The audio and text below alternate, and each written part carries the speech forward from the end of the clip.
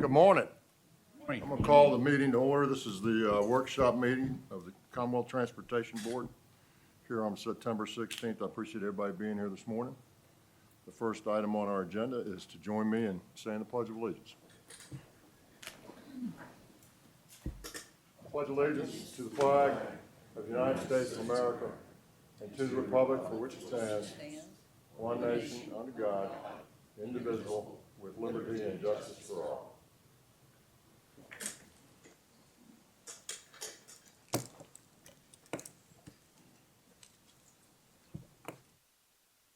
It's a great day to have a full day's meeting because it's going to be raining most of the day.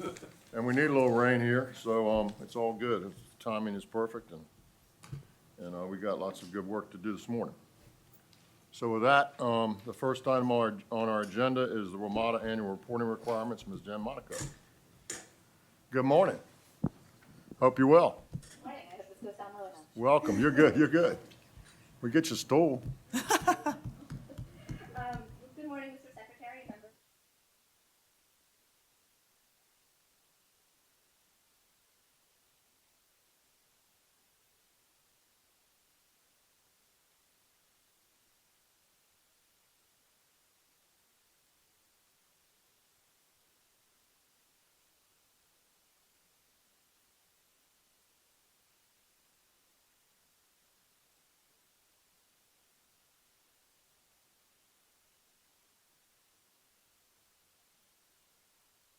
It goes to the Northern Virginia Transportation Commission.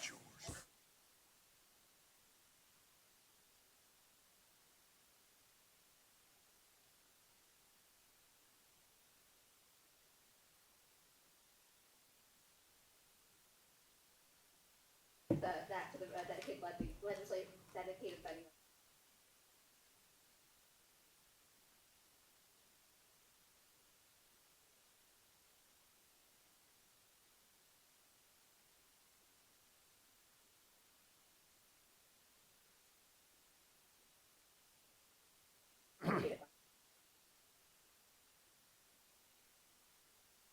Up the Commonwealth Mass Transit Fund allocation because the dedicated funding legislation requires that CTB withhold a portion of that funding if the dedicated funding requirements are not met.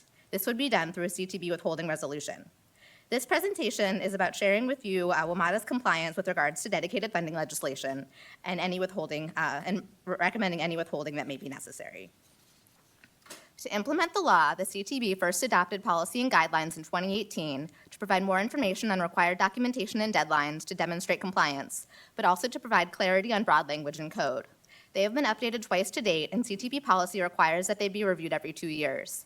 My presentation immediately after this one will be that biannual review, but for this presentation, we're using the CTB policy that was adopted in 2023 to assess Metro's compliance with the dedicated funding requirements. Before I get into our assessment, I want to review the process that we took. Sorry. I want to note that we are currently, I'm sorry. Yep. Not used to And this your clicker. clicker's as fast as your voice. I'll slow down. So we are currently assessing activities that occurred in FY 2025. CTB policy requires that WMATA provide specific documentation or notification of compliance for the 5 main areas you can see on this slide, which I'll get into more detail subsequently. While DRPT staff have been monitoring these items throughout the year, we review this documentation provided by WMATA for compliance, and then the Attorney General's Office reviews for legal sufficiency. DRPT then prepares an annual recommendation for the CTB, which I'll be presenting today. In October, you'll be asked to vote on the recommendation.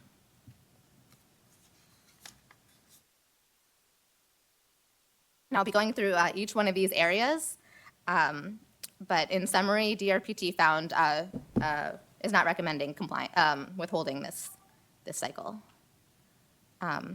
This first area is with regards to board governance and restricts activities of alternate WMATA board members to acting only in the absence of a primary director.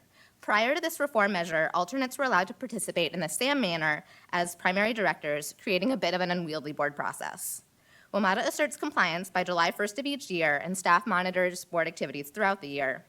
WMATA met the requirements here based on their bylaws updated in 2018, their June 27th document submittal, and my observation of meetings. No enforcement action is being recommended. The second requirement is that WMATA must adopt a capital improvement program for a 6-year period and hold an in-person public hearing in Northern Virginia. They adopted their capital improvement plan on April 10th after holding a hearing at the WMATA Eisenhower Building in Alexandria and submitted required documentation on June 27th. GRPT has again found that they were compliant and no enforcement action is being recommended. The third area is the adoption of a strategic plan, which WMATA adopted on February 23rd, 2023, and has been a pivotal guiding document for WMATA. The CTP directed WMATA in September of 2023 to include additional components in the strategic plan, which will be incorporated in the next update, which is due next year. WMATA provided notification asserting compliance on June 27th, and no other actions were required this year. Thus, again, no enforcement action is recommended. One of the more notable code requirements is the 3% cap on the increase of the Virginia operating subsidy from year to year. Legislation lays out certain exclusions to this cap, and CTB defines some of these in a bit more detail. This year, we'll be looking at the growth between fiscal year 2025 and fiscal year 2026. CTB policy prescribes in detail what needs to be included to document that the 3% cap was abided by for the July 1st deadline. However, the 2024 to 2026 biennium budget included language suspending the cap for 2 years through the FY26 budget, which also provided general funding support to help cover the increase over 3% from the FY24 baseline. Although the cap was waived, WMATA still provided documentation on the operating subsidy growth, which increased for Virginia by 7% between fiscal year 25 and 26.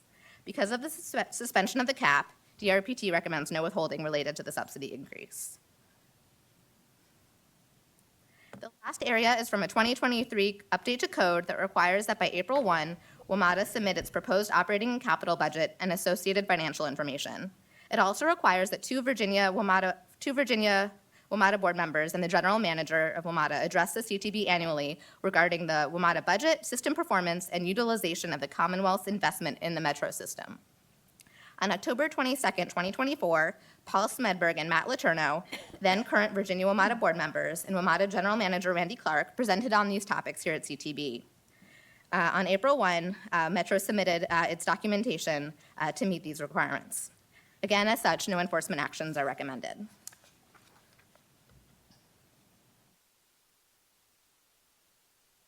Lastly, I wanted to put this presentation into context. Again, next I'll be presenting on DRPT's review of CTB policy. Next month, as mentioned, Randy Clark, Paul Smedberg, and NVTC's new appointee on the WMATA board, Walter Alcorn of Fairfax, will be presenting to the CTB, where you will hear about WMATA's financial situation and performance. At the action meeting, CTB will be asked to support a resolution certifying WMATA's compliance with the dedicated vending requirements, and if any updates are needed for the CTB policy. And that is that presentation. Do you want to take any questions now, or should I go into the next one on the CTB policy update? It's up to you. Let's take them now, if you're good. Sounds good. I'll go to the next one. Again, Jen Monaco, now presenting on the WMATA CTB policy review.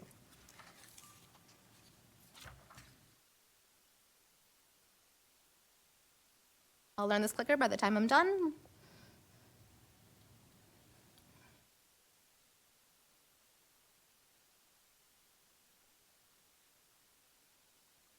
Maybe they're not ready to go forward yet. Maybe we need to have questions.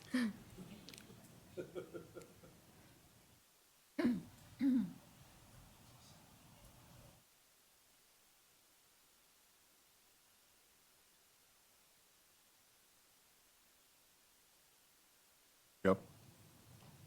Right. As mentioned earlier, the original CTB policy was adopted in September of 2018. Original CTB policy specified that the guidelines, as with many CTB guidelines, are reviewed every other year as circumstances may change. In 2021, that language was actually updated during the process to specify that a review must take place at least every 2 years.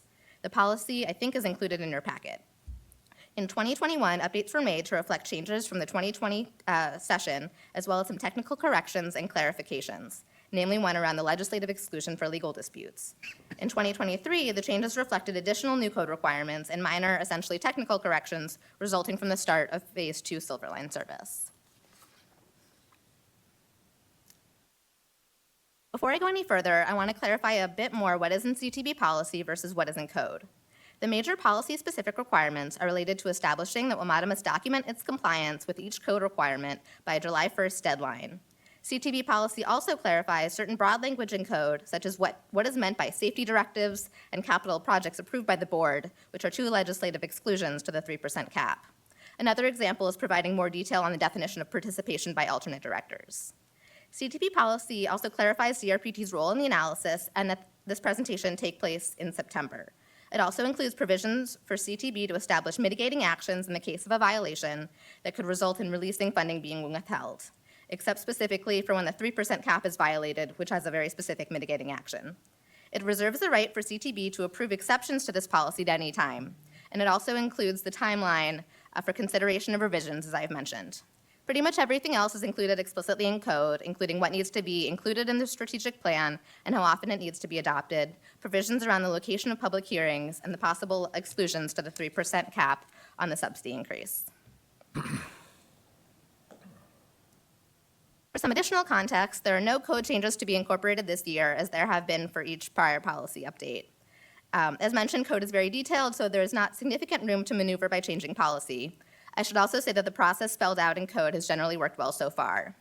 An additional guiding factor in DRPT's recommendation not to propose an update to CTB policy this year is that DMV Moves, which is the joint Metropolitan Washington Council of Governments and WMATA Board initiative to address regional transit funding needs, and SJ28, which the Secretary sits on and is essentially working to address the Virginia component of DMV Moves, will likely seek revisions to code this year. One component of DMV Moves is pursuing consistent requirements for Metro across DC, Maryland, and Virginia legislation and funding agreements. They are looking at aligning required documentation and deadlines, and this process is still underway.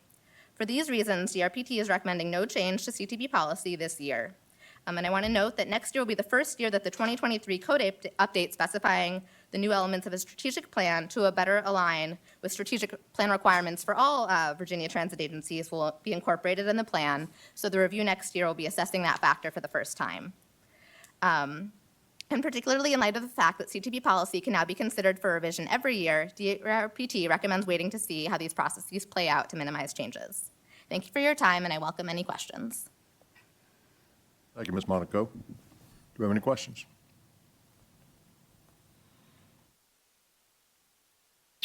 So, one of the things that's sort of most important on this slide as it relates to us is the second sub-bullet under the first bullet on this page, page 4, which Ms. Monaco characterized as we don't have a lot of work to do here because it's pretty prescriptive in code, and we sort of fill in the blanks as it relates to any sort of vagaries that relate to that, perhaps. And the legislature has been very involved, as you know, with WMATA over the years, and will continue to be, and certainly you see that with SJ28, and with, to some extent, DMV Moves, which is a wider group of folks. We have struggled with WMATA in the state for many years, and I say struggled because it's a really big, really important entity in Northern Virginia, and things have changed a lot over many years in terms of the demographics, in terms of folks that move and where they go, and sort of the ridership, and of course all the COVID stuff that disrupted the entire world, but certainly the transit world in Northern Virginia. And so everybody's trying to figure out how to make this thing the best it can be and to continue to serve the very important region of Northern Virginia, DC, and Maryland. And you have 3 sovereign entities that control this beast, and it's really complicated, right?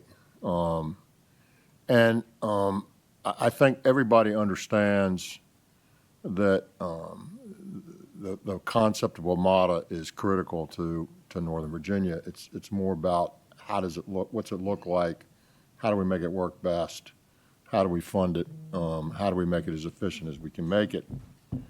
And there's been a lot of work by a lot of people. As you know, Mr. Clark came in 4 years ago now, whatever it was, 3 years ago. and has really worked hard with his board to try to make this as good as it can be. We worked very closely with them, particularly over the last couple of years, and the legislature didn't do everything that we wanted them to do, but we're certainly continuing to push to make this entity successful, or continue to make it successful as it can be. I will tell you that one of the things that we grapple with often is a lot of people's view is that it's sort of transit at all cost, and the bigger the better. And that's maybe a little bit of an overstatement in terms of at all costs, because it's not really at all costs, but the costs sort of become secondary to the concept of moving people and the impact that it has in Northern Virginia, and that's my view. Right now, I'm not sure where they're going to end up in terms of DMV moves in SJ 28, because basically what they're saying is we need more money, we need more money, we need more money. That's sort of where we started. And frankly, the SJ 28 cadence in its meetings has been started with that, and we'll eventually get to how do we cut costs, if we can, and certainly we can. And so you can't be all things to all people, and you got to be able to afford what you want, and that's the big struggle, because this thing is a massive beast. Certainly there were labor issues and high costs, and we've been through a lot of this over the last number of years, so I'm not going to sort of belabor it. But my point is, a lot of this has been out of our hands because it's so tightly prescripted in some respects by the General Assembly. And ultimately, my comments about moving forward and sort of the difficulty with that is it's been made pretty clear over the last couple of years that there's not a lot of money north of Virginia to help fund these deficits. And I haven't heard the latest from Maryland, but as of some months ago, the answer was, we don't have any money, folks, and we're not going to raise taxes here for that. As it relates to D.C., that they're strained as well. And frankly, the only one that really has the more recent financial strength to continue to feed the beast is Virginia. And I don't know how Virginia does that without its two partners bellying up to the bar to do the same thing. So this will obviously go beyond this administration as we transition out in January, and the legislature does more work on this in January, February, March, coming up in 2026. So, WMATA, as I said, it's very important. It's bus and rail, as you know. It's a sort of a unique system in some respects because it is it's very hub and spoke. It reaches out pretty far, and it just has incredible costs associated with it. So this is going to be something we'll continue to battle with. Battle meaning, find a way to make it as good as it can be for the money that we can afford to spend. And I have not been, nor has the administration been, a big believer that we just need to find more funding for it. We don't think that's the answer. But in any case, it is what it is at this point. We have these policies that we put in place. As I said, the statutes are pretty prescriptive and tell us what we can do, and we just fill in the holes there. So they are complying with these measures that they're required to comply with, and that's where we are. I would just hope this board would continue to push on this going forward, even given your opportunities to do that are not absolute, but continue to push on ways to find it, to make it better. And to have it less cost for the riders. Riders got to pay some fare. In my view, that's been lagging drastically over many years. Safety's, tantamount. If you don't feel safe, you're not going to ride. And you just can't take every rider every place they want to go every time of the day that they want to go. It just doesn't, you just can't do that. So whether you're in a dense area of Northern Virginia or you're in a sparsely populated area of Southwest Virginia, people have needs to get places, and we don't take everybody everywhere they need to go. You know, there's a lot of transit need in the rural areas that people are clamoring to get more transit. We've seen that. And listen, just because they're in the rural area and just because they're spread out, you know, they don't have ability to get somewhere, they got the same problem as you do in another place. And so some of this is about access, and some of this is about cost, and some of it's about the environment and how do you move people the best that you can. But it's a very difficult situation. We built it so big up there, and there's so much cost associated with it that it's really hard to get it under control. And so that's really the board's job, not our board's job, but their board's job. But our legislature continues to push to just fund it at higher levels. You know, we did that a couple years ago. We didn't want to see that, but that's what they did. And so here we are. Again, I salute the folks that are working hard at WMATA for doing what they've done and what they continue to do. I would caution that we can't continue to grow when we can't pay the bills for what we have. That, you know, I understand the desire to do that and to serve more people, but you only have how much you have, and you got to live within your means. And WMATA's had a hard time doing that. This isn't going to get any better. The capital side of this is difficult. I think some of you all know, we've been eating some of the capital to do operating up there for a fair amount of time. And those chickens all come home to roost, as they say. And so you'll continue to have to struggle and work with us. The legislature is going to have to. But at the end of the day, if you just let the beast eat what it wants to eat, it's going to eat you. It's going to eat everything you have to give it. And somehow we need to wrangle and wrestle that to the ground. So those are just some few short comments sort of about WMATA. Mr. Minshew.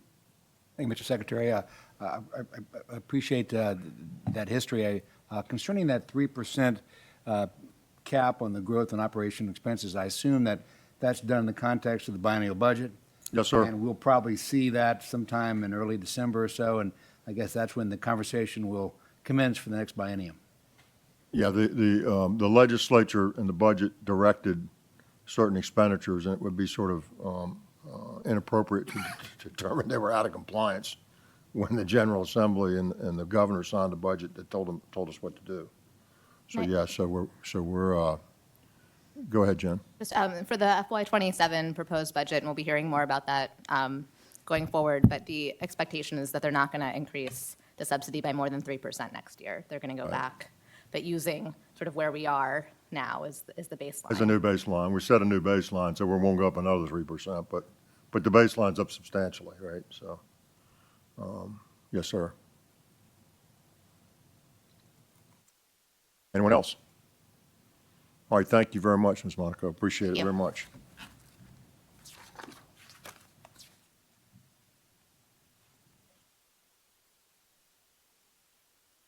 Next item on our agenda is the Purdue Agribusiness LLC Rail Industrial Access Application. Mr. Todd, good morning, welcome, hope you're doing well. Good morning. Thank you for having me this morning. Mr. Secretary, members of the board, I thought just as a brief introduction, I haven't been in front of the board in a few months. We have some new members. My name is Michael Todd. I manage 3 grant programs for DRPT. 2 of our grant programs operate on an annual cycle, so those projects are adopted during the annual SIP adoption. However, for the Rail Industrial Access Program, we keep that program open all year, accepting applications on a rolling basis. And so I'm in front of the board often presenting these projects for your consideration for funding. Secondarily, I just wanted to thank an audience member, Mr. Keating from Purdue, traveled in this morning to be here for the presentation. So I appreciate the travel and the time and your interest. So with that, I will go ahead and get started. Potentially. There we go. So just as a little bit of background and kind of an executive summary for this project, I'm sure many of you have heard of Purdue, one of the largest food companies in the U.S., specifically at the Chesapeake site. that we're talking about today, they deal with, cooking oils, soy, grain, and take a lot of that product to international markets via the port. So that is one of the driving decisions here for the investment for Purdue is access to the deepwater terminal at the Port of Virginia. The overall investment for the site is about $62 million, and they are requesting the maximum amount of funding of $750,000 for the Rail Industrial Access Grant. This will help construct over 2,000 feet of new track at their facility. And so just talking a little bit more about the investment decision specifically at Chesapeake. The international demand for soybeans is kind of outpacing the Virginia production of soy, the near mid-Atlantic production of soy. And so Purdue is needing to reach out to markets beyond kind of near proximity to the Chesapeake, markets that are ideal for the long-haul rail shipments from places like the Midwest and South. And so specifically at the Chesapeake site, they're served by the Norfolk-Portsmouth Beltline short line, which is a dual rail access short line. So in other words, they connect to both CSX and Norfolk Southern. And then, of course, as I mentioned, it also is a deepwater terminal with the Port of Virginia and then has access to barge service. And kind of following on that, I just wanted to make a quick note that we're really seeing kind of this agglomeration economy around the port. Obviously, it's been there for years, but in the last 4 applications that we've received for rail industrial access, spanning a little over a year, have all been kind of feeding the port and taking advantage of the access that we have to international markets.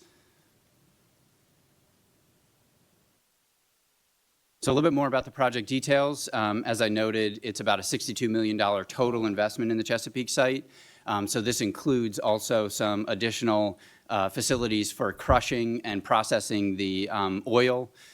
They're adding a second storage pit and some more efficient loading and unloading, which will actually allow them to operate 24/7, and also incorporating a transload facility. The specific construction for the rail is a little over $3 million, and it will be constructing 2 new tracks for over 2,000 feet, 2,000 linear feet of new track. And the request, as I mentioned, is $750,000.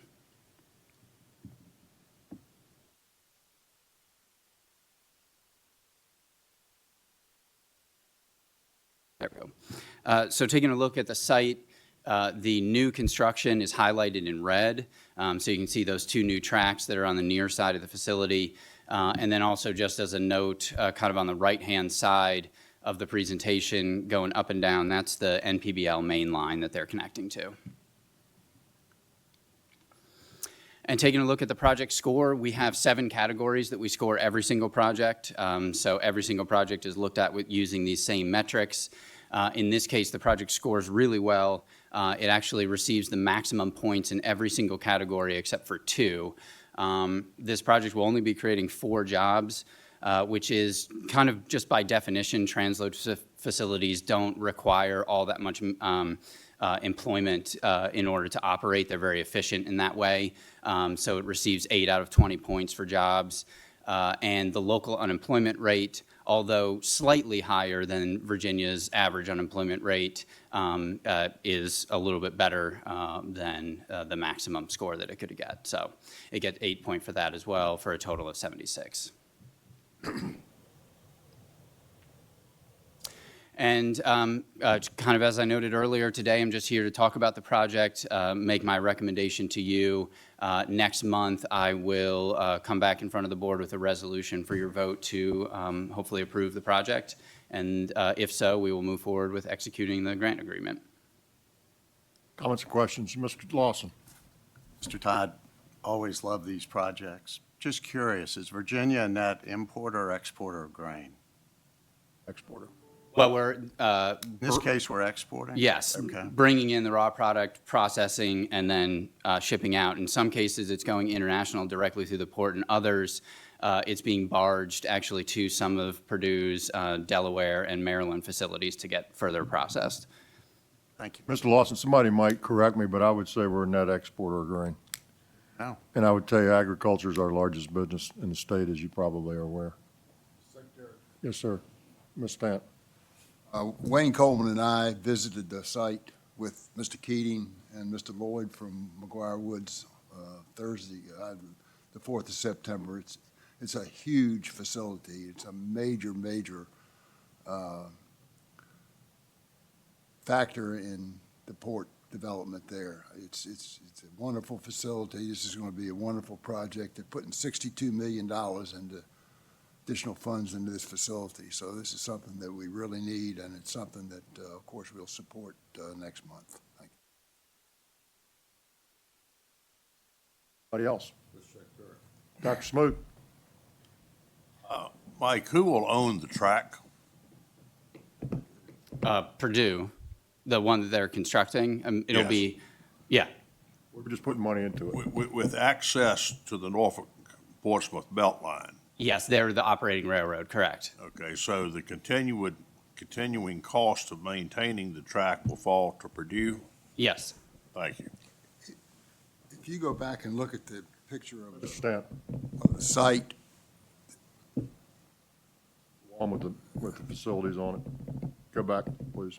Yeah, it's It's hanging up. slow to, there we go. That one? yeah, the new track is immediately to the top of that, of the existing track. So it's just two new tracks right adjacent to all those other tracks that you see there. So it's all on Purdue's facility. It's just two new tracks to increase their capacity. What else? Just a couple things. You know, Purdue is a neat company. It's a family-owned business. I'll tell you that one of my favorite memories in business school was after staying out later than I should have with the class above us. The professor decided to call on me the first thing in the morning because he knew I had stayed out later than my classmates who went back to study. And it was about Purdue chicken franks. And Frank Purdue was talking about making chicken hot dogs at the time. And so I got to be front and center to discuss how that would be a good thing. And I launched into my dissertation. And after about 30 seconds, he explained to me why he showed me why he was the professor and I was a student. And I think he was trying to make a small point, but so Purdue has rung true in my heart ever since. I love the company, and I always think about Frank Purdue and his chicken franks when I think about Purdue. So I don't vote unless there's a tie. If there is a tie, I'll recuse myself because I'm a downstream provider to this company of soybeans through my, I lease some property, lease farmland that my farmer grows soybeans and sells them to Purdue.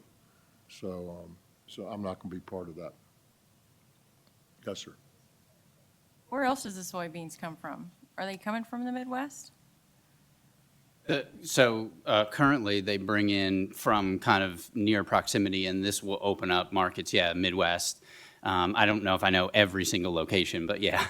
And is it going to come in on rail as well? Yes, yes, exactly. Yeah, 7,700 new carloads are expected, so that's all that, bringing in those long-haul shipments from the Midwest.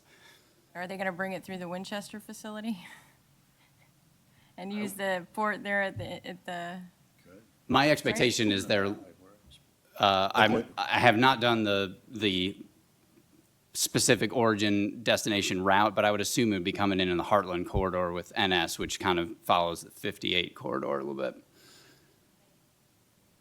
That facility would be moving it from truck to rail, pretty much. That's what that would be doing, or rail to truck. All right, anybody else? Thank you, Mr. Todd. Thank you very much. Thank you, Mr. Keating, for being here. Appreciate it. Next item on the agenda is item number 4. It's an overview of the development and monitoring of the long-term risk and opportunity register and VTrans strategic actions. Mr. Ramchandani is here with us this morning with Mr. Lawson. Welcome, gentlemen. I hope you're well. Good morning, Mr. Secretary, members of the board. I just want to make a few comments before Jitendra takes off and walks us through this presentation. This is a attachment that's on the screen, not the presentation. I'll just point that out before, so you can bring up the right Yeah, it's a little tough to read there. slide.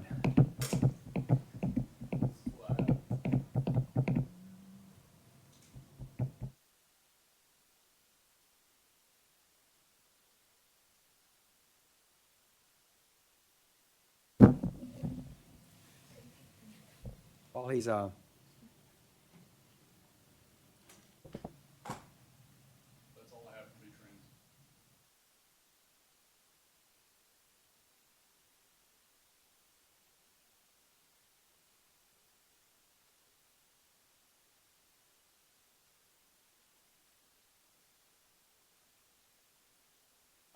I'll go ahead and talk, Mr. Secretary, a little bit while they're getting it together.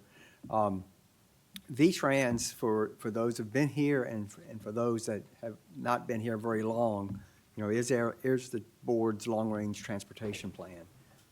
There are four main pillars, which we have a nice slide on that you'll see shortly, that represent the parts of V-Trans. It's the vision, guiding principles and goals, the midterm identification of needs and prioritizations, the long-term risk, and then strategic actions to address those risks. We are required, the board's required by code to update the long-range plan, the strategic plan, every 4 years. And we're in that cycle now. We actually started it about 2 years ago, beginning with the vision and goals, and we've been working through methodically the goals and the mission, and the midterm needs. And now we've got the last two pieces to kind of take care of between now and December. Here we go.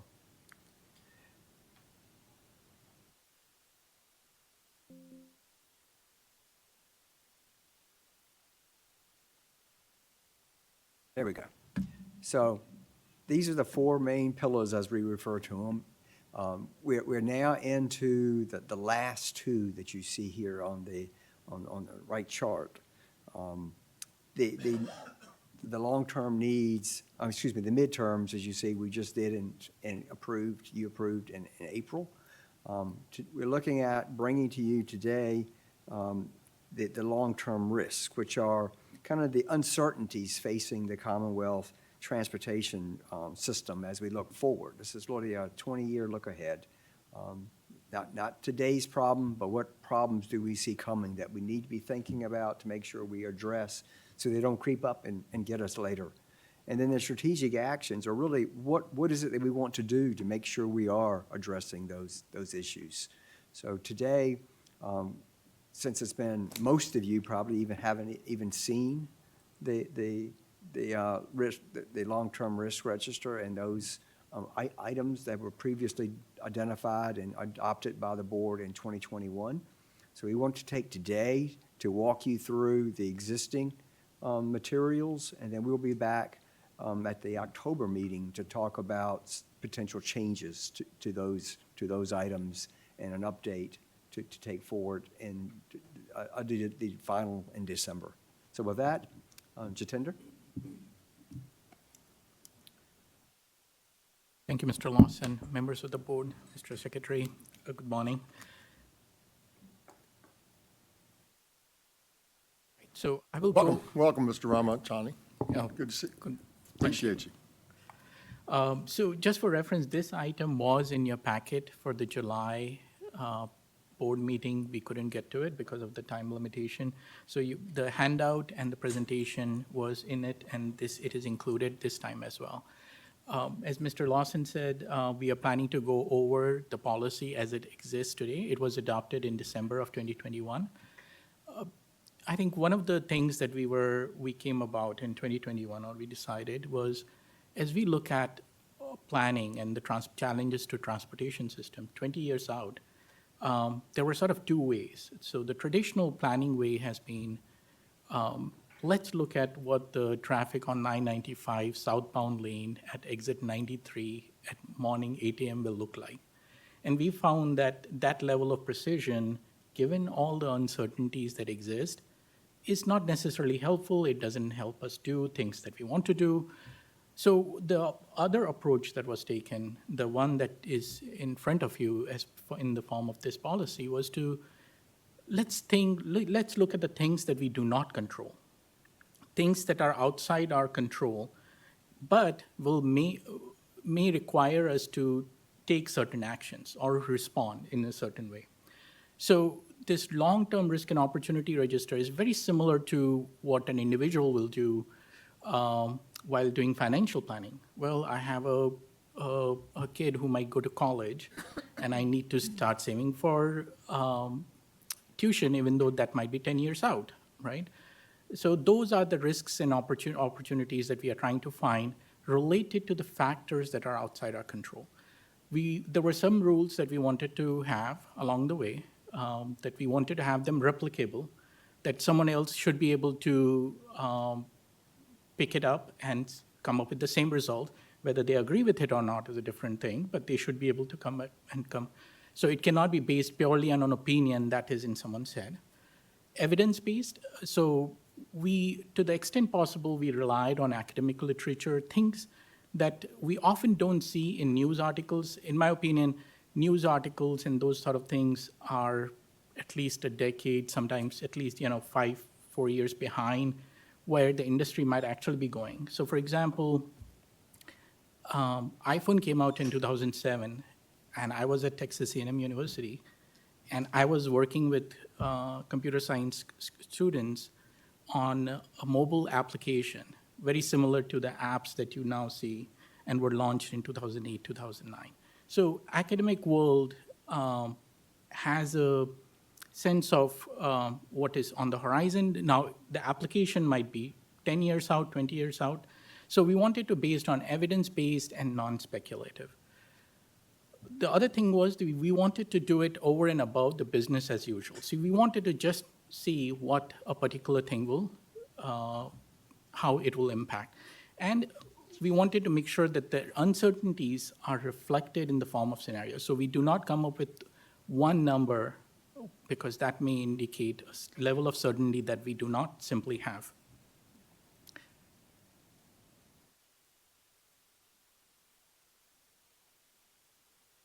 All right. So this policy identifies, there seems to be a lag in the click and the shuffle. So the policy identifies 4 mega trends, and the definition is there, and 10 macro trends. And the focus is on the known unknowns. So someone very famous said there are known knowns, things that we know, and we know their impacts. So those are the things that we incorporate in our day-to-day business.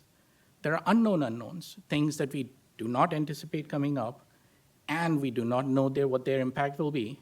So we don't deal with those. And we are focusing here on known unknowns. So we know this is on the horizon. We do not know the level of impact it might have, or we might have uncertainty around the impacts of that particular phenomenon. And I will get to those on the next slide. So the trends, our mega trends, are things that are global in nature. They are large social, economical, environmental changes. Macro trends are things that may impact state governments and require changes. And risk and opportunity register is sort of our way of compiling everything in one place so that we can take a periodic look at it and say, are we doing everything that we wanted to do? Similar to what you may do with a financial planner on an annual basis every other year.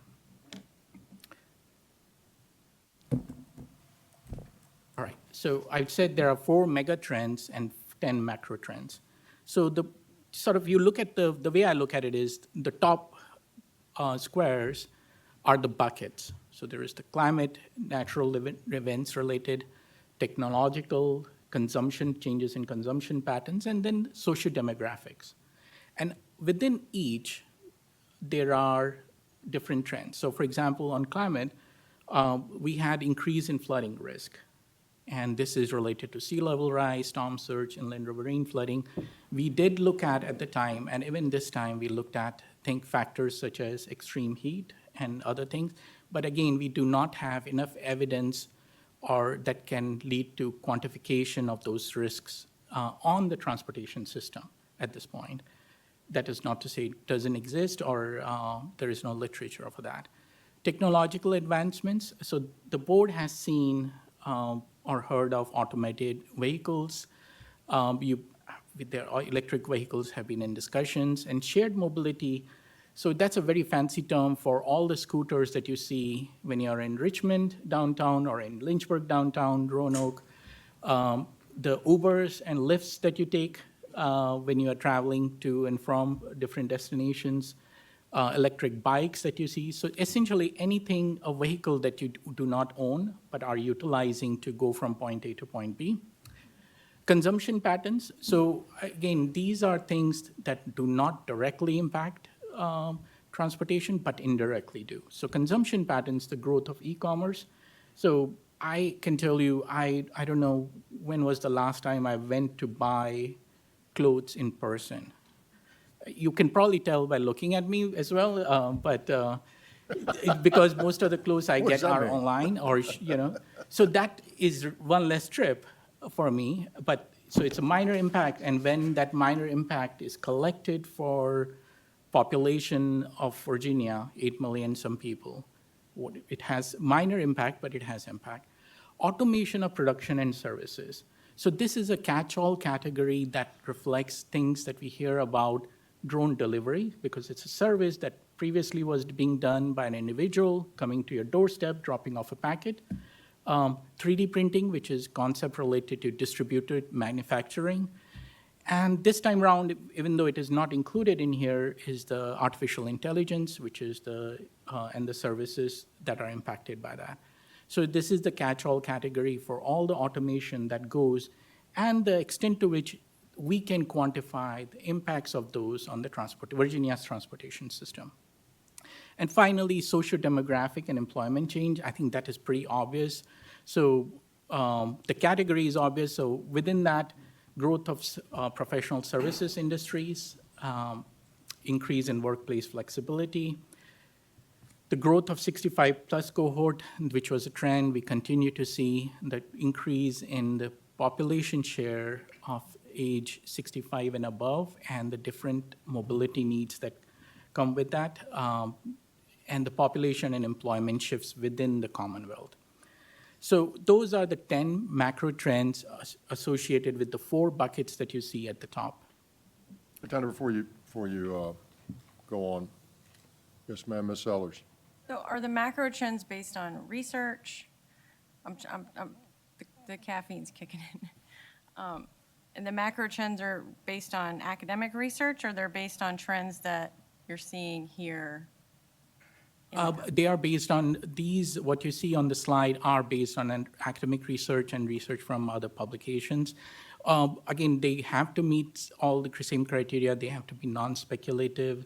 We have to be able to quantify their impacts and the impacts specifically on Virginia's transportation system. So the answer is yes. Short answer is yes. And the mega trends, how are those just kind of? Those are the sort of the thought buckets that we organize around more than anything else. The policy dictates that, those sort of buckets might remain same. We might change or add macro trends within that. Lieutenant, before you go on, let me just drone on for a minute. When I came on in this job almost 4 years ago, I talked a lot about automation and sort of where we're heading in transportation. And it got me an early label as the flying car guy.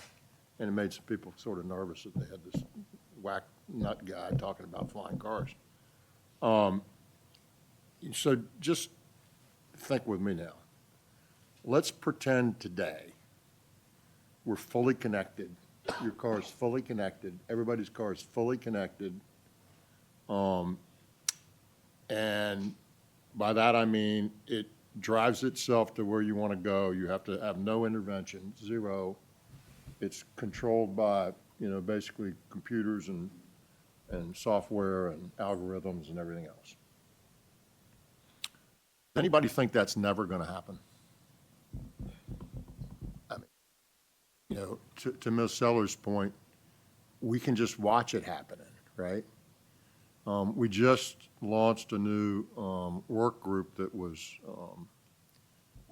directed by the General Assembly to look at the impacts of this and to start planning for it in terms of our policies and our laws and so forth and so on. Because it's not that far away, folks. It's already creeping in, right? Waymo's doing its thing in DC already, right? We won't let them be here yet. But that happens, you know, these delivery vehicles, whether it's a drone or whether it's I saw the Pizza Hut, I can't remember what you call those things, but, or who does them, but this little vehicle going down the sidewalk with a flag on it was delivering pizzas the other day. And so my point to you is, I don't know how many years it's going to take to get fully connected, but it's not 100, right? I don't believe it's 50. Now, if you want to say it's 30 or 35 or 40, you know, we might have that debate.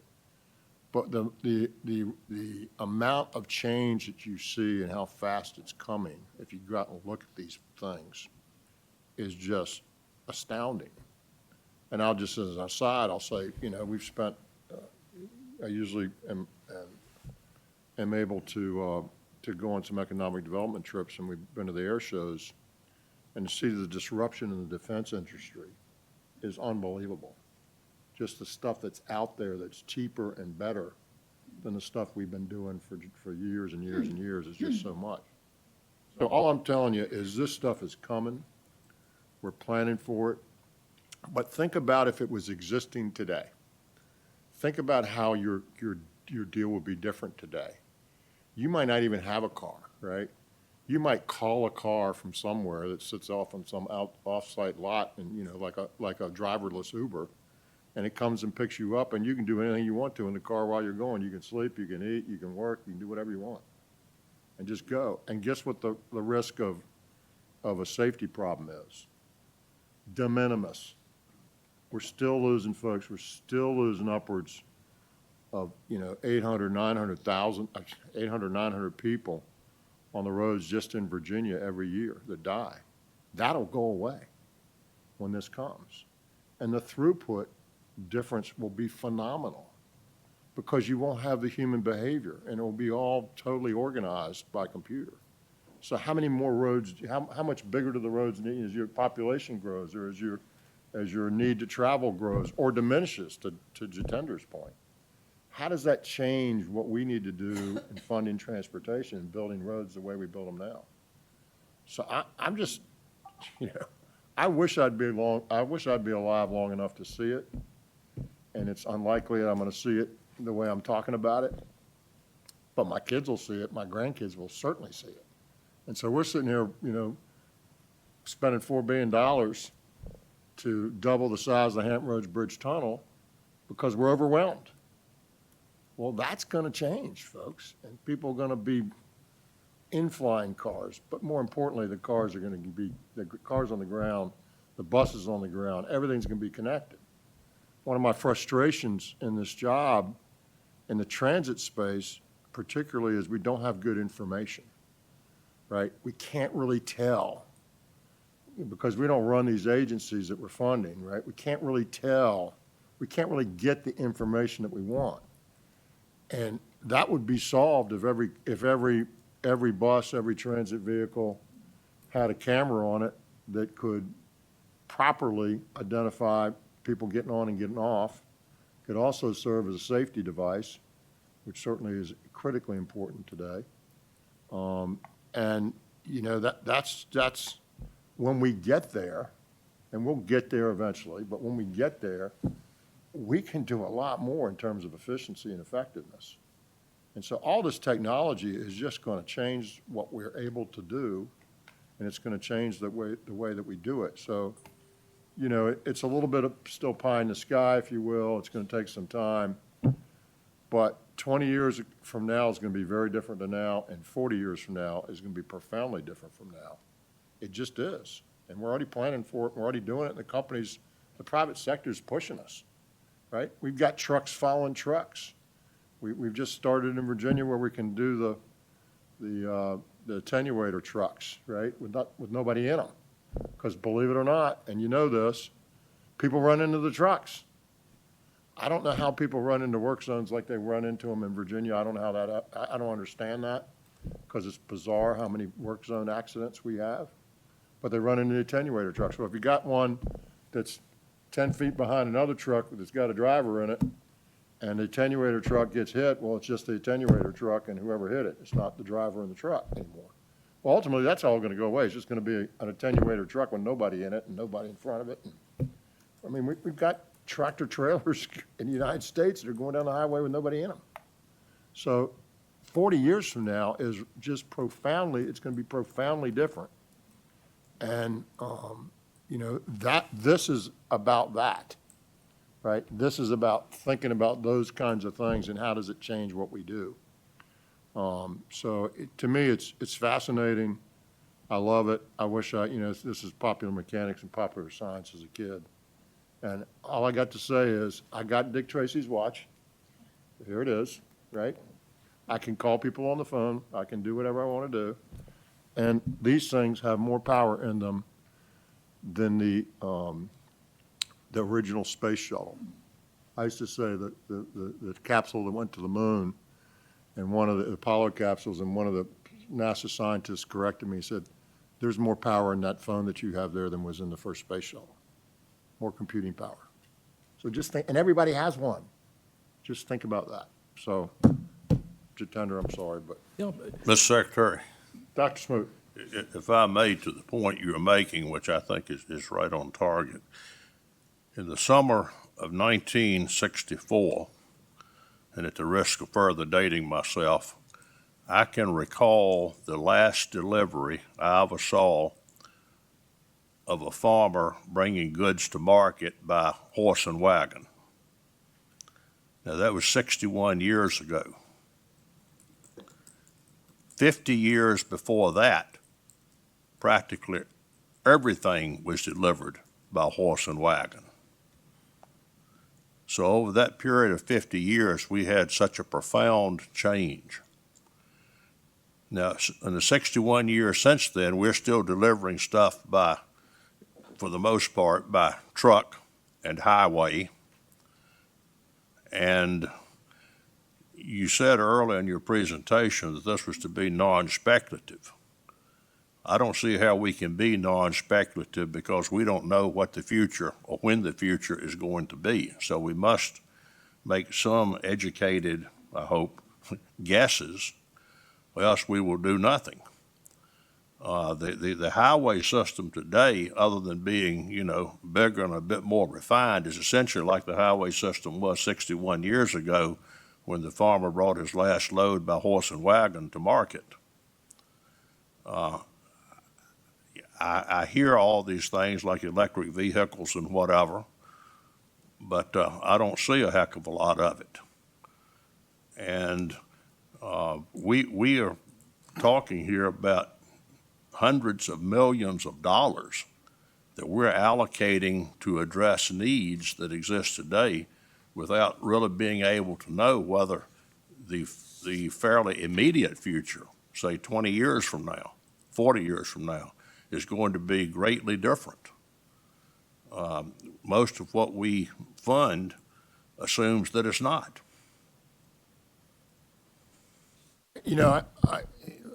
I'm not sure I agree with you there. We know that this change is coming. That's not speculative in my view. We don't know how fast it's going to get here. We don't know that. And we know before it gets here that we have real problems to deal with, right? And we can't wait for that to occur because we'll die if we do that. We'll strangle our economy, we'll strangle our citizenry. All I'm saying is we'll get to that point where that curve starts to bend. And I don't know when that is, Dr. Smoot, but I know it's not 10 years. It's not 10 years. We just can't do it. You just think how many cars and how many people are out there. It's not 10 years. But it's not 100 either. And so it's coming. Is it 30 years? Is it 40 years? Is it 20 years? I ask this question all the time of people. But the concept of everybody being connected is gonna take a long time, because that's technology that's gotta go in your car, and your car's gotta be able to handle it, and it's gotta be mandated, and da-da-da-da. So I don't know when it is, but it's coming, and this board will not see the inflection point, I don't think. Because in the meantime, the factors that are impacting us are different, and they'll continue to impact us until we get to that inflection point in the curve, and then it'll start to change, and that's gonna be some years from now. So I don't have a problem doing what we're doing today. If I was sitting here 30 years from now doing exactly the same thing, I don't think it would be the same. I wouldn't feel so comfortable. Ms. Dunlop? Yes, Mr. Secretary, I would be interested in your team's thinking about the proper role of Virginia government with respect to, what we're thinking here. Are we looking out for the citizens of the Commonwealth individually? Are we looking out for the people that transverse through the Commonwealth of Virginia from New York to Florida, let's say? Are we looking out for commerce development? And I ask that question with respect Yes. to All the above. with respect to the priority of new construction versus maintenance of existing roads as we think about these trends for the future. And the reason I ask that is because it just strikes me that that the commercial side of the equation will advance much more quickly than the individual. I mean, that's just from my human perspective, because they're out there looking for ways to move their product faster and more efficiently, while the average American they just want a car to be able to go where they want to go. So I put that on the table and ask your We thinking. see that now, Ms. Dunlop, that's exactly right. You see the trucking industry, you see the delivery industry, that's who's really pushing this now. They'll be the early adopters. And that'll all have an impact, and that's what we're trying to plan for. How do you integrate it when you're partially automated, right? So without getting in the weeds, there's sort of 3 levels of automation that the people that are in the know talk about. We're basically in level 2 right now, with things like the fancy cars that have, adaptive control, and things shake, or they rattle, or they yell at you that you're not, put your hands on the wheel, or you must be tired, take a break, whatever all those things are that you see, to the next level, which is what we're morphing into, which is sort of this in-between phase. And then the final phase will be, you're not doing anything. You're just getting in, it's like getting in anything else. Yeah, somebody else is driving, but it's a computer, not a person. So When we'll we get think, there. for instance, about the trucking industry and the driverless vehicles, but they're still on, 18 wheels. I mean, what's the change there, and how are we looking at that? Well, that's exactly what some of this work group is starting to look at. How do we put rules and regs and laws around how that works in the Commonwealth? But your earlier question, who are we looking out for? We're looking out for all of it, right? Because if Purdue wants to bring grain from the heartland into Virginia and through our port, we want to take care of them.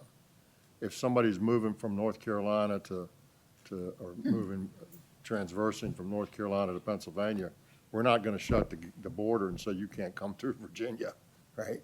So whatever's going to happen in Virginia, that's going to happen, and we got to deal with it. Yeah, I mean, to your point, they're the early adopters. They're the ones that are pushing the envelope, and they'll continue to, because that's what business does, and it's all business there. And that's what's sort of taking us down the road that we're going down and trying to get ready for this stuff. So my point is, it's just not, if you just read the transportation, literature, and just look and see what's out there, the commissioner knows this better than I do. All that's happening. What we're doing up at Virginia Tech, all this is happening. And it's going to continue to happen. And we just got to make sure we plan for it properly. But to this point, we need to keep remembering this. and this isn't about electric vehicles to me. That'll, in this current administration federally, while that's not in the subsidies aren't in favor, ultimately, more people will adopt it as it makes more sense to financially in a micro way. And they'll do that, right? And the market will work to whatever level it is. There'll be new technologies that'll come out too. Some people are banking on hydrogen, so I'm not scientifically smart enough to tell you that I really know or have a real vision on that. But it's certainly going to be different. And no matter how you power a vehicle, if it's controlled by somebody other than the person who sort of has summoned it, I wouldn't call you owning it because you might not even own it, but has summoned it, not by a computer, not a person, that's where the real benefit will come. And that's coming. Again, I just don't know how long it's going to take. But in the interim, to Dr. Smoot's point, we can't stop dealing with what we have to deal with today, right? Because that's not tomorrow. It's not the next day. It's not 10 years from now. It's further out than that. But we better get ready for it. And, if you were 10 years out from that and you were doubling down on your investment in infrastructure of that type, just getting bigger and bigger and bigger to handle more and more and more, you might want to think about that a little differently, right?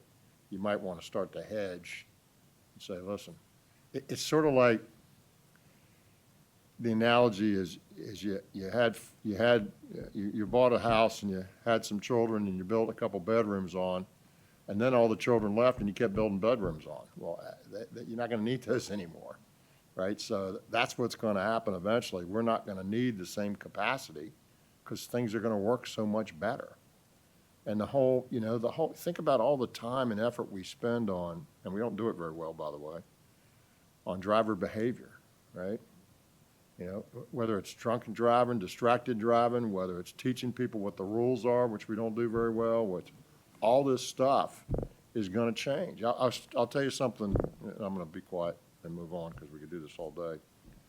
But the DMV is going to shortly introduce something that is pretty darn neat. And all of us who went to get our driver's license originally had to pass in the car test, right? And typically you make an appointment, you go to the DMV, and somebody gets in your car, and you drive around a neighborhood or something, and they grade you. Take out their piece of paper, and they tell you where to go, and they grade you, right? All going to go away. You give them a phone, you give them an iPhone. They take it, they get in their car, they put it on their dash, and it tells you where to go, and it tells you what to do. It looks at your eyes, it looks at your body movements, it looks all around you with a camera, and it tells you with certainty exactly what you did and exactly how you did it and how it relates to how you should do it. I've done it. It's pretty darn neat. And then you take the phone back and you hand it to somebody and they say, have a nice day, we'll send you a report in 20 minutes. Boom, it's done. No human interaction, no bias, no somebody was feeling bad that day and didn't like you, no COVID in the car. All that goes away. It all goes away. And there it is right there. So that's just a small thing. But all these things are coming and they're all going to mount up. And technology is pushing out the need to have people involved in that piece of it. Now, somebody's got to develop the technology and somebody's got to control the technology and work the technology and all that. So it's shifting the needs, but it's pretty phenomenal stuff. And that's here today, right? We'll be seeing that pretty soon from the DMV.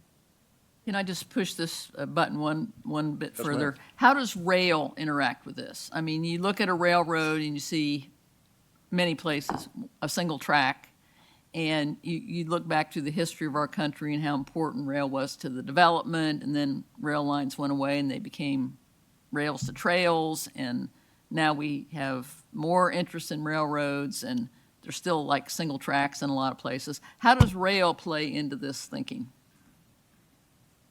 rail's probably more like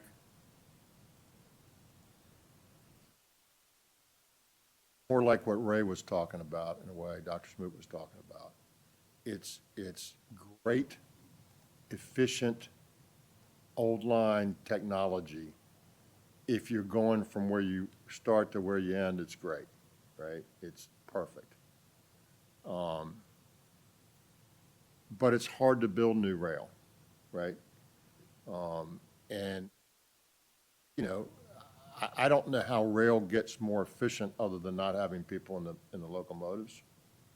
I mean, people are worried about that from a jobs perspective, and I can understand that. But ultimately, I mean, we're at WMATA, right? We're trying to return to driverless, you know, vehicles at WMATA, subways. And they're all over the world, right? So why do you think a train on a track is a lot different than a subway on a track? I don't know. I'm not an expert. I mean, it's very different. But I think the opportunities are different there than they are in truck and car traffic. Because they're sort of are where they are. They're very expensive to build. They go where they want to go. And if you're going to be on that line, which is what we're talking about today, we're trying to make that better so that we can get more rail down that, more product down that. That's where it's going to go, but we're not going to be able to like do that, right? It doesn't work like that so well. So I'm not so sure. I don't think rail will go away. It's really an efficient way to move stuff from one place to the other. And certainly Virginia is with its port is, and its two major railroads is pretty entrenched in the rail business. So I'm not sure. I'm not sure I know, but I'd love to hear from people who know more than I do about it. Ms. Sellers? Kind of hinted at it, but technology not only advances these things, but it makes it cheaper, more accessible. And I think we will start to see some of these things happen faster. And when you look at technology, and as Jatinder was saying, I was at Carnegie Mellon University 20 years ago, and they were already doing these things. So the technology's there. It's going to improve it once they have their, they're working on making the quantum computing faster, bigger, stronger, whatever the next And as I gen look is. around this room, I don't see a lot of Gen Xers or Gen Zers or whatever the right terminologies are. But I live in a building that's full of them, right? A bunch of medical students mostly. And, yeah, and even my own children and that I talk to. And like my daughter, who I'm blessed that lives next door with one of her grandchildren, she orders her groceries all the time to be, from Walmart or wherever she orders them for. And it's simple. She's sort of got a program and a whatever, and they bring it to your house, right? So you think, my wife loves to go to the grocery store. She's not doing that. But you think about if you know what you want, right? You know what you want, and you can just go online and check a couple boxes and it's there. Oh my, how does that change how we go places and do things, right? To Jatinder's point, he says he hadn't bought any clothes off the rack in a long, or, at least in person off the rack in a long time. It doesn't work like that for me, Jatinder. I got to go in to understand. But just think how much that changes. And I order a lot of stuff online. I've told the story before. I'm being quiet about Alexa. When I first figured out, when I first sort of became aware of Amazon Prime. And I didn't understand, and my daughter was telling me, I said, well, how long? I was trying to get a gift for somebody, and I was behind the curve. And I said, well, when can I get it? And it was like 10 o'clock in the morning. She said, about 2 o'clock. I said, what do you mean 2 o'clock when? She said, 2 o'clock today. I said, how does that work? She said, Amazon Prime, Dad. That was some years ago, but I ordered the thing at 10 in the morning. It was there at 2 o'clock in the afternoon. Like, that's changing the world, right? And it's just going to get more of that. So it's not only the technology of that piece, but when they can bring it to you, we're working with the air people now with drones and drone delivery. That blows my mind, right? There's going to be a lot of that, right? And you don't need the road anymore. You don't need the driver anymore. You don't need that. And all of a sudden, all those things come to you. You don't have to go get them. It's phenomenal. Mr. Minshew. Thank you, Mr. Secretary. I appreciate all these Rumsfeldian analysis points that will need to go into this report that we have to deliver to the General Assembly and the governor sometime in December 2025. I'm just curious, Mr. Secretary, what process will this board be working on to have that deliverable ready to be tendered up? We've been in the process, sir, for a fair long time before you got here. Mr. Lawson, you want to speak to any of that? Or reiterate? We've got a couple months left of a couple columns, and that's the process we're in. Yes, Mr. Secretary, Mr. Minshew. Yeah, we started this long journey across the 4 pillars back in I think, April of '23, and been working our way through.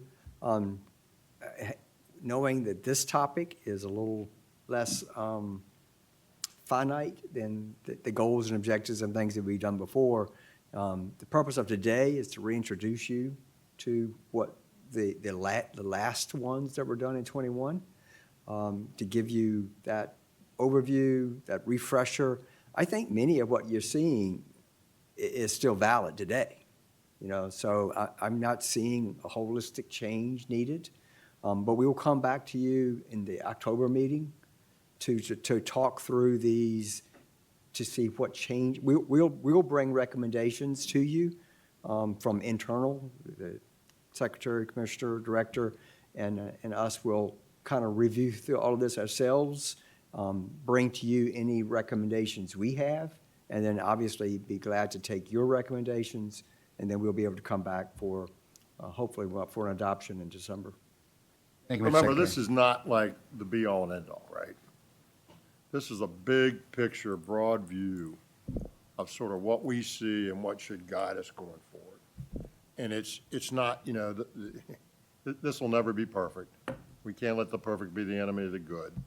This is a big, broad brush. Okay, we got a 20-year horizon here. What do we need to be concerned about? What should be guiding us? What do we see coming? How do we deal with that? So to Deputy Lawson's point, we've been doing this for a while now, sort of along the way when we were doing changes in smart scale.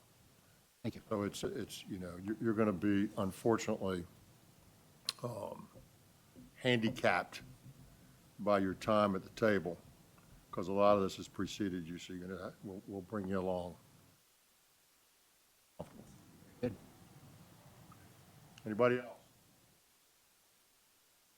All right, Mr. Ramchandani.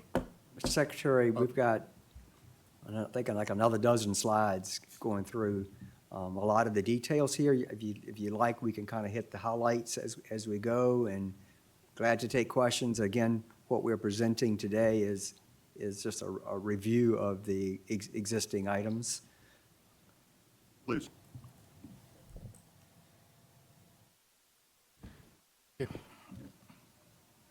So,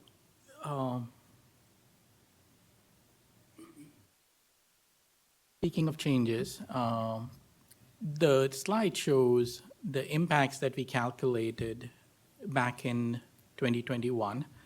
And I will go over that in a bit more detail in a minute. But before I say that, I think someone else said that if you must forecast, be the forecast frequently so that you are the first one to prove yourself wrong. So our intent is to come back to you in October and tell you. It's going to rain this afternoon.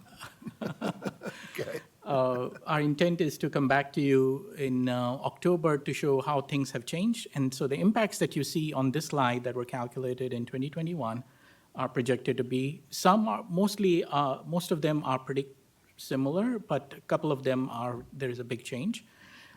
So what you see on this slide, on the right, the numbers, there are 5 major categories. So vehicle miles traveled, shared mobility, safety, tailpipe emissions, and number of roadway miles at risk.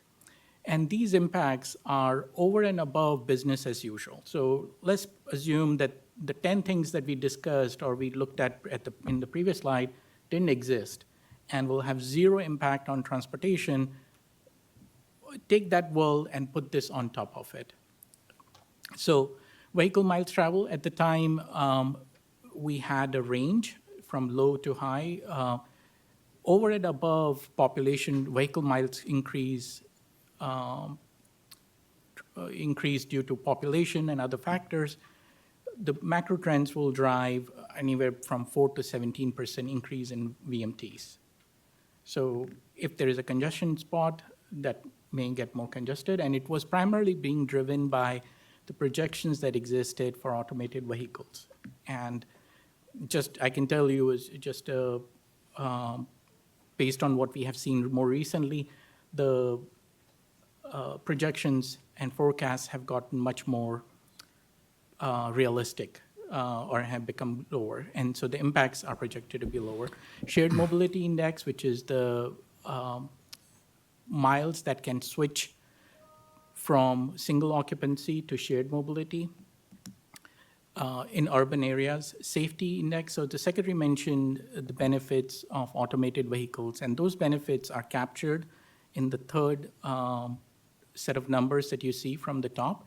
So minus 26 basically means a reduction of reduction of 26% to anywhere at the high end, 67%. So if you don't do anything, no roadway improvement, the projections were that substantial improvement in roadway safety due to factors that are outside of our control, improvement in vehicle technology, improvement in associated infrastructure, changes in vehicle miles, and things of that sort. Tailpipe emissions, at the time, as you can see, the high impact scenario indicated a pretty aggressive 69% decrease in tailpipe emissions. Again, you will see a different number in next month, but the projection was anywhere from 3 to 69%, and it was primarily due to the policy uncertainty that existed at the time. And the number of roadway miles at risk from flooding, you see those for sea level rise, storm surge, and inland riverine flooding. They are in directional roadway miles. Mr. Ramchandani, these will be reflective of what we expect 20-plus years from now, Yes, sir. correct? Not next year, not 5 years, not 10 years, but 20-plus years from today. And can you speak to, it's hard to know exactly what will happen or what's going to happen politically over the next 3 or 4 administrations, right? And 3 or 4 administrations gets us to 20 years almost. And so obviously during the last couple of administrations, or last number of administrations, there's been a big push to subsidize technologies from the federal level, and some of that's changed radically, right, under the current administration. So that's going to have an impact during that time. And who comes next and what Congress is there, Right. I think that gets harder to predict. So if you just were talking technology and economics without intervention, it might be a lot easier to predict what that is, right? It's the intervention piece that's hard to predict. And so you mentioned most of this was sort of based on previous policy. So how do you bake that in? How do you you talk about speculative. What do the next 4 administrations look like? What do the next 16 or 20 years of Congress look like? That's pretty speculative too. So how do you bake that? How do you factor that piece in? Because we know that technology in and of will by itself, in a free market, it will do what it will do. We can predict that with some level of certainty, right? And we can predict the economics of that and how people will adopt that. But it really gets hard to predict the other piece. So how do you bake that in? You are absolutely correct, sir. I think that is one of the reasons I will say that we do this frequently. Yeah. Because. And Dr. Smoot, that's the real speculative piece. That's the real speculative piece. Because I will, having said that, I will say that some of these things, and that's why we provided the terms for megatrend or definitions for megatrends and macrotrends, is that policy can certainly incentivize certain technologies, adoption of certain technologies. So when I started the presentation, I said known unknowns. So we know this is coming. What is unknown is when it is coming and how big of an impact that is, right? So one way I look at it is that the policy piece is impacting, is influencing the unknown part, which is when it will come and how impactful it might be. Unless someone completely bans automated vehicles on the road, which I don't see happening, at least from what I can tell, we know these 10 things are occurring. The uncertainty is the policy uncertainty is not captured. There are pieces where the 69% tailpipe emission index that you see, it was captured, but there is a reason you see minus 3% on the low end, because we had huge uncertainty around those things. And you will see one at least major change between now, what we did 4 years ago and now, and it is simply because we have a better understanding. So that is the part that we don't know, and I think, to me, the way I look at it is that what we have talked about so far is sort of the technical piece. The policy piece for the board is when you look at these numbers, what are the things, policy priorities that the board has for the next 4 years, next 2 years, that the staff can work on and help you or help the transportation system be better prepared for. And so we talked about the impacts on this side, and the policy piece is the risk and opportunity register, which is that the board, one can look at vehicle mile travels and say, oh, we will have more growth or things of that sort, and someone else can have a different view as well. So the policy point is how the board sees these numbers and how the board wants to interpret these numbers. And that's what is covered in the policy item. I know I segue off of your question, Secretary. Did I answer your question at least somewhat satisfactorily about policy? Yes, sir. Okay. Mr. Secretary. Yes, or Mr. Lawson. I'm curious, we're looking at what we believe or expect to see in 20 years, but this is 21. What have we seen in 4 years? And what adjustments have you made to this as a result of what you published in 21? So our intent was to share that with you at the next month's meeting and provide an overview of what it was. I don't have all the results in front of me right now, but we intend on bringing that to you next month. Can you give us a teaser or something? I'm just curious, like vehicle miles traveled, is it what you all expected, higher, lower? Well, the COVID thing hit it, right? So No, I get that. bad data.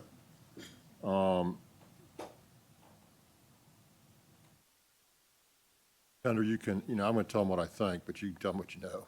Mr. Secretary, Mr. Lawson, we see a positive increase. What has changed is the rosier projections for level 5 automated vehicles have become much more sort of realistic.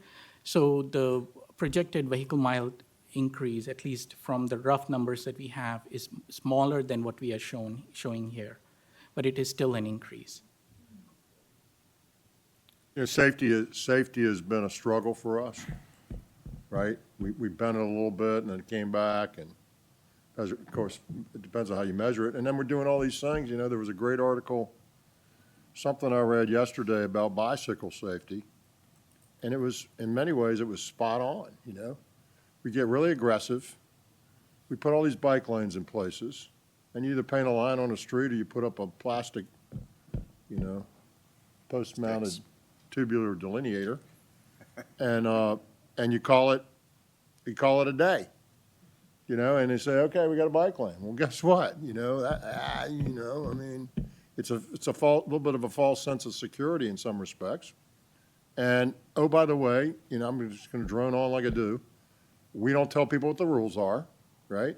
Many Too many bicyclists don't follow the rules. Too many people in the cars don't know what the rules are or don't follow the rules. And so what do you think is going to happen? Exactly what happens. We're going to have more problems, right? I mean, I've done this deal before where I got, you know, a one-lane road, a one-way road, crossing a one-way road, and can I make a left turn on red or not? Well, I got a bike lane next to me, and oh, by the way, the bike lane's two ways. So what's the rule? Nobody knows what the rule is. You could interview, you know, 100 law enforcement officers and everybody on the CTB and everybody at DMV, and I bet you'd get a bunch of different answers. Because we don't teach people that, right? As things iterate, we don't teach them. So all that is making it worse, right? That's just making it worse because we're ahead of ourselves. And so we have not figured out the safety problem. There are too many people that still don't wear the seatbelts, and they speed, and they're distracted. Here we are, yeah. Too tender. So safety hasn't gotten a lot better. Some, it depends, and it's been variable. Tailpipe emissions will continue, I think, just because of technology, if nothing else, even without intervention. That'll continue. Electric cars obviously are, listen, electric cars are great. They're cool. There's just some of us that don't believe that it should be that level of subsidy that's been in it. Nobody's against electric vehicles, right, that I know of. And oh, by the way, they're pretty neat, you know, and if you want to have one, get one. I've got an electric bike. I think it's great. You know, when I'm going up a hill, I give it a little juice. You know, it's kind of good. So, I mean, I'm all about it. So I think you'll continue to see that. And ultimately, that safety index will plummet when we get to the Holy Grail, when we're fully automated. Just think about that. It's going to go to almost nothing, right? Because we won't have the human factor involved anymore. Shared mobility, same thing. That'll go up in a sense. You know, I mean, I used to joke about if you could find a way to short the downtown parking market, the parking garage market, right? Do you think people are really going to drive downtown and park their car for $150 for a day downtown somewhere, or I mean a month downtown somewhere? And I've told you that you know how I've told you how Amsterdam does it. You know, it's $8 an hour, 24 hours a day. Park your car in the street. That's what it costs, right? So guess what you do? You don't do that, right? They made you do it, right? So they forced you into it. But ultimately, those things will happen as it becomes easier to do it. People will use it. And does it get to that number in 20 years? I don't know that it gets to that number. I'm not smart like he is on forecasting, but it's trending in that. That's the trend that we will see. I can tell you that's the trend that we will see. I can tell you that with confidence. I think it's sort of common sense. All right, Mr. Ramchandani. So, Mr. Secretary, this was actually, just as Mr. Lawson said, there are a few slides. So there were 19 risks and opportunities associated with the 10 trends that the board identified in 2021. And instead of going word by word, because you may not even be able to read it very well on the screen here, we will let you take a look at this. And between now and maybe the end of the month, if you have thoughts, suggestions, as the staff is working with the leadership, you know, please share those with us. But just to help you orient, on the slide, for example, macro trend is shown on the leftmost column. The wave is the flooding risk. A bright sun-looking icon is an opportunity, and a caution sign is the risk. And so there is 19 of those in total. And again, I will skip over some of these slides. And then there was a piece about the monitoring them periodically, each trend periodically, which so that they can be revised. And then the fourth, Mr. Lawson started the presentation saying that we are focusing on two pillars. We talked about the third pillar, which was the long-term. We looked at the impacts and the long-term risk and opportunity registers, or the policy interpretation of the numbers. The fourth and the final pillar is once we know all these things are happening, The board has established vision, goals, and objectives. The board has looked at the transportation needs, long-term risks and opportunity. What do we do about these? How can we make Virginia better prepared for it? So that's where the strategic actions come in, and the board identified in 2021, 16 strategic actions, and again, that might be just too many for us to go over with the limited amount of time that we have. And it directed each agency within the Transportation Secretary, it identified a lead, and I directed them to start working on it. That is included in the handout that you have that was pulled at the top of this presentation. And so our request would be if you have any suggestions, modifications, as we work with the leadership and the secretary on modifying some of the risk and opportunities that we see along with the strategic actions. Our request would be to please share those over the next 2 weeks so that we can be prepared for the October presentation at the CDB next month. In terms of our schedule, we plan on bringing the updated risk and opportunity register next month, along with any proposed changes to the strategic actions that were adopted in 2021. We might think that, oh yeah, we have taken care of it, we can remove it. We still need to work on it, we need to have it on the books, or we might just think that it's no longer relevant and it can be removed. And then that would be the sort of the end of this planning process. And at the December meeting, we would be coming to you if any changes require action with those requested, with a request for action. So that was the timeline between now and December. And Mr. Secretary, I know I went through the second half of the presentation rather quickly, but I'm available here or in any other form to answer questions. You know, an interesting, any questions on that? An interesting thought on your page 9, Jatender, when we talk about vehicle miles traveled, and then previously on page 4, I guess, or page 6 it was, 7 it was. And we see vehicle miles traveled going up, you know, as the concept. Which is really interesting because, you know, I sort of struggle with what I really think is going to happen there. You know, obviously, with home delivery and all the e-commerce and all that stuff, and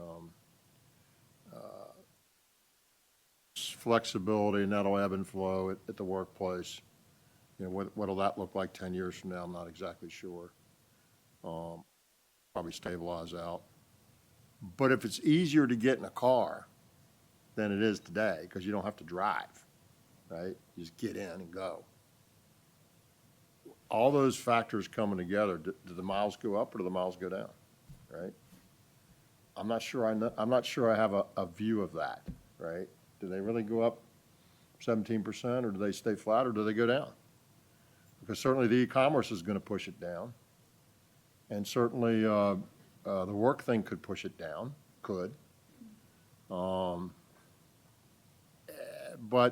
the ease of getting in a car and not having to drive might push it up. Although if it's a variable cost and you could get it done some other way, you know, that might push it back down. So I don't know where it ends up. It'll be interesting to sort of watch it, but yeah, Ms. Ellers. I think you're forgetting a key group of people who use the roads, and that's parents who cart kids around, and that's not changing. I know my child, my niece Soccer game and doesn't come to nephew, you, does it? doesn't come to you, and they play year-round now. Yep. And you talk to, you know, not to stereotype, but typically moms, and they're still getting in the car and driving quite a bit to go to this sporting event and that sporting event, you know, and it's all, and again, it's, Well, defend my part of the spectrum there, Ms. Sellers. We had 4 children, and there's no way to go to 4 places at the same time, so I was very involved. It wasn't mom. It wasn't just mom. Yeah, I mean, we'll see what it is, right? There'll be influences that'll be positive and negative in terms of pushing it up or pushing it down, and we'll see where it ends up. But what will happen is the throughput, no matter what, is going to change radically, right? That's going to change radically. And so even if you have some more traffic, when you have that radical change in throughput, it's going to affect your capacity need. And it's going to radically impact the safety thing. Those two things I would bet my life on. Now, whether miles go up or miles go down, I'm not sure. And whether emissions go up and how far, or go down and how far is what I should have said, I'm not sure. But the safety will get much better and the throughput will get much better because it won't have the human factor so much anymore.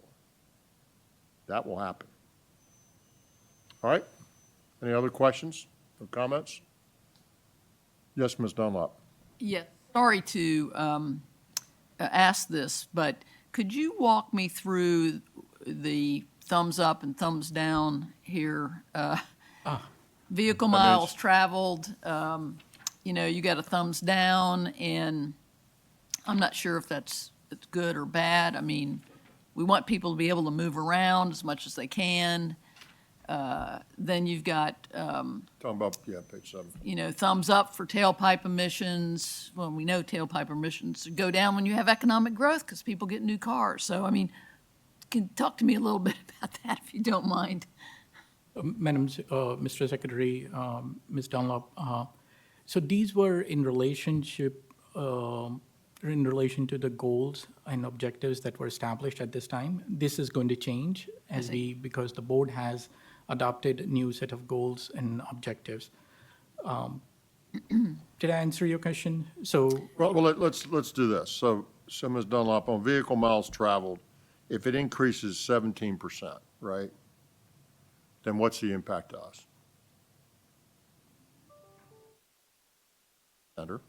Mr. Secretary, we, at the time, we tried to see the impacts on congestion. And there was research that shows that congestion can reduce because the vehicle spacing, the vehicle operations might be much more improved due to connected vehicles. But there wasn't enough for us to develop estimates or do anything of that nature. So we left it at Is it fair to say that if vehicle miles traveled are up 17%, so we have more traffic on the road and everything else is the same, that's a challenge and that's sort of a negative situation we have to deal with? So we're saying that that's fair? a challenge. Is that fair? And if shared mobility goes up, then that means there are less cars on the road. And that's a good thing in terms of us building more roads and having more challenge. That's the only thing that changes. If the safety improves by 67%, that's good on any day, right? Any percent is good. And the emissions tailpipes, if that goes down 69%, that's good. So I think that's what he's saying there. Now, the things that are going to impact us negatively again is sea level rise will continue. If it continues, will continue to have a negative impact. Storm surge, if it continues at the projected rate, it will have a negative impact. And then the inland flooding, and that'll continue to have an impact. So I think that's what we're saying there. Thank you. Yes, ma'am. Anybody else? All right, thank you very, very much, Mr. Ramchandani. We're going to take a 10-minute break. I'm calling us back into order. Thank you very much. We are on item 5 on our agenda, the Virginia Administrative Code Update, Coleman Bridge Toll Cessation. Mr. David Caudell. Thank you for being here, sir. Good morning, Mr. Secretary. What a great item to talk about this morning. Good morning, Mr. Secretary. Good morning, board members. I'm going to take the lead a little bit from Mr. Todd. I haven't been up here probably 7 years, so I'm a new face to probably everybody here. I'm Division Administrator for VDOT's tolling operation. We're responsible for the Easy Pass Virginia back office. I'm also responsible for 3 now VDOT toll facilities and the toll relief program down in Hampton Roads and kind of a lightning rod for any tolling issues that come up in the Commonwealth. I get struck regularly. Today's discussion's about amendment to the tolling regulations. As a bit of history, the budget language, item 441D1, chapter 725, of the 25 Acts of the Assembly require that no later than January 1st of 26, all rates, fees, and tolls and other charges shall cease to be collected on the George P. Coleman Bridge. So after all of our planning, we had some heads up on this. After all of our planning, we were able to conclude tolling at the Coleman Bridge on August 8th. I just want to put a plug in, the districts were instrumental in helping us with the MOT. We did all of our planning for our staff and made sure they got placed. And we coordinated with our contractors to make sure they had a soft landing on this. Folks, I think it's important what he just said, and you probably heard it, and,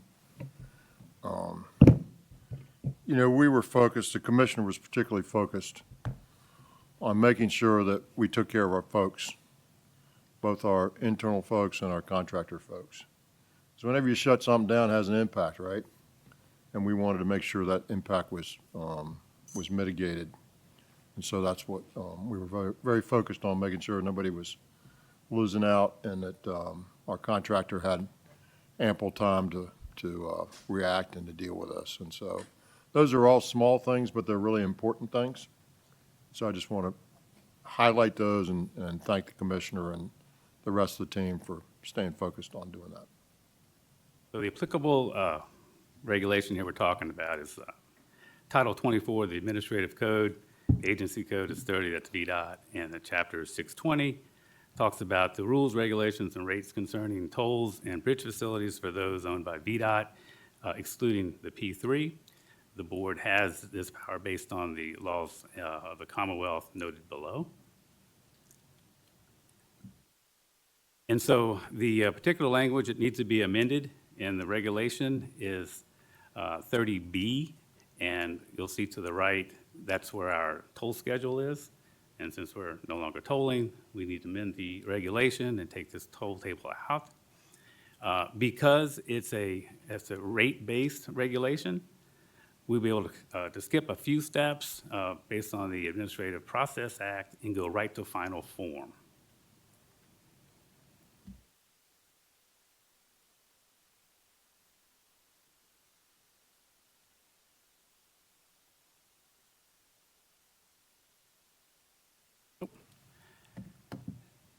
And so, as mentioned, we have an exempt act because of the exemption because of the APA support, so we don't have to go through the notice of intent to change the regulation. We don't have to do a proposed or a final.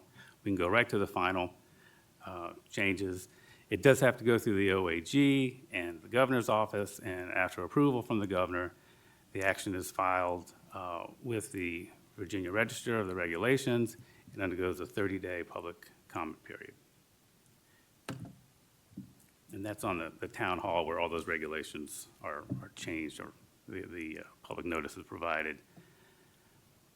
So the next steps is that we, if approved by the CTB, and I'll be back in October with a resolution to recommend that we accept these amendments. If you accept that, it'll go through the town hall, and it'll also go through the executive branch where the governor will get his approval, and then the amendment becomes effective after the close of the public comment period.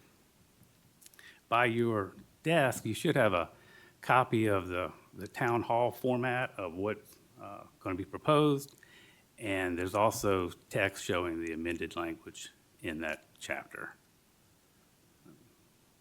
I think that's it. Mr. Secretary, ready for any questions you might have. Thank you, Mr. Caudle. Comments or questions? Mr. Stant? The tolls, probably for the commissioner, but the tolls are coming off that bridge, and I assume those tolls go to a large part for maintenance of that facility, and I suspect that that facility will now be the responsibility, the maintenance of that facility be the responsibility of the Hampton Roads District. Is that correct? Mr. Secretary, Mr. Stant, the tolls were there to pay off and retire the existing debt that the Commonwealth had on it. The department had already been paying the maintenance of the facility, so this will not have an impact on maintenance of that facility. Anybody else? And as you know, this is something I wanted to see done, because it was a very inefficient situation, that didn't make a lot of sense. I appreciate the commissioner, making this happen. As David indicated, it was to be done by the end of the year. We accelerated that to August 8th. So those tolls have been off since that time. And I was fortunate enough to be able to be the first person to drive across the bridge without any tolls. I really appreciate that. Sort of symbolic for me. I've been driving across that bridge my whole life, and it was nice to see it return and help those two communities specifically. Mr. Secretary? Yes, Ms. Dunlop. Yes, just to be clear, these regulatory amendments apply only to the Coleman Bridge tolls. Is that That's correct? correct. Yeah, very good, thank you. And they're perfunctory, if you will. I will also say it's been interesting, you know, all this is anecdotal, but there's still people that stop to pay the tolls because the toll booths are still there. It clearly says no toll, tolls have been removed, there's signage, everything, but there's still people that will slow down and stop. Maybe they're just looking to see a friendly face and say hello. But one of those bridges that still had people in some of the toll booths.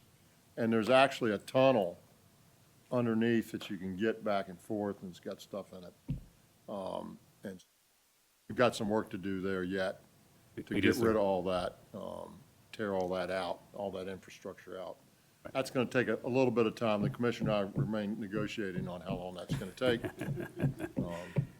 Yeah, There's sort of a joke that I got a friend named Bubba and his buddy that got to have excavators and a couple cases of beer and some wings, and we'll get that thing down in a day and a half. But of course, it doesn't always work quite like that, so we won't do it that way. But we're looking to get it done as soon as we can. Ms. Lawson? Just curious, when was the debt retired? The tolls were set up to pay the That has debt? not been retired. So what happened, we briefed this before, I think, but, there was about 12 million left, Steve, something like that, 15 million left. There was Or to give you there the was an amount of money example left, number.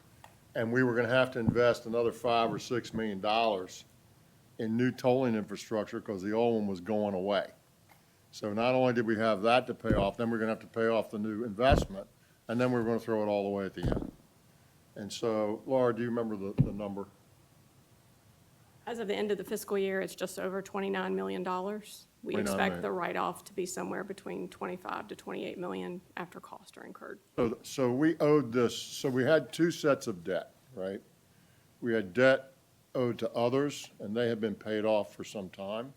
Then we had debt that was owed to ourselves, to our toll facility revolving fund. Toll facility revolving fund is fairly robust. This wasn't going to have a particularly negative impact on anything else we were going to do with regards to that fund. So the concept of, one, having a toll that 50%, you've heard me talk before about tolls and my concern about some of them and the inefficiencies that are involved in that system. And I've always used, based on numbers given to me by Macquarie, the big infrastructure funder out of Australia, that the number was about 25%. I saw an article the other day that some people were speculating it was up to 30-some%, a national transportation article. But the point is, at the Coleman Bridge, it was 50%, right? So 50% of the toll collected just was the cost of collection. Then we were going to have to put $5 million more to continue that, and it was just going to string us out for a lot more, many more years, and it just didn't make any sense, in my view. And so we were able to get that through, and now that's gone. As Ms. Farmer indicated, it'll cost the fund about $20-some million, $25, $29 million. But it was our view, based on the needs of that fund, that it didn't impact that in a negative way, other than reducing the amount that was there. I will add that there were revenue bonds associated with the bridge. That was paid off in They were paid 2021. off, yeah. Right. Two types of debt. One was to outsiders and one was to us. So the other one was done. And basically, this was all supposed to have gone away before now, but it was forecasted that we would raise the tolls along the way. And at some point, that stopped.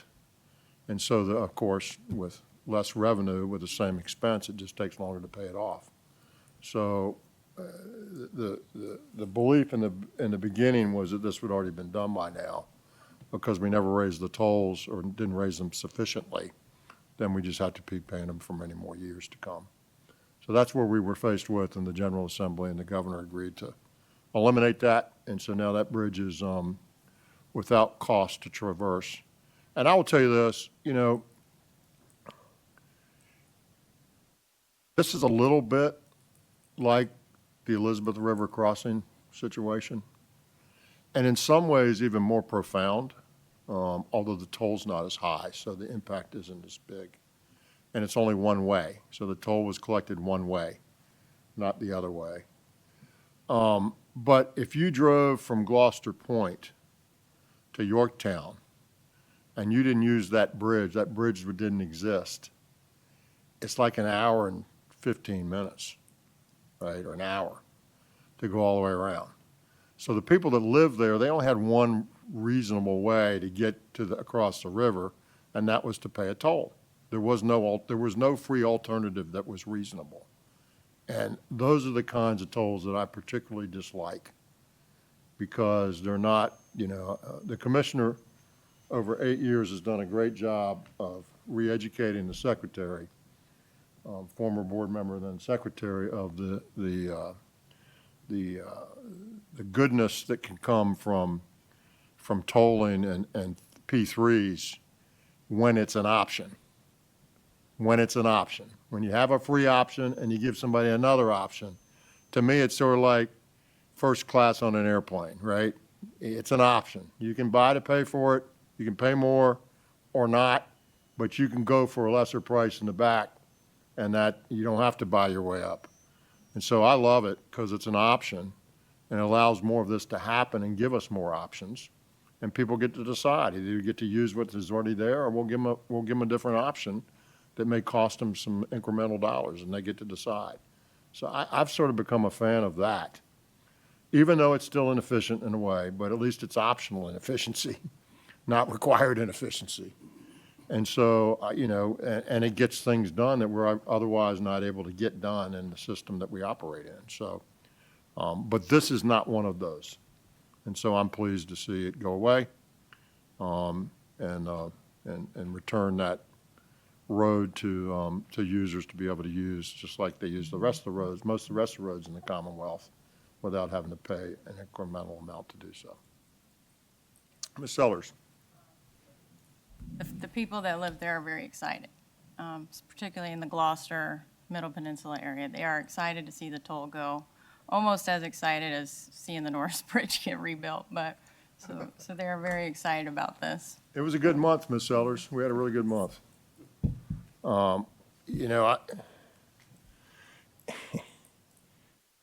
remember when, I've told you this before, but I remember when there was no Hampton, when, I don't remember that. I remember when the Hampton Roads Bridge Tunnel was just built, and know that right before that, that to get to the peninsula from Hampton Roads, you had to take a ferry. Think about that. Now we got 8 lanes and tunnels. The biggest, the world record tunnels that we're boring. 8 lanes, and before it was a ferry boat you got on. And they had 2 different 2 different newspapers. And it was a long distance phone call. And from one side of the water to the other. And think about the impact on people and commerce. You couldn't get there, right? And it cost money if you could. And you didn't know each other's news. And so it really divided us, terribly divided us, and certainly economically divided us. This bridge has that same impact in a lesser degree, but has the same impact. And now it'll allow folks to grow a little bit. And, it'll be incumbent on the Gloucester counties of the world to control their growth, right? Now, this wasn't, if you think about this toll, I think with Easy Pass, if you commuted, it was 40 cents each way. Is that what it was? It's 85 cents in the northbound direction, but if you want to make a Yeah, spread it so over 2 85 trips, cents so- divide by 2 if you're Right. going back and forth. So it's functionally 40 cents to go across it if you're going both ways. So that's not, it's $2 a week, right? It's not horrible, but I'm telling you, it's an impediment, and you've heard it from people, right? And so it does make a difference, and it will be incumbent on York and Gloucester and others to sort of make sure that they manage this properly. Anyone else? Yes, And Ms. from an Owens. economic development standpoint, if you just look at, like the tax rate, which is what local governments like to look at in Gloucester, is significantly different than Hampton Roads. And I would expect it to be more similar to Northern Virginia's impact on Stafford and Spotsylvania counties. And the only difference is there's that toll bridge going in and out. So we may start to see some growth in Gloucester, and some investment in the area, which would be really good, not only for Gloucester, but for the entire region over there, so. Without question. And Gloucester, in the 80s, was one of the fastest growing counties in the state. Slowed down a bit, but. All right, thank you very much, Mr. Call. Oh, excuse me, Ms. Dunlop. Mr. Secretary, I wonder if, based on a comment you made, we could ask that the commissioner at some point give us a briefing on the benefits of tolls at appropriate places. I'm a big toll fan. I thought I just gave that presentation. No, you did, but I would be interested in more of the detail for other parts of the state. We will take that under advisement, Ms. Dunlop. See what we can do. We'll have an offline discussion, see what we can do to get that. All right, anybody else? All right, thanks, Mr. Caudle. Thank you. Appreciate it very much. Next item on the agenda is I-81 2025 Corridor Improvement Plan. Now, here we go, Rob. Welcome, sir. Appreciate it. Hope you're doing well today. I am, sir. Thank you. Mr. Secretary, members of the board, my name is Rob Williams. I'm with the Planning Division here at VDOT, and I'm here today to give you all an update about the work that we've been doing on the I-81 Corridor Improvement Plan. So just want to take a quick second to actually take a step back and provide a refresher, or in some cases maybe even an introduction into some of the laws and policies that are set up that have been sort of guiding our work since we started this process in January, and even the last time around back in 2018 and 2019. So the first one that I'll bring your attention to, Title 33.2, Section 3601, actually set up the I-81 Program Improvement Fund, right? So that's what we use. That houses all the revenues and other sources of funds that we use to actually fund the work that we're doing, that we're seeing now going on the 81 corridor. The next section, 3604, actually established the I-81 Corridor Improvement Plan. And so that really guides the work that we're doing as far as developing the plan for the corridor, or the update, what we're working on now. And so that sort of tells us that we need to look at specific areas. In this case, we need to look at safety, congestion, and incident-related delay. We need to identify not only capital improvements, but we have to look at operational strategies and also look at updates to parallel facilities, especially in cases where we see incident delay on the corridor, on the 81 corridor in those areas. And then we're directed to prioritize the solutions that we developed consistent with how we handle projects in the smart scale process. So once we set up the 81 Corridor Improvement Plan back in 2018, we actually did a similar effort on 95 and 64.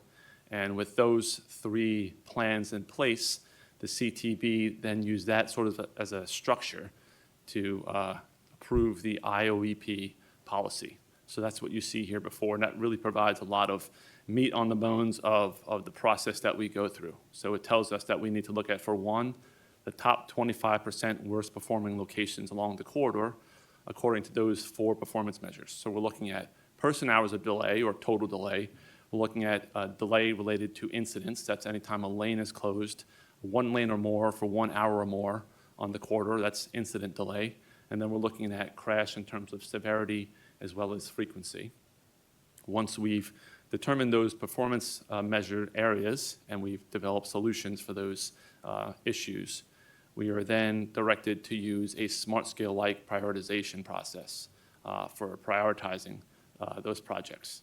And we used a 40, 40, 20 weight that you see there, 40% going to congestion, 40% going to safety, and 20% going to accessibility, right? And that all ties back to the laws surrounding the IOP program. Secretary?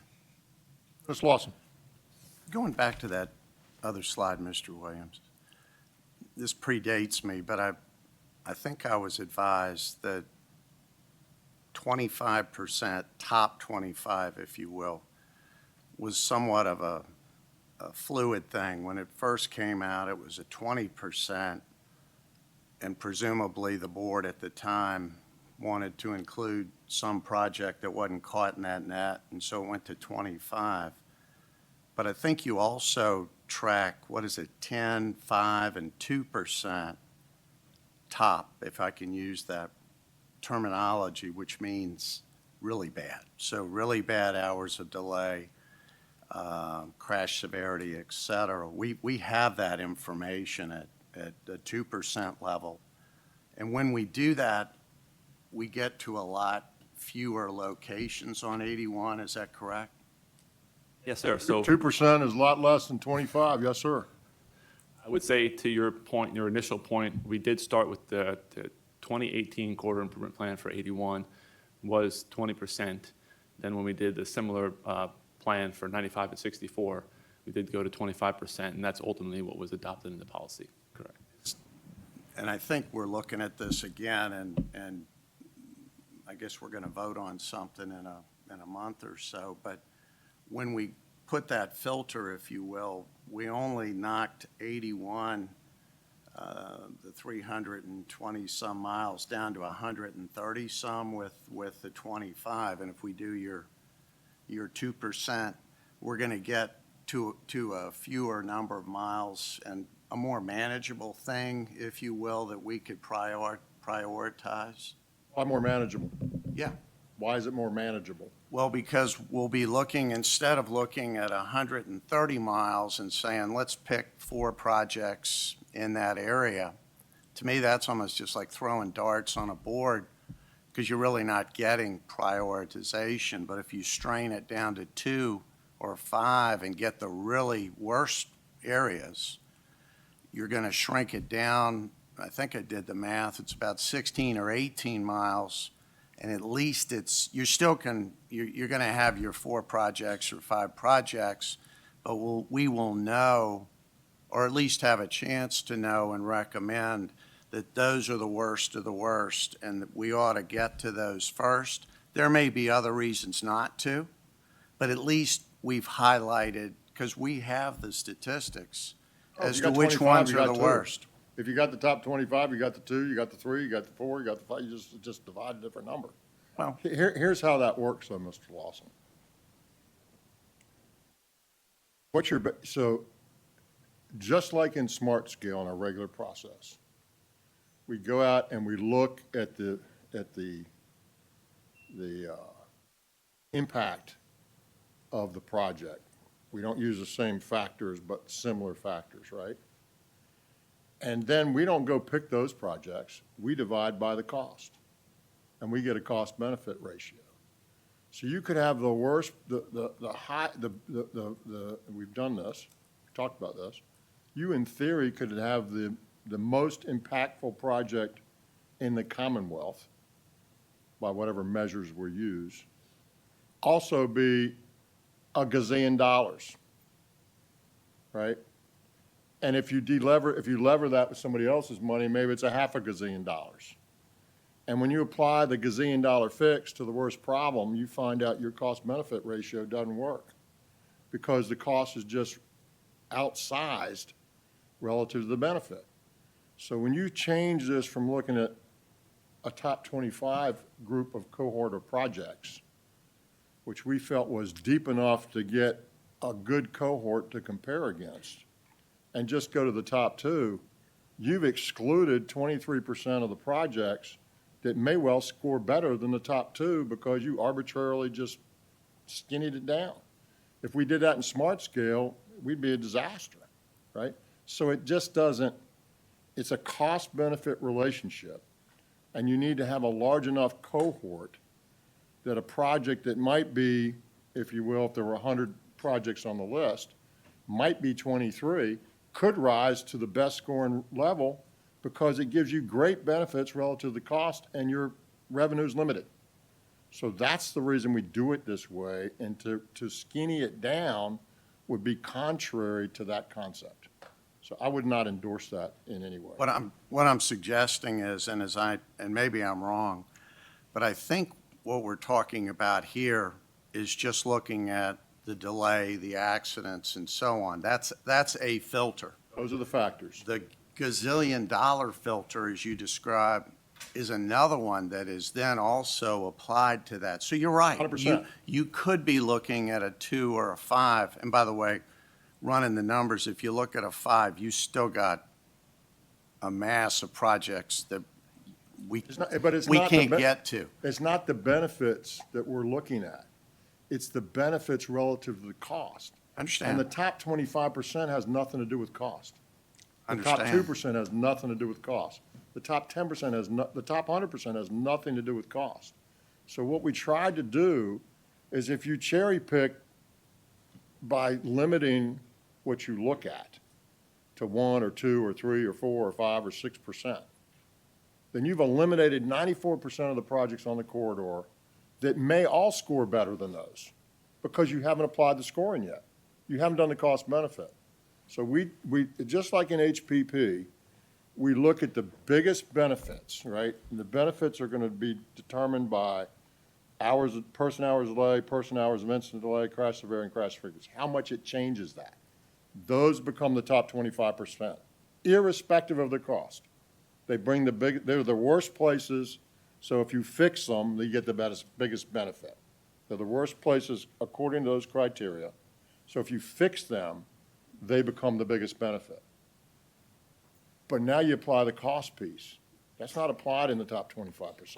It's after you get the top 25, then you apply the cost, and then you run the calculation of cost versus benefit, and then you have a ranking. And so if you limit that, the more you limit that, right, and to make the extreme, if I just picked the biggest one and it consumed all the money, you'd say, well, it brought the biggest benefit, but it didn't bring the benefit. It may well not have brought the biggest benefit relative to the cost. So that is the issue. So we wanted a big enough cohort that we think we got enough of those ones that had big benefits in there so they could compete against one another and find out where's the ROI. And the more you limit that, Mr. Lawson, the more you drop out projects that might have been at the top of the list or second or fourth or fifth, might have been funded, but you just arbitrarily didn't look at them. That's what happens. So we didn't need to do 100%, and you could do that, right? Right. You could do that. But to your point, we didn't think it was necessary to go to 100, but 25 was a big enough sample size to get enough of the bad projects in there that then the cream, if you will, could rise to the top. And that's how it's done. What I'm suggesting is, and perhaps extremes are always bad, 100% would be silly, we've got no filter. 2% may be too extreme. What I would suggest is and apparently this body did, played between 20 and 25%. Why they went from 20 to a bigger filter, I don't know. But what we ought to look at is, because we've got the data, go to a finer strain and at least have that opportunity to look at it. I still think, and I have looked at it, I think you're going to have a lot of projects to choose from, and to your comment, apply the gazillion dollar Why would you want to test. exclude one? I'm sorry? Why would you want to exclude a project that's going to score better than another project? Why would you want to do that? Well, it sounds like we're following a discipline of applying a filter. If your argument is don't exclude any, then don't apply any filter. Do that? You could. But statistically, Mr. Lawson, I think the point is, and I'm not a statistician, so we can get Jatender or some others up here, but we needed a big enough sample size to weed out those vagaries, right?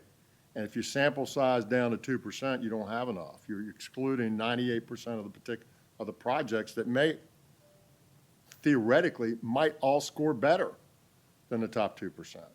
So because if we were just doing biggest benefit, you could just run it till the number ran out, and whether it was 2%, 1%, 5%, it wouldn't matter. But it's not just biggest benefit. It's biggest benefit relative to the cost. And so for sake of work and not wasting time, but getting enough projects in, the 25%, and I don't remember when we, all the discussion around that and why it went from 20 to 25. But for the sake of the sample size, to get enough projects in and to feel pretty comfortable that you funded the right projects on a cost-benefit basis, to skinny it down just is contrary to that. So on the bottom side, to go to 100, that was just more work, right, that we felt was unnecessary. So there's a place, wherever that is, wherever that proper line is between doing unnecessary work and not excluding projects that would score is where we wanted to land, and the policy was set at 25. Are we going to be voting on, and I mean, as I see it, we're not bound by a prior board's action. Are we going to be looking at this to possibly shrink it to 20% or 10%? I see no need to do that, but the board can do what it wants to do. Okay. I'd recommend that people look at these sheets because there's quite a Well, yeah, a number if you of- exclude projects that are going to score better, you're going to get a different result. No. What I'm saying is even when you narrow it down, you still have a tremendous variety of projects to Of choose course. from that we still can't. We're going to have to narrow from there. Well, yeah, but why have a worse scoring project than a better scoring project? That doesn't make any sense to me. Well, I'm just talking about this filter, not how it would score That's what- otherwise. That's what it creates. If you limit the sample and you don't look at 80% of the projects or 90% of the projects, or pick your number, if you don't look at them, they can't be considered. And they may be better than the ones you're considering. So we want to, our whole concept that we've been fighting for 13 years here, 15 years, is to have some sanity in terms of cost versus benefit. And this is what allows that to continue. The more you skinny this sample size down, you will have projects that would have scored better, but you arbitrarily put them out. You'll have more of that than less of that. If you follow if you skinny the sample down, that's what will happen. I've not seen that. That would be interesting to see, that if you were to, and maybe that's why they went from 20 to 25, they lost a project, and that's why it's. They don't have to, this is like smart scale. We can pick any projects we want, folks, right? Okay. So you don't have to manipulate the process. In smart scale, as you remember, we chose some projects that were not straight in line on the math, meaning they may have had a lower score than another project, and we funded the lower score project. We have the ability to do that as a board, and sometimes the system isn't perfect, and sometimes we say, which is why we tweak it and try to make it better, and sometimes we say that doesn't make sense to us. And we reserve that right under the law. The board has the right to make those selections. So yeah, once you go through the scoring process, this board can choose any project it wants. And we do have a steering committee that thinks that is important in this role, and they're going to recommend, so we've got them involved. And at the end of the day, we just have to sort through that. But what I want to do, what this administration wants to do, is to ensure that the money that we spend here and everywhere else is best spent. And best spent to us means the biggest return for the investment that the Commonwealth makes. And in the 81 case, it's 100% Commonwealth, because the localities aren't funding it directly. They fund it indirectly. Mr. Mr. Secretary, Laird. I understand what Mr. Lawson is saying, and we are adding the smart scale concept to this 25%.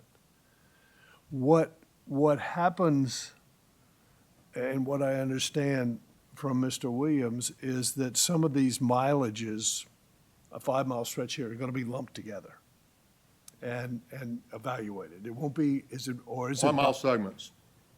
The performance measures are evaluated as 1 mile segments. The projects can include more than one of those 1 mile segments. So we look at, so it's 325 miles long, right? So 1 mile segments each side are 650 segments. That's what we start with. So there's 650 places we look at the beginning. Then we take out all the ones that we've already doing or have already been done, and we say, remove those, we've already addressed those segments, or they're in process to be addressed, more importantly, they're in process. So we're not gonna do them again, right? We're already doing them. So take those out. And Commissioner, what does that bring us to? You remember the number, or Rob? It's about 130 for each performance measure, 130 About- miles.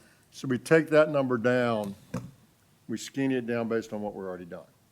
Then we look at then you could put a project together of more than 1 mile, of course.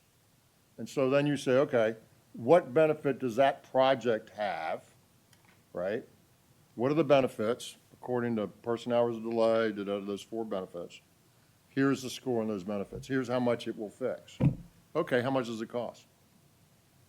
Divide the benefit by the cost, you get a score, and the one that gives you the best score, in theory, is the one we should do first, and the second, and the third, and the fourth, and fifth.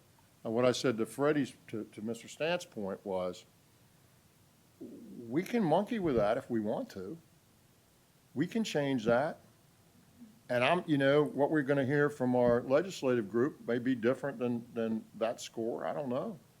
I can't predict exactly what they're gonna tell us. At the end of the day, we're gonna have to make a decision. But folks, we've been fighting for 15 years to get to where we are today, to have some sanity on projects' benefit versus their cost, and to use our precious Commonwealth tax dollars to get the biggest bang for the buck. And that's the system. It's a good system. It's not perfect. But to revert to something else is not where you want to go. I'm just telling you, that's not where we want to be. So we've got to rely on our system that's going to rank these projects and then do some tweaks. But if we shorten up that whole look, you're going to look at 10% of your opportunity versus 100% of your opportunity. You're going to make errors. You're going to make errors where you fund projects that would not have been funded, and you don't fund projects that should have been funded based on the cost benefit. So to Mr. Lawson's point, if you wanted to be absolutely certain, you'd go to 100%. Right? We don't think it's worth that. But when you start coming up the other way and you get to 10 or 5, you just artificially change your sample size, and you're not going to look at the whole opportunity there. It's just a matter of math. It's just straightforward. So, I mean, you can run all those numbers, but you've just excluded whatever percent of your opportunity there is to have good projects, and that's not what we want to do. Mr. Secretary, my point is that you are, It would be like smart scale throwing out the cost benefit. Just run the benefits and don't consider the cost, and then go pick your projects. Because the more you get up, the less you look at, the more you're getting at what I just said. You just look at the benefits. and I understand that. I'm talking more of a process question. You were going to lump these 5-mile segments, 2-mile segments, 3-mile segments together, and that will be the smart scale project look. Is that correct? So if, what happens now is we are seeing projects, I think we'll experience one tomorrow, that is over budget, and they tried to scale it back. My thought is, are we going to have the opportunity? I'm not sure what you're referencing. Pardon? Well, what, I'm getting to the projects that he's lumping together, and let's say it's a You 5-mile. said scaling back. I'm not sure what you're Well, referencing. let's assume that you have a 5-mile segment and the price is X. If you reduced it to a 4-mile segment, then the price might be more beneficial. But you're going to make the call, staff is going to make the call on whether it's a 4 or 5-mile segment. Will the board have the opportunity to say, wait a minute, can you look at it as a 4-mile segment, it might score better versus a 5-mile segment. So the staff's job is to bring a engineering perspective to this discussion. And if I built a Hampton Roads Bridge tunnel, and we scaled it back, so we didn't build the last trestle to get to Norfolk, it wouldn't work so well, right? And so they're trying to combine these segments into logical termini that fixes the issue. And for us to sit here and say, well, do it at 3 miles, and it doesn't fix the issue, and we got to go through the whole engineering analysis, they're in good faith bringing us what fixes that issue, right? Now, I don't think we want to get to the level where we go in and do exactly what you're saying, which is, well, what if we monkeyed with this intersection, and what if we only had 3 lanes here and made it 2 lanes there? Folks, we're way over our pay grade there. We're way beyond our pay grade. We've got to rely on our technical engineering people to say, okay, here's the problem. Now, we can push and pull, right? But I'm not an engineer. The commissioner knows I'm not an engineer. We can push and pull on that, and we should. But at the end of the day, we got to have a little bit of faith that the people that are designing the solution understand understand what they need to understand, and that we necessarily don't, right? So I can't design the solution. I can push and pull on it, but I can't design it. And if they tell me it needs 4 miles to do it, I can push and pull a little bit. But if we get at that level of detail on this board, we're not where we need. It's I'm not where fine. we need to be. I- We're a policy board that's trying to make sure the system works right. Secretary. Just one quick follow-up. Yes, sir. I believe, is it next month, we're actually going to be recommending or see what is being recommended as projects? I see it, I'm sorry. Seeing. We will see? Seeing. We're not voting on anything. Okay. We will see that, yes, sir. So we'll get to apply And so the will various the 81, and filters. so will the 81 committee. Well, they're not going to see it till November, But correct? they will see it before we vote on it. Is the idea that we're going to give them a recommendation for that November We meeting? finish the presentation, I think we'll see that, won't we, Rob? Thank you, appreciate it. Ms. Dr. Smoot? Well, my recollection, and please correct me if I'm wrong, is that the code puts our position here at CTB as that of responding to the recommendation of the 81 Advisory Committee. We don't create the projects. The 81 Advisory Committee determines what projects it's recommending to us to move forward. Dr. Smoot, let me be really clear. The legislature is really important here, right? But they're a recommending body. We don't just take their recommendation. We have our own recommendation. We have our own staff recommendations. We show them to the public. We show them to the advisory committee, which is what you're talking about, and they tell us what they think about them, right? And they tell us whether they like them, whether they don't like them, what they would like instead. That's what they tell us. And it's a different process, but there's the public piece. We go through 2 or 3 of those, and then there's the advisory committee piece. But the advisory committee piece is not a selector that we then consider. They are separate and distinct. They make their recommendations, and this board does what it thinks is right. That's the way the process works. So they don't say, only consider these 10, vote for them or not. That's not their role. Their role is sort of like a super public body that are elected by the public, that have a keen interest, that know about this, and they're the elected people between us and the public that sort of tells us what they view, what they think, and what they recommend. At the end of the day, this board makes that decision. And the only way that changes is if the legislature and the governor decide that they're going to tell you what the projects are. Because they can do that together, but they can't do it separately. And I would advise it wouldn't be good for that to be that way. The whole point of this board and what we've morphed to in transportation is try to get out of the politics a little bit and do a more scientific, business-like approach that's not as easily influenced by the political vagaries of the place that we live. That's the whole thing that's been created since 2010, is to try to get out of that and get to something that is process-based, that is science and math-based, and that we use that. Now, again, we can mess with that, we can make different decisions, this board can do what it wants to do within the confines of the authority given it to us by the code. So there is flexibility there, but we don't want to go back to the old ways, folks, we just don't. Okay, anybody else? Mr. Minshew.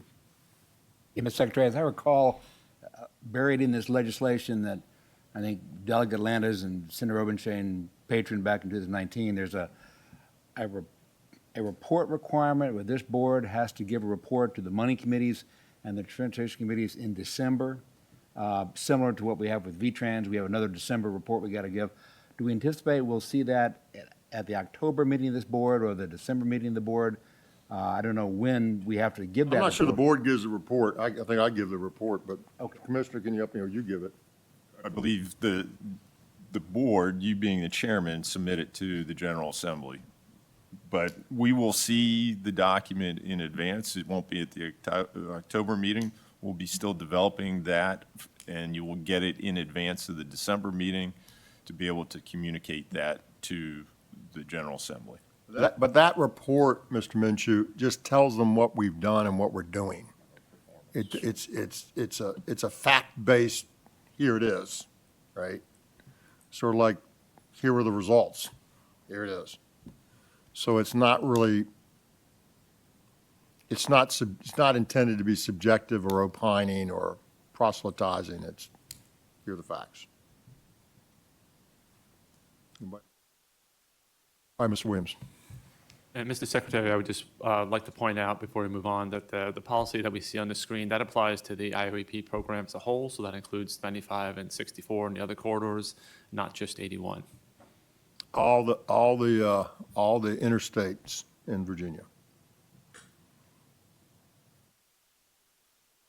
Okay, so getting back to what was accomplished in 2018 and what's underway now from that 2018 study, the first thing that we did look at was operational strategies. And so there were a handful of those that advanced, including expanding camera coverage along the corridor, safety service patrol, trip and recovery program, to the tune of about $39 million that was funded in 2018. On the capital side, we ultimately started out with 104 projects. Those were all on the ones that are in the toolbox that you see here, the curve improvements, the widenings, auxiliary lanes. We ultimately settled on 65 projects to a tune of about $4 billion. So that's what we see underway in the corridor now, either already completed or underway now. So that brings us to today and why we're here and why we're undergoing the effort that we are now. So one of the things that we learned back in 2018 when we all of a sudden had $4 billion worth of projects to move on ID1 is that those projects can take a while to get started. And so what we're trying to do now is kind of get ahead of the game. We understand that there's going to be some money coming our way in 2035, and we want to make sure when that happens that we're ready for it. So we are trying to identify these projects now so we can get some of the preliminary work out of the way. So in 2035, when that money is available in earnest, we can start turning on it and actually start construction. So one of the things. Go ahead. Okay, one of the things I want to highlight, and I think you'll hear me say a few times, and you've probably heard before, but this is absolutely a performance-driven process, both on the performance measure side, where we're ultimately looking at the entire corridor and selecting the worst-performing areas, and also when we're prioritizing the projects. We're allowing ourselves to be guided by the data and by our analysis. So just a quick summary of what we've done so far, and the next slide will provide the same quick summary for what's ahead of us. But the point is, this is a very iterative process. We started out with the performance measures, and then we went out to the public and we got feedback from them on those performance measures. We used the information that we got from the public, and we started developing these solutions, right? A whole slate of projects up and down the corridor. Well, Rob, let's be more clear. Sir. 25 worst performing 1 mile segments were opined on by the public, and we considered that, right? Correct. Yeah, and I'll address that in the next slide. But so after we developed the solutions, we went out to the public with that and got their feedback. And again, I'll share a little more detail about what that looked like. So the next step in the process, right, we're going to continue to refine these projects based on what we heard from the public back in July. And we're going to ultimately share with you all next month that the list of the staff recommended funding scenario. So that's that first list of projects that we've developed. We'll get your feedback, and we will share a refined list with the ID1 Advisory Committee in November. They will share their recommendations with you all. And the objective is ultimately in January, you all will approve the final funding scenario, the final list of projects, as well as the final report. Secretary, Yes, sir, Ms. Wallace. just curious, when will you have your staff recommended list ready, or is it drafted now? We are still refining some of the cost estimates and things, and all those go into that smart scale prioritization. So we're working on that now. We will be sharing that with you in October at the CTV meeting. Trying to wonder if there's a way to get it more than a week ahead or 2 weeks ahead, or what's your timetable? To be honest with you, sir, that's something that we've been continuing to work on. I think we can probably provide it ahead of time, but I don't know that more than a week would be feasible. A week would be great. Thank you.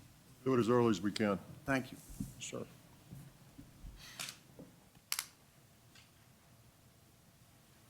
So as I mentioned, when we first developed those performance measures and we identified the 25% worst performing areas on the corridor, the next thing that we did was to share that with the public. So in April, we provided a virtual engagement platform, it's publicinput.com. And what we shared on that platform was an interactive map, example you see here, and that showed all those performance measures on the corridor, and it allowed folks that were using that engagement platform to drop a pin. We had 9 different pins ranging from safety, congestion, and a variety of categories, and also provided them an opportunity to provide open-ended comments so they can tell us they have safety issues here and then kind of expand on what those issues are. We had about 4,700 participants during the 2 weeks that survey was open.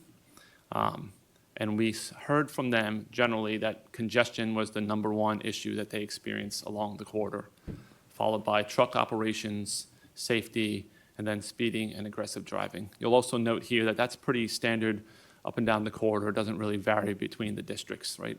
Congestion's the worst, trucks, speeding, and then aggressive driving. So as you track along with Mr. Williams, we did some analysis, right? We showed them what the analysis suggested at a high level. And then we said, what do you think, right? And the concept is not that the public per se drives the answer. The concept is the public helps inform the answer, right? So we show them what the data says, and then we ask them, where are the worst problems that you see, right? And if our data tends to line up with what they see, then, and are telling us, and this isn't perfect, folks, but it gives us a lot of comfort that they see the same thing that we see, and so that we have some alignment there.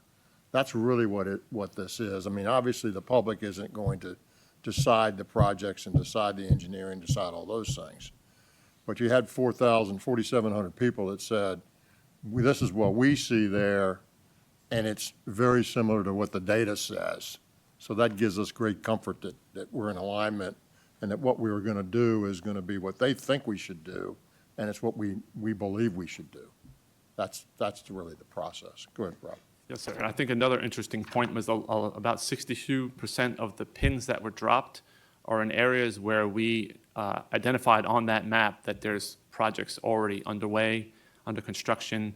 So folks are essentially telling us that those trouble areas that we identified back in 2018 and are already working on are areas that they still want to see work done. Right.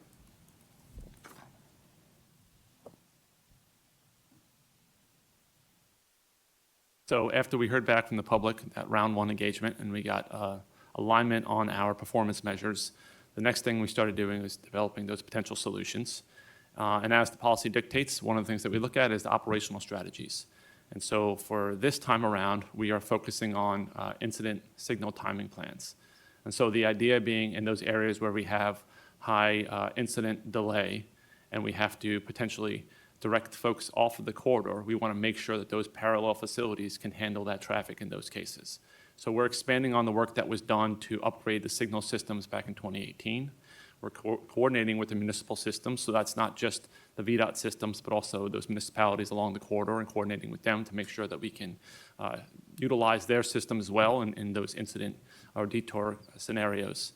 And then those are all focused on the areas where we had that incident delay in the top 25%. Again, this is a performance-driven process. And if you'll remember, when we started this process, as Mr. Williams said, this didn't functionally start to 2018, 2019. I mean, we were at zero, no plan, no engineering, no design, no money, no nothing, no program, zero. And so it takes a while to get going, right? We all know that.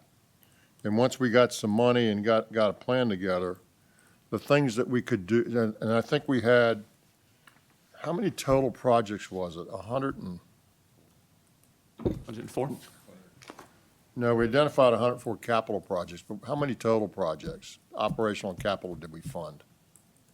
Anyway, the point is, a big piece of the numbers of projects that were funded were operational in the beginning, because you can do them quickly, right?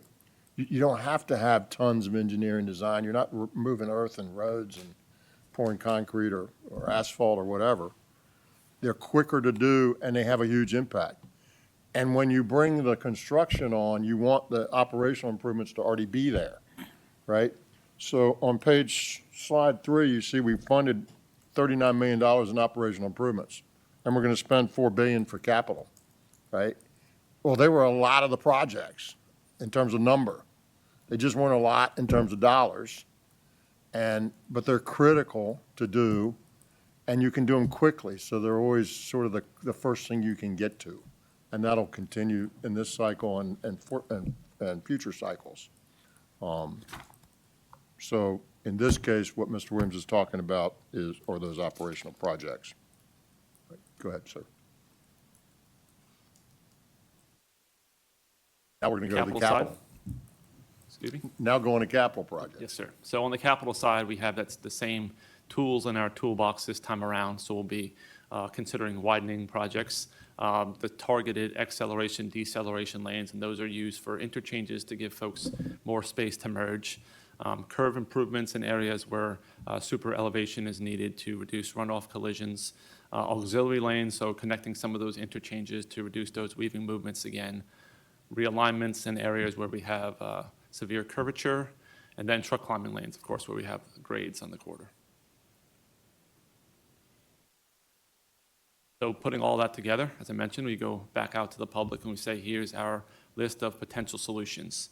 And we ask them again to provide feedback on those. In this case, we provided all 40 projects that we had come up with and asked them to give us a simple thumbs up or thumbs down. Do you agree with this or disagree with these projects? We did, in this case, it was virtual as well as in person. So we were in the middle of July, spent a week on the 81 corridor. We had 4 meetings in 4 days, ended up with about 100 participants at the meetings. We combined that with a virtual component. And again, that's when we asked those folks to tell us their thoughts on the project. We got about just under 1,700 participants this time around. We did see a drop-off in participation, but that's pretty typical for a lot of these studies. A lot of times we see folks in these corridor studies, when they hear about it, they're going to want to tell us what they think, and then once they've kind of shared their thoughts, re-engagement isn't always a priority for them, but I think 1,700 participants second time around is still a pretty good number. So what you'll see in that image on the board there is what we brought with us and what we shared online for the virtual component. But the boards in person were about 8 feet long. We had 4 of those in both Bristol and Salem, and then 8 of those in the room with us in the Stanton district. And what you see on the top portion are those performance measures, right? So that's those 4 performance measures we talked about. And then the dots you see on those boards are the feedback that we heard in round 1. right? So it's kind of bringing everything along with us as you step through this process and bringing those with us and re-educating the public about what our findings were from round one. And then on the bottom, it's that same section of corridor, but in this case, you're looking at the projects. So you'll see in yellow those projects that we've already funded and have either been constructed or are underway. And then in green, there'll be the projects that we're proposing for the future. So what we heard from that survey was about 87% of respondents, what we heard from them, they all agree with the projects, right? So that's, I think, a pretty good indicator of the alignment that our findings have with the public, and essentially telling us they want to see continued work on this corridor and that it is a priority for them. So, Mr. Williams, so what we saw, right, so we identified, we took our data, we identified places that were a problem. We asked the people to tell us where they thought the problems were, and we had pretty good alignment.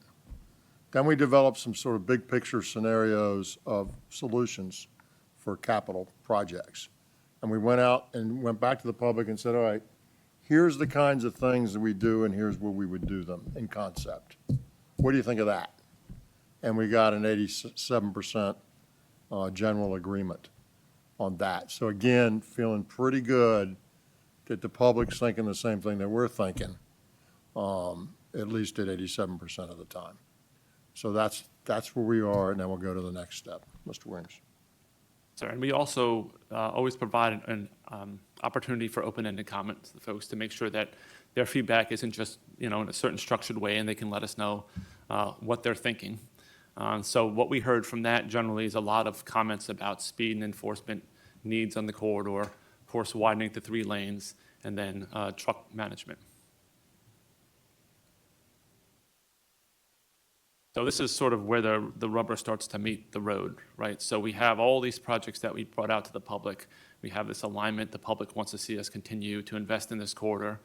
But we only have between $2 and $2.25 billion available to us for new funding, starting in 2035. And let me say that. Let me say this, excuse me.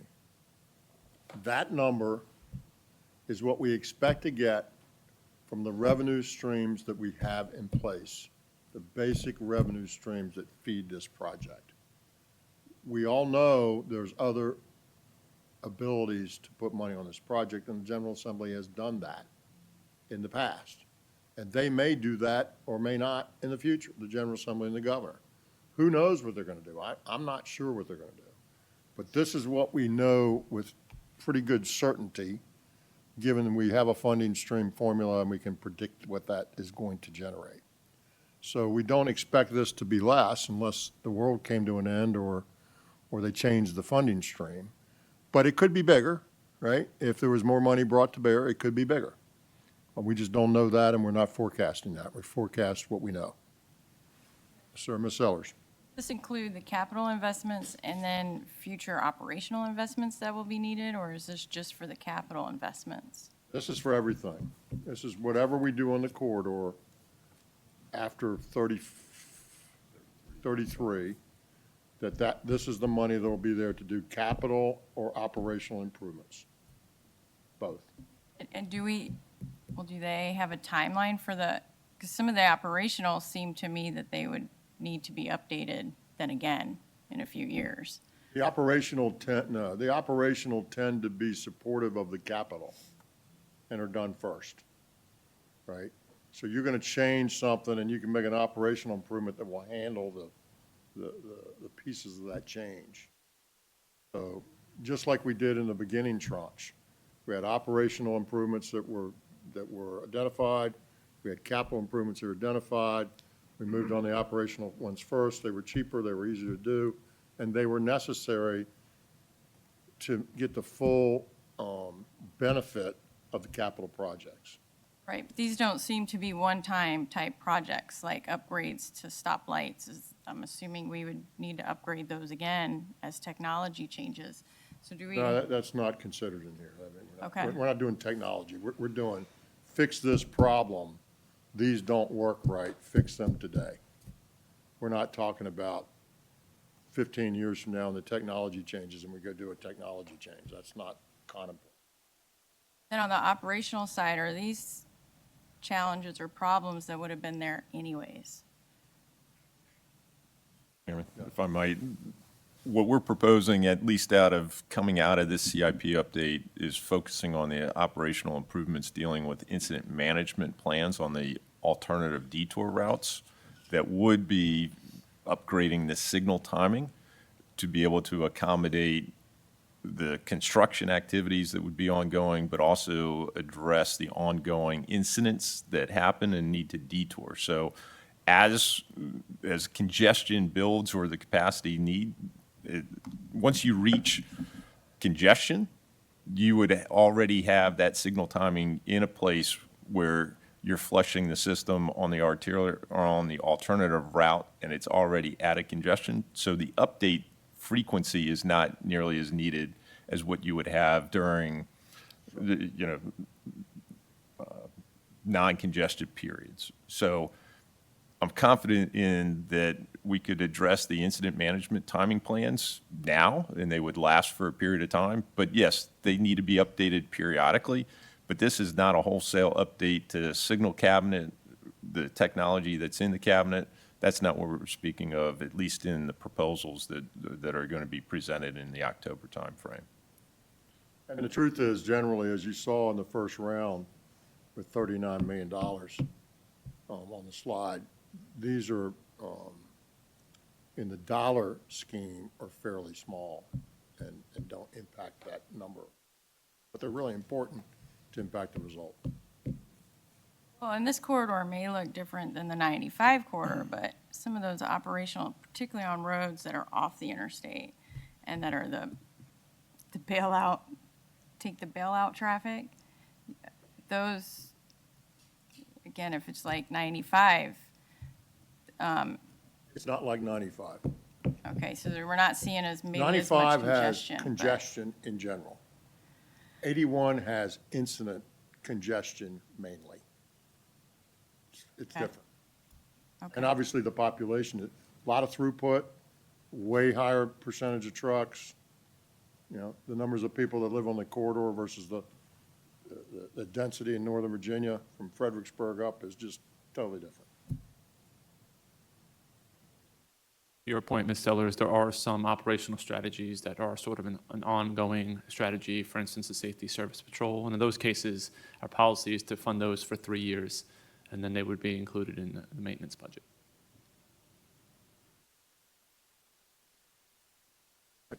Gotcha. All right. So getting back to the point here, we have about $2 to $2.25 billion available to us. The rough estimate of projects is approximately $6 billion of those potential solutions that we developed, right? So the next task we have in front of us and what we're working on now is refining those solutions down to projects that we have the ability to execute. So we're refining some of those costs. We're coordinating with our colleagues in the district to come up with a more refined slate of projects that we can ultimately share with you all. Well, and let's be clear, Rob. Yes, sir. What we're doing is we're refining our costs. We're refining the cost-benefit analysis, which will then give us a prioritization of the projects that are recommended because they return the best benefit for their cost. That's what we'll get. Awesome. Just so I'm clear, the 6 billion, that's using the 25% filter? Yes, those are all the That projects that we covers developed. all of them Yes, in that filter? correct. Okay. And to your point, Mr. Lawson, we won't get there. We're a little short. We're a little short. Okay, so what we're doing Let now. me rephrase that. We won't get there with the current funding streams. But we're, as I mentioned, continuing to refine those projects that we brought out to the public based on the input that we received, and also just in working with our colleagues in the district and our consultant team, and making sure that we can share with you all and ultimately prioritize the best possible projects that can bring value to the Commonwealth. So on the operational side, in terms of prioritization, we're looking at safety, mobility, and environmental factors to prioritize those operational strategies. And then on the capital side, as I've mentioned previously, we're using that smart scale-like scoring process. So that's the 40-40-20 weight, 40 being safety, 40 being congestion, and then 20% being accessibility. And then our goal is to, once we're completed with the refinement process, to present to you all that staff recommended funding scenario next month.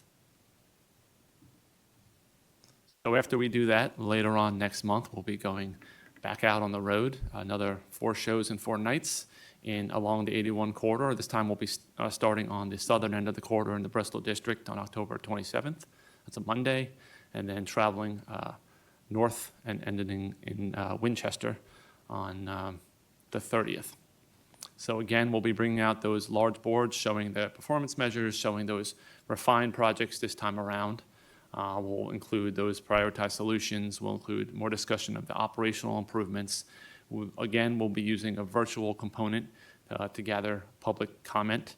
And then we'll also be sharing all that material on our website for folks to access at their leisure.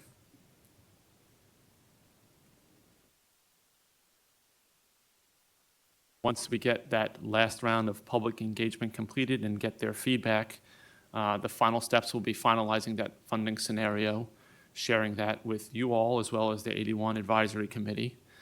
They will be sharing their recommendations with you, and then ultimately it will be up to this board to select the final funding scenario and adopt the final report.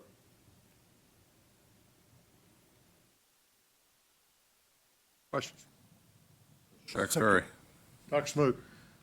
Rob, I was pleased to hear that you all are looking at related arterial impacts and solutions as a result of this. As I think we all know on I-81, that in most cases, not all, is the former and current Route 11. That has produced and will continue to produce ugly situations if it is not addressed.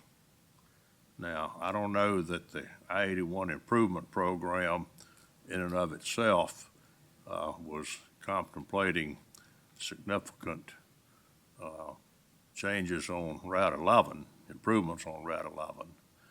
But we need to understand and own that when we end up with I-81 traffic on Route 11, that we're essentially shutting down or greatly impeding emergency services, first responders, and many people who live in communities who are not at all engaged with traffic on I-81. We're dumping it on them.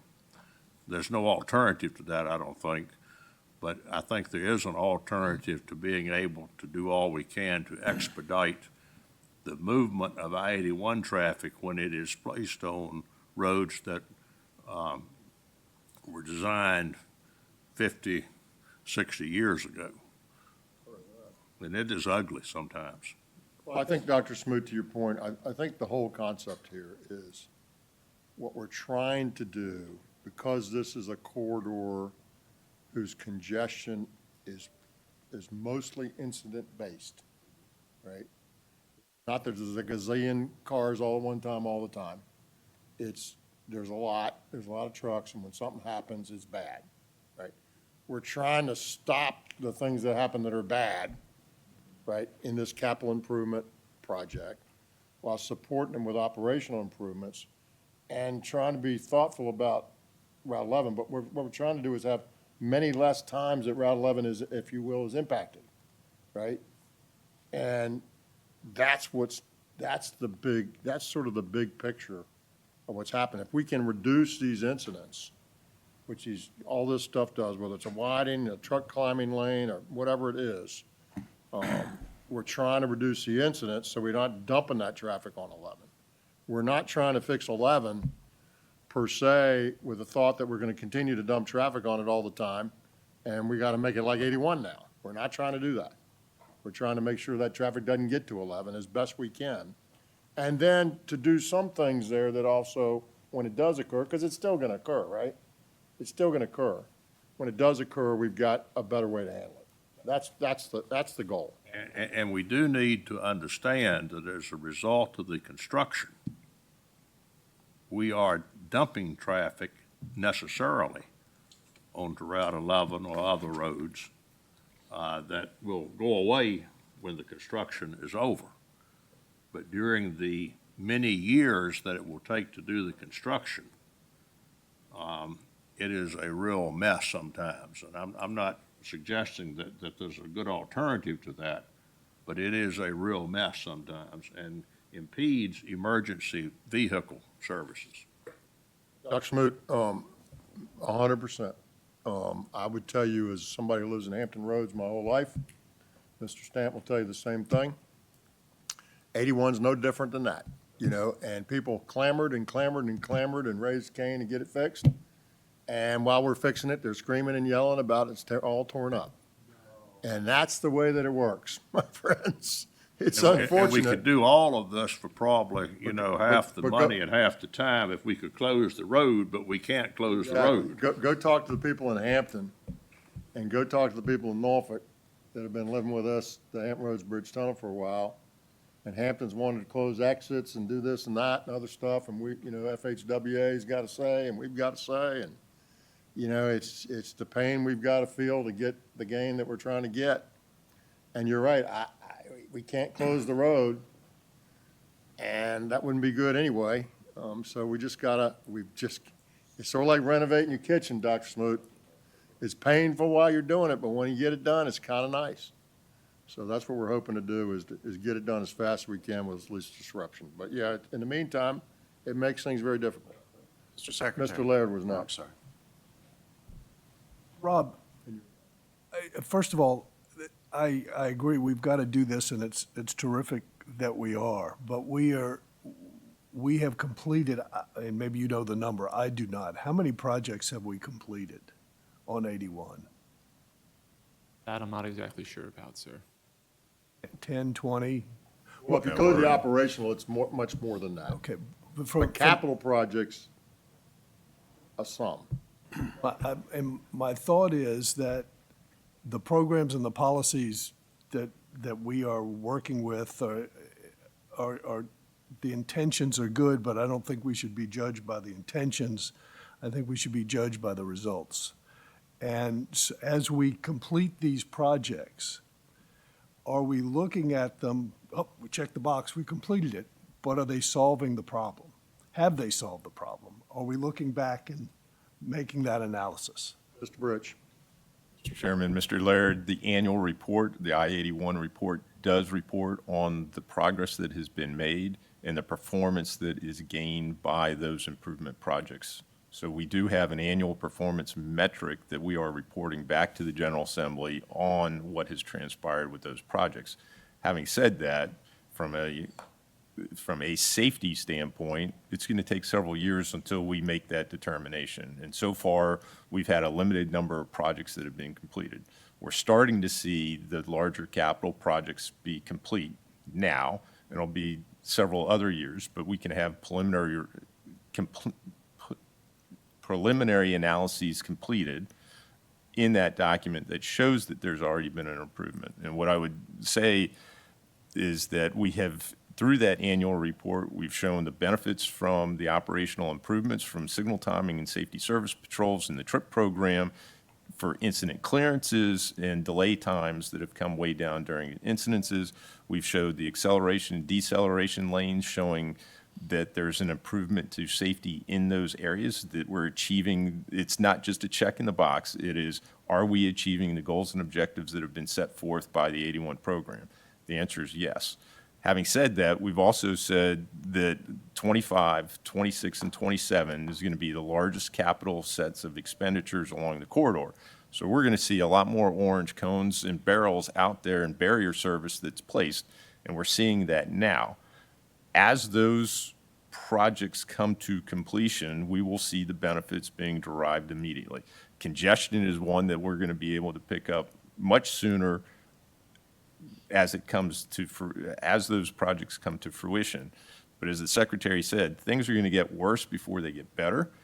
I think what you're going to see over the next 3 years, that the performance metrics along the corridor are going to show a degradation in service because of constricted lanes, more incidences that have occurred, but once we finish those locations, then you'll see an increase or decrease in safety, or an increase in safety and a decrease in congestion. And what you can reference back to is the 3-lane sections in the Bristol districts. Once we finish those prior to the 81 corridor, we've shown a drastic improvement in their performance, both safety and congestion. You will see the same thing happen, but it will take time. And the way to measure this is, again, through the annual performance report that has to be delivered back to this body and the General Assembly. And Mr. Laird, to your point, expanding that, we've been now through 6 rounds of smart scale, right? And the first rounds were not near as good as where we are today, in my view. It was a little choppy. And we've changed some things, and we've worked on verifying estimates and. But it is incumbent on us as we go forward, in my view. And this is going to fall more on y'all than me, because I won't be here after January. It should be incumbent on us to go back ultimately and look at the projects that we did, look at the benefits that we expected, and see how they did, right? Because it was all a forecast, right? It wasn't a fact. It was a forecast. It was an educated forecast, a scientific informed forecast, but still a forecast. And so we've spent billions and billions of dollars over 6 rounds. Now, you're not going to be able to do round 6 for a while. You're not probably going to be able to do round 5 for a while. And we still have round 1 projects, I think, that aren't completed, for goodness sakes. But we should always be going back and saying, all right, it's just like in a business. I invested X amount of dollars. I expected to do certain things. Did I get those or not? And so whether it's 81 in our 81 report, or whether it's smart scale projects, this board ought to have a process that goes back and sees what the real answer, what the real result was, to help us. It's a continuous improvement loop, to help us know how to get better at making sure that we either forecast better or get what we forecasted if we didn't. So we ought to be looking at all of our stuff like that. So 81, absolutely, but we ought to be looking at all of them. Now, but you got to get far enough down the road for the data to be meaningful. And because because all this takes so long, it's hard to sort of do. But I'd like to see us have a process that does that. Yes, sir, Mr. Lawson. One thing I'm hearing, I probably hadn't focused on this before, you saying that the 81 delays and accidents are incident-based, which I'm sensing is something different than a Northern Virginia rush hour. But what we're experiencing is incident-based delays and accidents with an increasing regularity or consistency. So at what point do those things become whatever the delays or cause that we're more familiar with in the urban areas, such as a morning and evening rush hour? You attack them differently, Mr. Lawson. If you've got a pipe and you can only put so many cars through it, and you give it more cars, that's just a problem. That's a different problem than if you keep having wrecks, and that creates the congestion. So if we had no incidents on 81, if we could get rid of all the incidents on 81, you'd see a much better situation than if we could get rid of all the incidents on 95. Because the demand for the road is just so much higher, right? So that's been the view since we started this. We can go back and show you some of that from previous studies. But generally speaking, a lot of the congestion and delay on 81 is incident related. It's not just too many people on the road. Now, and that is exacerbated because a lot of the incidents are with tractor trailers. And tractor trailer incidents are worse than other incidents, and they take much longer to deal with. I mean, go back and look at the pictures in the beginning of this presentation. I think it's in here, where you see the 2 tractor trailers laying on their sides on the side of the road. That's a lot different than a Ford Taurus, It's just a different thing to deal with. or a tractor trailer that spills petroleum or linseed oil or whatever it is all over the road. It's just different than a car. And so they take longer to deal with, they're more impactful, but generally speaking, that's a difference between a 95 Fredericksburg North and an 81 from end to end. Now, within the corridor, it could differ some too, because Salem's different than Bristol, is different than Stanton, and different places in Stanton are different. Well, But the traffic volumes are going up, though, on yes, they are. 81 Yeah, yeah, absolutely. to exacerbate it Yeah, I mean, at even some more. point, if you have growth in vehicle miles traveled and you don't make the road any bigger, you'll get there, right? You'll get to 95 if you have enough growth. But that's not what we're dealing with today. All right, anybody else? Ms. Dunlop? Thank you, Mr. Secretary. Excellent presentation. I'm wondering in the priority projects, if the availability of the ancillary detour locations is a factor. In other words, I know some places along 81, it's not really very easy. You go many miles off 81 to get around an incident. Is that something that's taken into consideration? Whether the ancillary detour is in good shape or not, it's a long distance. Well, let me try to jump in here. And Mr. Williams, you can disagree with me if you need to clean this up. The answer is yes. So think about it like this. If there was a parallel 81 and you had an incident and you had an off-ramp and an on-ramp right where you wanted it to be, it wouldn't be that big a deal, right? And the fact that you don't makes it a bigger deal. And the fact that you have 11 makes it less a bigger deal for 81, but makes it a bigger deal for 11. And so they have to work together, right? And so, yeah, so if you had an 81 next door, then your hours of delay would be very different on the other 81 where you had an incident. But because you have 11 and it's not, or other routes, and they're not sufficient, that makes that delay go up higher, right? The hours of delay is higher because you got nowhere to go. You have nowhere to go. 11's not functioning well. So yeah, it's baked in because the numbers of hours of delay have to do with what do you do when there is an incident. And if you can use the right 11 and everybody could do that and there was no delay, that incident delay number would go down a lot. But it doesn't because there's not a good alternative. There's only a little partial alternative. So that all bakes into the numbers, which then drives the impact higher, which is if you relieve it, drives the score higher. So the answer is yeah, it's baked into the concept. Do you agree with that, sir? I do, sir. I think, yeah, baked in is a good way to describe it. When we look at the parallel facilities, the work that we're doing is on the operations side. So that's the return on investment analysis. The smart scale prioritization are for the projects that we're recommending for the main line on 81. Somebody else? Is there somebody else? All right, nice work, Mr. Williams. Good job. Thank you, sir. Thank you all for your time. Thank you. The next item on the agenda is not on the agenda. It's called lunch, and we're going to take a 40-minute recess for lunch. We're in recess. Move to item 9, Next Generation Traffic Operations Data Service, Deputy Commissioner Kathy McGee. Welcome. Hope you're doing well today. I am doing well, thank you. I hope everyone else is doing well as well.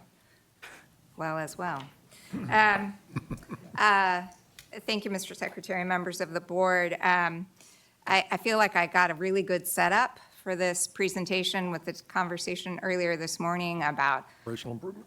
about automated vehicles and connected vehicles, and that conversation was a really good introduction to what I'm going to talk to you about today. As you know, most of you anyway, know VDOT's been working in the automated and connected vehicle space for a couple of decades. The Secretary anyway has heard me say that for my entire career, we've talked about these things becoming reality in the next 5 years, for 25 years. But as he says, we are close now, and we're really excited with the progress that we're making. So I'm here today to talk to you about a project we have currently in procurement. It was part of the six-year improvement plan that you approved earlier this year. This project is funded out of our Innovative Technology Transportation Fund, or ITTF, which, as a reminder for some of you and maybe new information for others, ITTF is designed to fund pilot programs or fully developed deployments that meet a number of criteria. They reduce congestion, improve mobility, improve safety, provide up-to-date travel data, and improve emergency response. So we believe that the project I'm going to present to you today will do all of those things. It does fall into the pilot category, but we're very optimistic that as a result of what we learned through this pilot, we'll be coming back to you with additional deployments in the future. So as I mentioned, we have been talking about connected and automated vehicles for quite some time. I have personally talked to you about it any number of times. And this project really does put us on the road to being even more ready for full deployment of this technology. We are hoping through this project to leverage data and technology to help us improve operations today. So we talk a lot about how we get ready for the future. This project will help us today as well as position us for the future. So the purpose of the project really is to improve safety by having better real-time, low-latency, high-reliability data available on a segment of roadway through which we can make data-driven decisions. And at the end of the day, that will allow us to understand the risks within this given corridor and make proactive decisions about how to manage the corridor better. So for this pilot, we have selected a segment of I-95 here in the Richmond district, just north of here, from approximately exit 86 to exit 78, Sliding Hill Road to Arthur Ashe Boulevard. This segment of roadway has a lot of really interesting characteristics. If you've driven it, you'll know that the number of lanes, northbound and southbound, vary in this segment from 2 to 5. It does have 2 system-to-system interchanges at 295 and I-64. It does experience higher than average crash rates, and so it is a great target for this really enhanced information that we believe this project will bring. We have, in the past, talked to you about deploying lots of infrastructure to allow us to manage traffic more effectively. In this project, we're taking a different approach, and we are looking to procure data as a service. So we don't want to own and operate the infrastructure itself. We just want the information and the analytics that will allow us to make better decisions. So we're willing to permit installations of technology within the right-of-way, but we don't want to own or operate it. We only want the data that comes from that deployment. We are looking at a 2-year period of operations initially, with 2 one-year optional renewals under this contracting mechanism.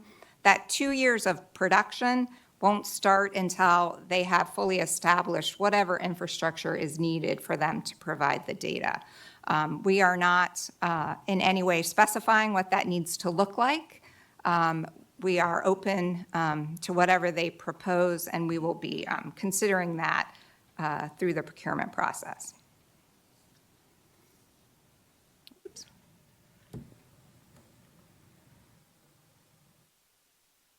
So As I mentioned earlier, the project is funded through ITTF. The RFP is out and closes the first week of October. We are in the process now of answering vendor questions as a part of the procurement process. But once the procurement closes in early October, we are ready to move quickly through the process to select an offer, come back to all of you for approval, and execute the contract in January of 2026. And with that, I am happy to answer any questions that you might have. This really was just for your information, so that when we come to you for approval, you have this background.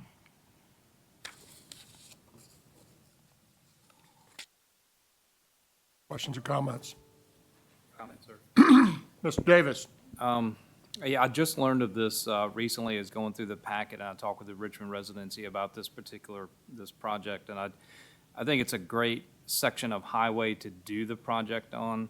I drive portions of that interstate section very, very regularly, and there are times when it's an absolute head scratcher as to why there is a delay or what's going on with it. And it's impacted by 64, it's impacted by 295. And those merge points, and it varies with, some beach traffic. It got all kinds of things going on with it. And my comment to the residency was that I think that this particular section of road will put that AI and technology through its paces, because it is a unique stretch of highway. And when it gets jammed up and bogged up, it becomes a mess. So it is certainly, though, a head scratcher at various times. So I like the project. So I'm sure I'll have more questions in October, but I like what I see. Thank you, Mr. Secretary. Mr. Davis, I would like to add, in this segment, we don't have as much technology deployed in terms of cameras and the like. So it's a good segment from that perspective. But this project does require continuous coverage. So unlike other areas where we have cameras and sensors at different spacings, through this project, we'll be able to see every single foot, I won't say inch, every single foot of the segment, and we'll be able to understand much better what's causing different anomalies in the flow. Sellers? The other cameras don't keep the data, so is there Correct. part of the RFP to then maintain and host the data? Or like the video footage? So the video, well, and to be honest, we don't know what sensors they're going to propose for this, because we're asking for data. I would imagine there would be video, but we don't store video, and we do that for a very particular reason, as I think I've discussed with all of you before. We will own the data. We will have exclusive rights to the data. So we will be able to set the parameters around how that data is stored and what is stored. What else? Ms. Dunlop? Could you just be specific? I looked at the map, but it was hard for me to tell where this actually is. I know where Arthur Ashe Boulevard is, and I know where the 264s come in, but is Sliding Hill Road north of that? Yes, north at exit 86. 95, Ms. Dunlop, if you go back to the map. Yeah, So Arthur Ashe is just a few miles north of here on 95, right. and then it goes past 295 and up the corridor towards Doswell and Ashland. So you can sort of see where 295 comes in. Yep, It's about 9 miles. that's great.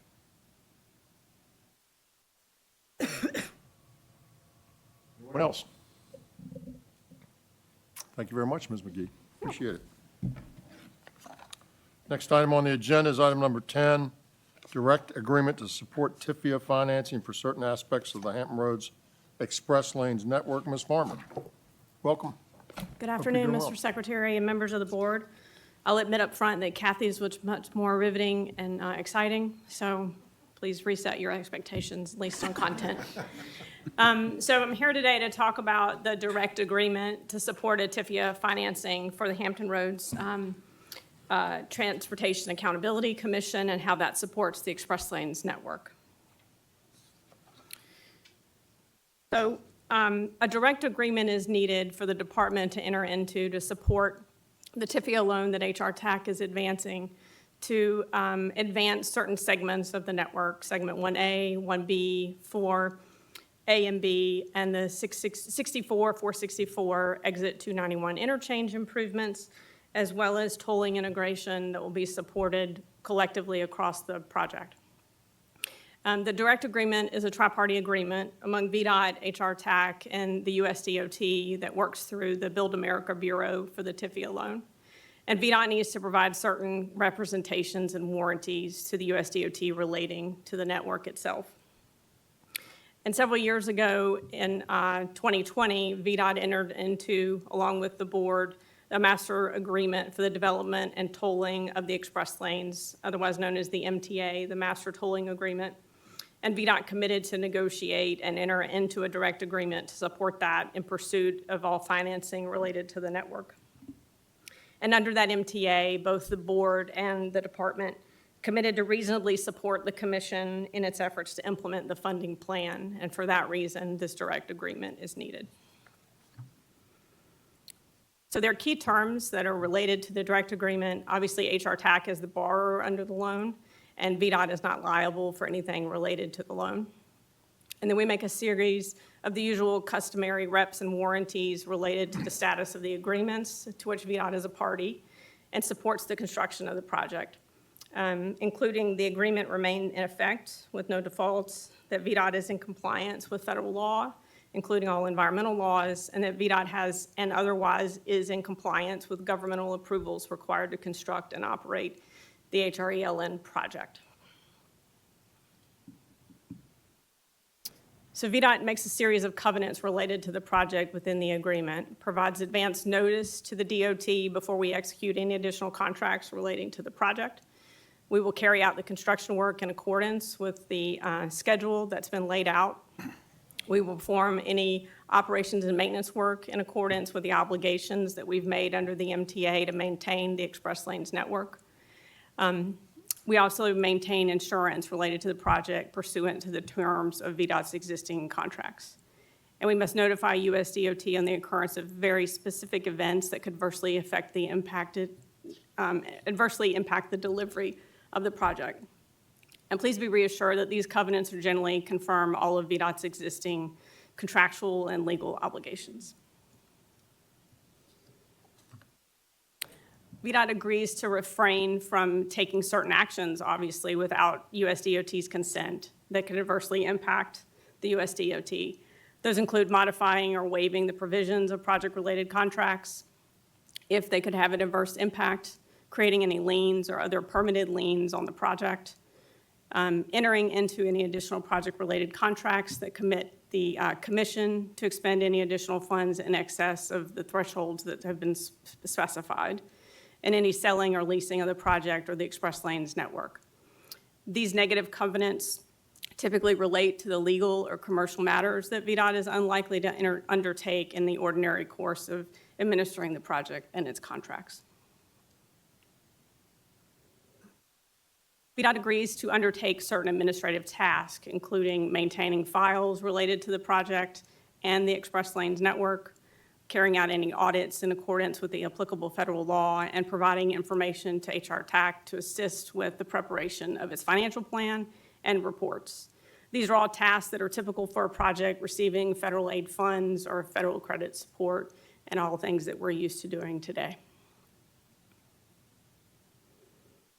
In terms of project-related covenants, the direct agreement requires VDOT to make certain acknowledgments, including we acknowledge the license to use the tolling infrastructure and access the roadway, and performing the tolling O&M is granted to HR TAC under the MTA, and that's irrevocable during the terms of the MTA. And HR TAC is entitled to 100% of delay liquidated damages payable to under our tolling systems contract. These are acknowledgments, do not require amendments to any other agreements to date. So in terms of next steps, due to the timing of the need to advance the TIFIA loan, we would ask that you consider action tomorrow in your action meeting to delegate the authority to the commissioner to enter into the direct agreement in the meeting tomorrow. And I'd be happy to take any questions. Are there any questions for Ms. Farmer?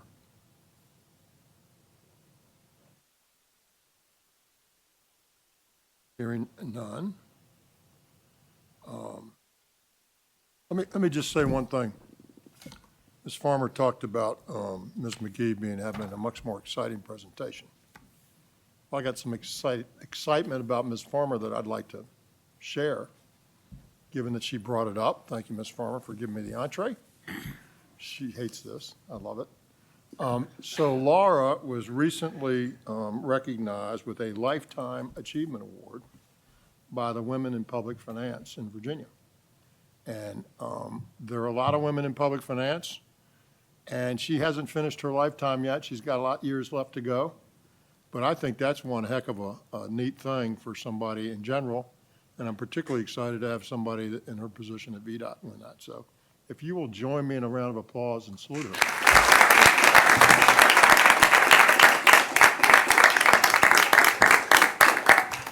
All right, now get back to work. Thank you. Any other questions? Thank you, Laura, for everything you do. Mr. Stant. If you're not aware of the program, it is absolutely one of the best programs that the federal government has ever put together for transportation. We've used it extensively at the Chesapeake Bay Bridge Tunnel, and it's just an absolute wonderful program that provides a lot of money at very low interest rates on very attractive terms. So anytime you can get TIFIA money and it's available, go for it, because it's a wonderful program for transportation. And we also have a VDOT vet who runs that program now, one of our own. Absolutely. Morteza Ferris. He's a good friend of the Commonwealth, I'll tell you that. Good He friend used of to the work for the P3 office here in Richmond. Wonderful guy and a good friend of the Commonwealth. And is still a resident of the Commonwealth. So Yep. we're pleased to be able to have him continue to be part of our transportation solution package. All right, any other questions or comments on this presentation? All right, thank you, Ms. Farmer. Appreciate it very much. You got one more. I do. She has the next item on the agenda, item number 11, toll facility revolving account allocations for the Hampton Roads Express Lanes Network. Ms. Farmer. Yes, sir. So I'm going to give you an overview of the toll facilities revolving account, reflecting on some of our conversation earlier today related to the Coleman Bridge, and then some of the financial assumptions related to the Express Lanes Network under the master tolling agreement. And then VDOT recommends that we formally allocate funds from the toll facility revolving account to the network. And I'll give you some details related to that. So the toll facility revolving account was established by the General Assembly back in 1986 as a method to finance or refinance existing and potential toll facilities.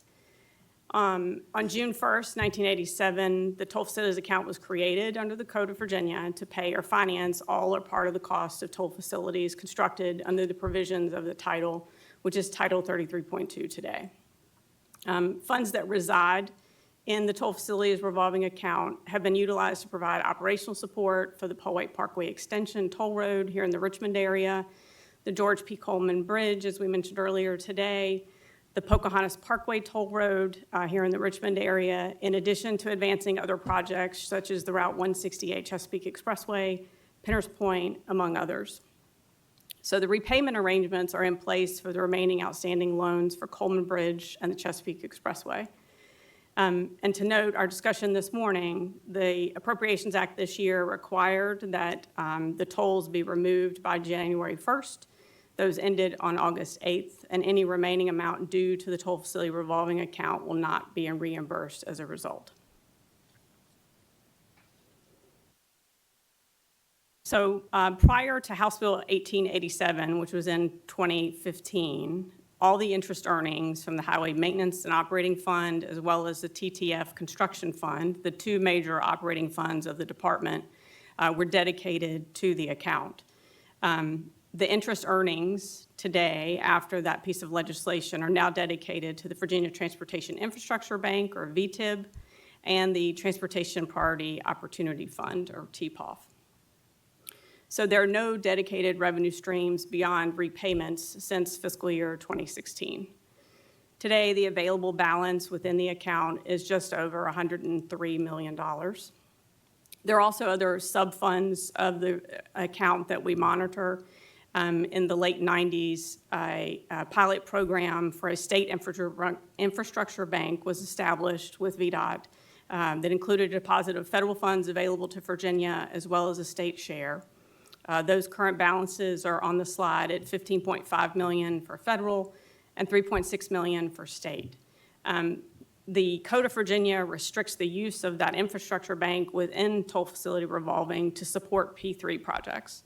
We have exercised it in the last decade to 15 years on unique items related to P3 transactions, and all of those have been repaid. So it also is used to support the operating activity for Easy Pass as well as violation enforcement services. So David Caudill and his team, who you heard from this morning, use it to support activity related to Easy Pass when we have to advance transponders or unique operational costs that should be probably depreciated over time, and they use it for operating capital. This table just provides the accounts portfolio at the current time as of June 30th.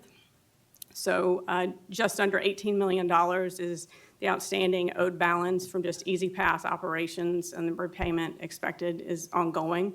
We continue to draw that balance down.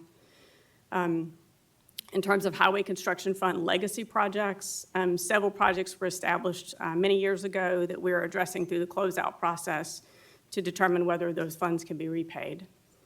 As the Hampton Roads Express Lanes network got off the ground, an account loan was established to advance the tolling infrastructure needed and construction activities for the Express Lanes network.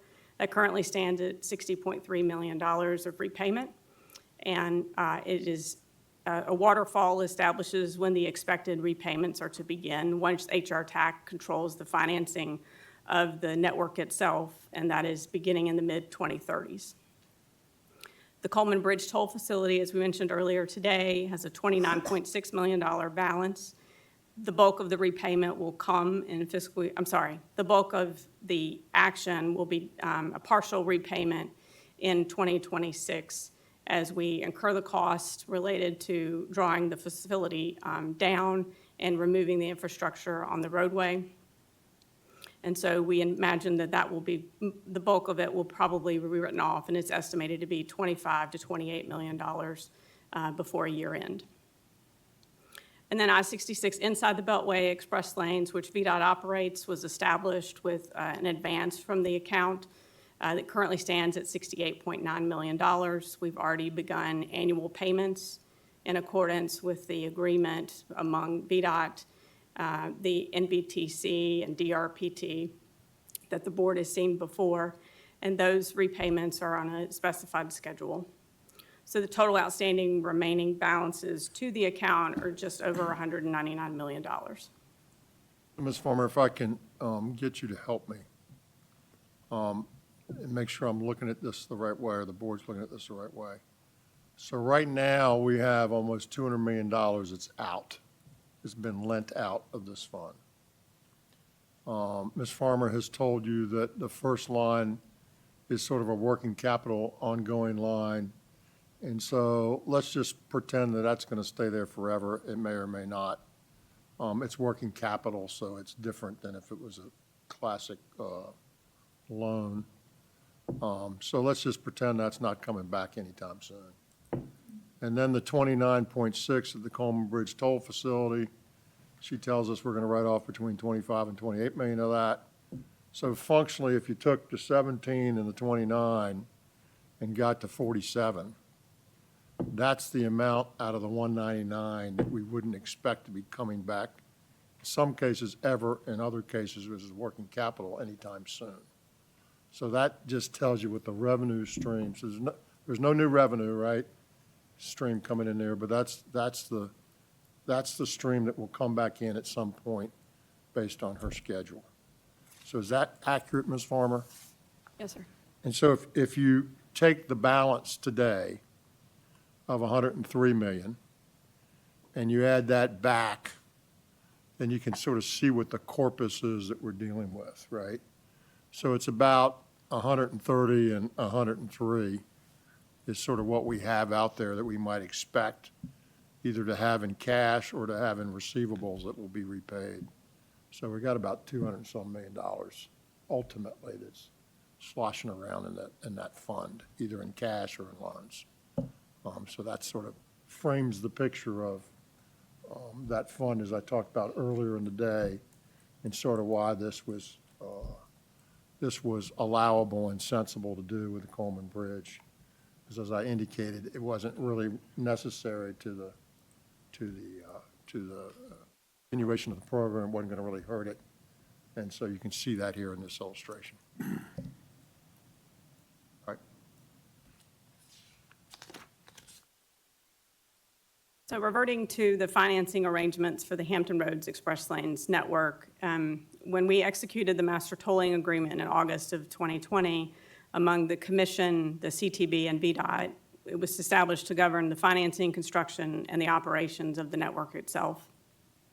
The MTA at that time recognized the need for non-recurring costs that VDOT has advanced or will need to advance out of the toll facilities revolving account to support the network. These funds would be repaid in accordance with the proceeds waterfall outlined in the MTA related to toll revenue.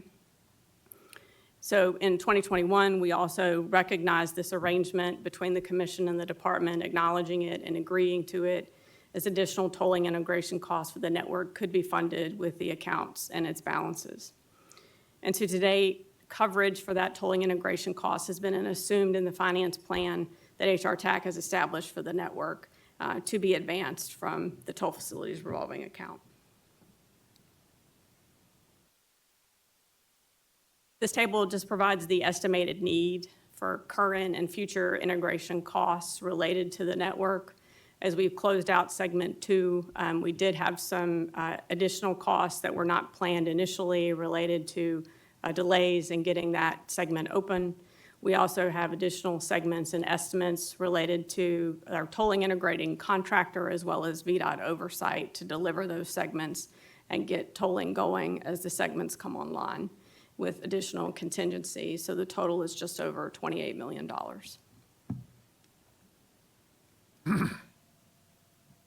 So in terms of next steps, VDOT recommends allocating just over $28 million in TIFRA allocations to support those integration costs to the network segments. And a resolution for your consideration for that will be advanced at your October meeting. I'd be happy to take any questions. Questions or comments? Thank you, Ms. Farmer. Thank you. Appreciate it. Yeah, we skipped a couple items and we sort of breezed over the V-Trans. And we have some time, and I'd like to take us back and talk about, see if we can make a little bit more progress on V-Trans, make sure we understand where the group is heading, sort of what those 19 bullets were that we looked at earlier, and have a little bit more discussion. Because I want to, this has been a, Mr. Minshew, we've been working on this for some time. And, this is a high-level thing. It's not a precise thing. So opinions can vary at the high level a lot. But what we're trying to do is sort of like we talked about with the process we went through on the 81. We're trying to get enough information out there, enough conversation, that we can find alignment within the board to finish this up and move forward. So I think we're going to spend a little bit more time on it. I'm going to bring it back now. We'll spend a little bit more time milling through it and make sure that people understand what's on the pages and give them an opportunity to ask questions, hopefully to make the next meeting a little bit more or a little bit smoother than it might otherwise be, because you'll have gotten some of your homework assignments done today as opposed to when nobody was there to help you understand and ask questions. So, Mr. Lawson, can we get back? And so we're going to revert to item number 4. Thank you, Mr. Secretary, members of the board. Earlier, I was overly cognizant of time, and we kind of quickly got through it. You had no faith in the chairman. I felt like I was treading on the chairman. But given that, we have some extra time, and I figure we could get Mr. Ramachandran, I can't pronounce it right, I say Jitendra.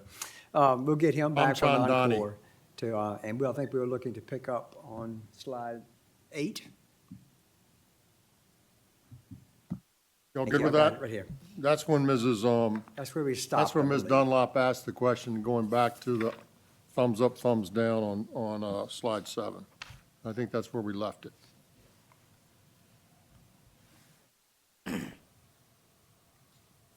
Good afternoon, Mr. Chair, members of the board. So I will probably take a bit more time, and if I'm going too slow, please tell me, and if I'm going too fast, just let me know as well. So what I was, just as a refresher, what we looked at this morning was how we identify long-term risks and opportunities for Virginia's common transportation system, and how 10 global factors might impact the transportation system. So everything before this, so his first 7 slides focus primarily on what we see in data, what we see in literature, and things that we can glean from it that are not, for the lack of better word, not completely speculative. Then the question comes to the board as to when we see these impacts, what interpretation we want to make. So the risk and opportunity register is sort of a one-place shop where anyone can go and say, oh, is the Commonwealth taking care of X, Y, and Z? And they can look at it, and then they can say, okay, VDOT is aware of this risk, DRPT is aware of this risk, the Secretariat is aware of this risk. So just to give you an example, in 2021, there was a JLARC study, and they looked at everything. They had a pretty wide mandate, and their findings was that they looked at it and said, oh, they have all in one place, and they said it seems fine. Like we are properly accounting for all the things that we see on the horizon. So I will start with the macro trend that is related to flooding and the risks and opportunities related to that. Please keep in mind that they are not the risks and opportunities are not might seem very obvious, but they are not expected to be in a typical environment. They are not expected to be actions. That's where the strategic actions come in place. So first, we characterize how we see those numbers, and then we decide what actions to take. So for example, on this particular one, flooding risk, so there are 5 risks and opportunities. 3 are risk. Number 4 and 5 are opportunities. So the first one is that we can take proactive measures to mitigate and eliminate, in some instances, risks due to flooding. We can, we can take other steps to increase preparedness related to extreme heat and other factors that might be present. So just to give you an example, there are states where during summer months, workers are not allowed, if the temperature increases, above certain degrees, construction work stops. So just as during winter months, we take into account delays in construction due to weather events, they take into account delays due to extreme heat. So there are those 2 opportunities that exist. Now, mind you, these are all decided by the board in 2021, and you might have a different take on it, and that is the opportunity for this board. So as for then moving on to the— Denner, can you go backwards? Yes, sir.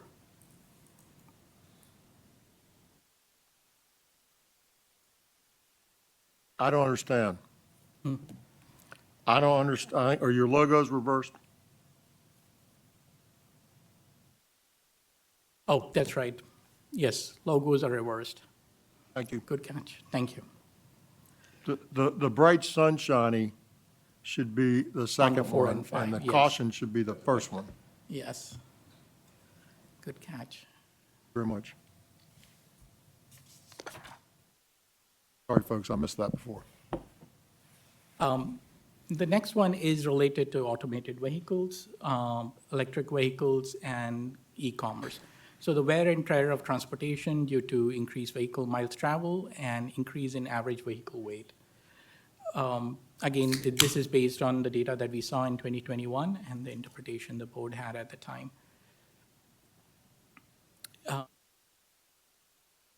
Below that is related to connected and automated vehicles. By the way, in this case, we are primarily using the term automated vehicles, not connected vehicles. So it was to improve, we need to improve the state's ability to manage transportation system with a high number of highly autonomous vehicles. So what Ms. McGee presented was one of the steps that you saw towards that. There is an opportunity to maximize safety benefits that are offered by highly autonomous vehicles, especially with the automated driving systems. And you will see some of these impacts later. The increase in VMT was seen as a risk to the system. And please keep in mind, and to Ms. Dunlop's question earlier, it was based over and above what we expect to see in terms of economic growth. So this is not hindering economic growth over and above. For each unit of economic activity, there is more vehicle miles traveled. And then related to electric vehicle, number 10 is that it helps us minimize environmental impact of transportation system development and usage, I should say.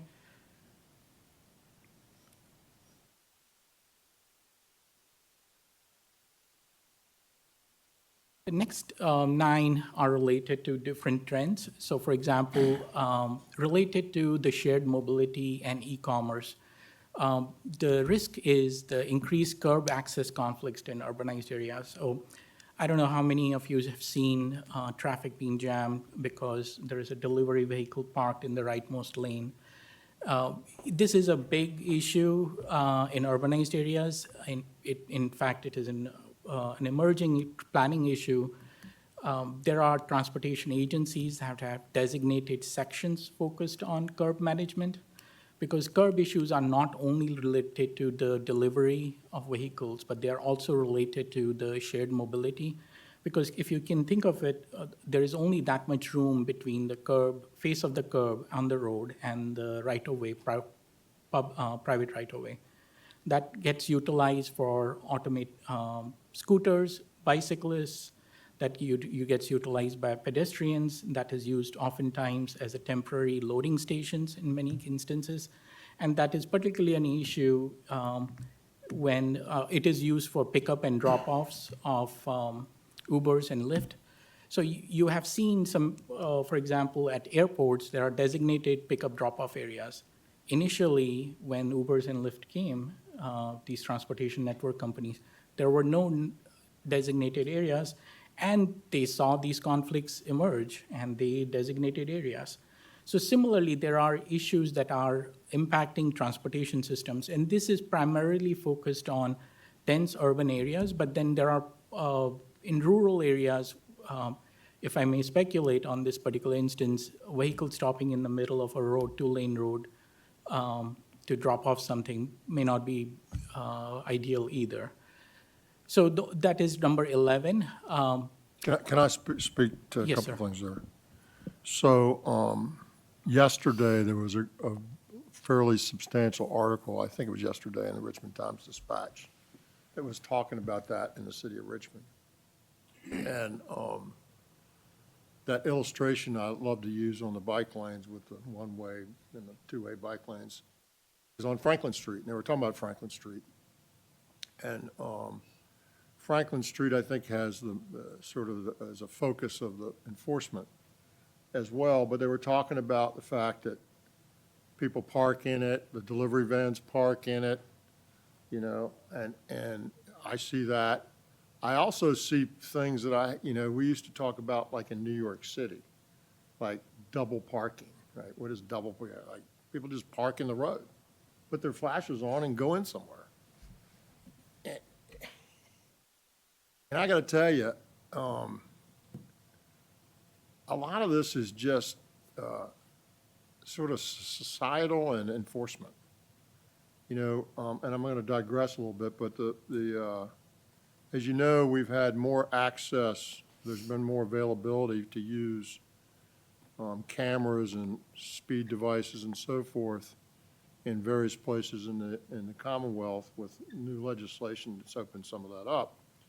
And where we had work zones, and, you know, we've got that in high impact areas like work zones and school zones and others. But as you may know, there's been some work out on 64, and there are photo enforcement on 64 now in New Kent County and other places. And as somebody who runs that road a fair amount of time, and y'all run whatever roads you run, you know, the average speed has got to be 10 miles above the speed limit going down the road. Has to be, at least. And I always thought, like, you know, if you're going 60, you might be safe at 66. But if you're at 71, you're not, and I mean safe from enforcement, not safe from true safety, but you might be safe from enforcement. But now, like, everybody does that. Like, if you're 10 miles over the speed limit on the interstate, you're the last guy in line. I mean, it's amazing to me. And as you drive around the city, I didn't see people double parking and I didn't see that 4 and 5 and 6 and 7 years ago. And now it's like all the time. And it's like the whole enforcement thing has not been able to keep up with the behavior.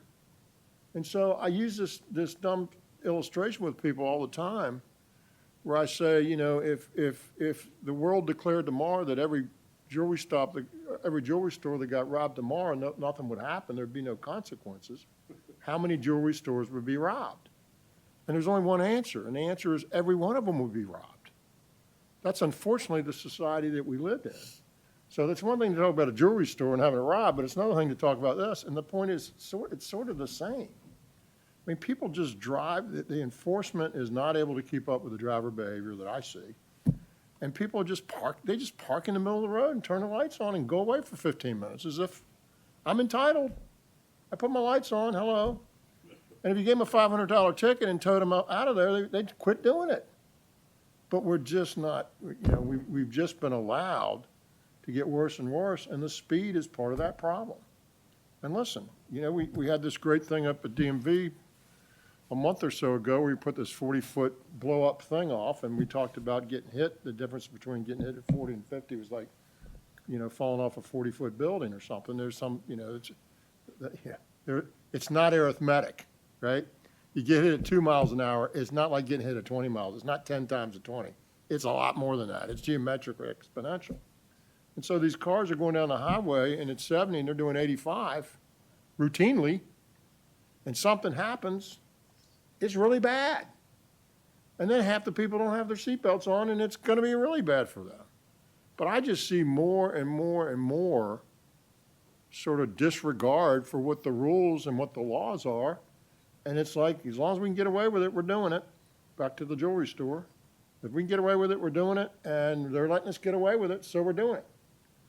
So these speed things, you know, I can't remember the number. But New Kent, when they started this program, they took about a month, and they just sent out warnings. And then sometime in August or September, maybe September 1, it became not a warning, but a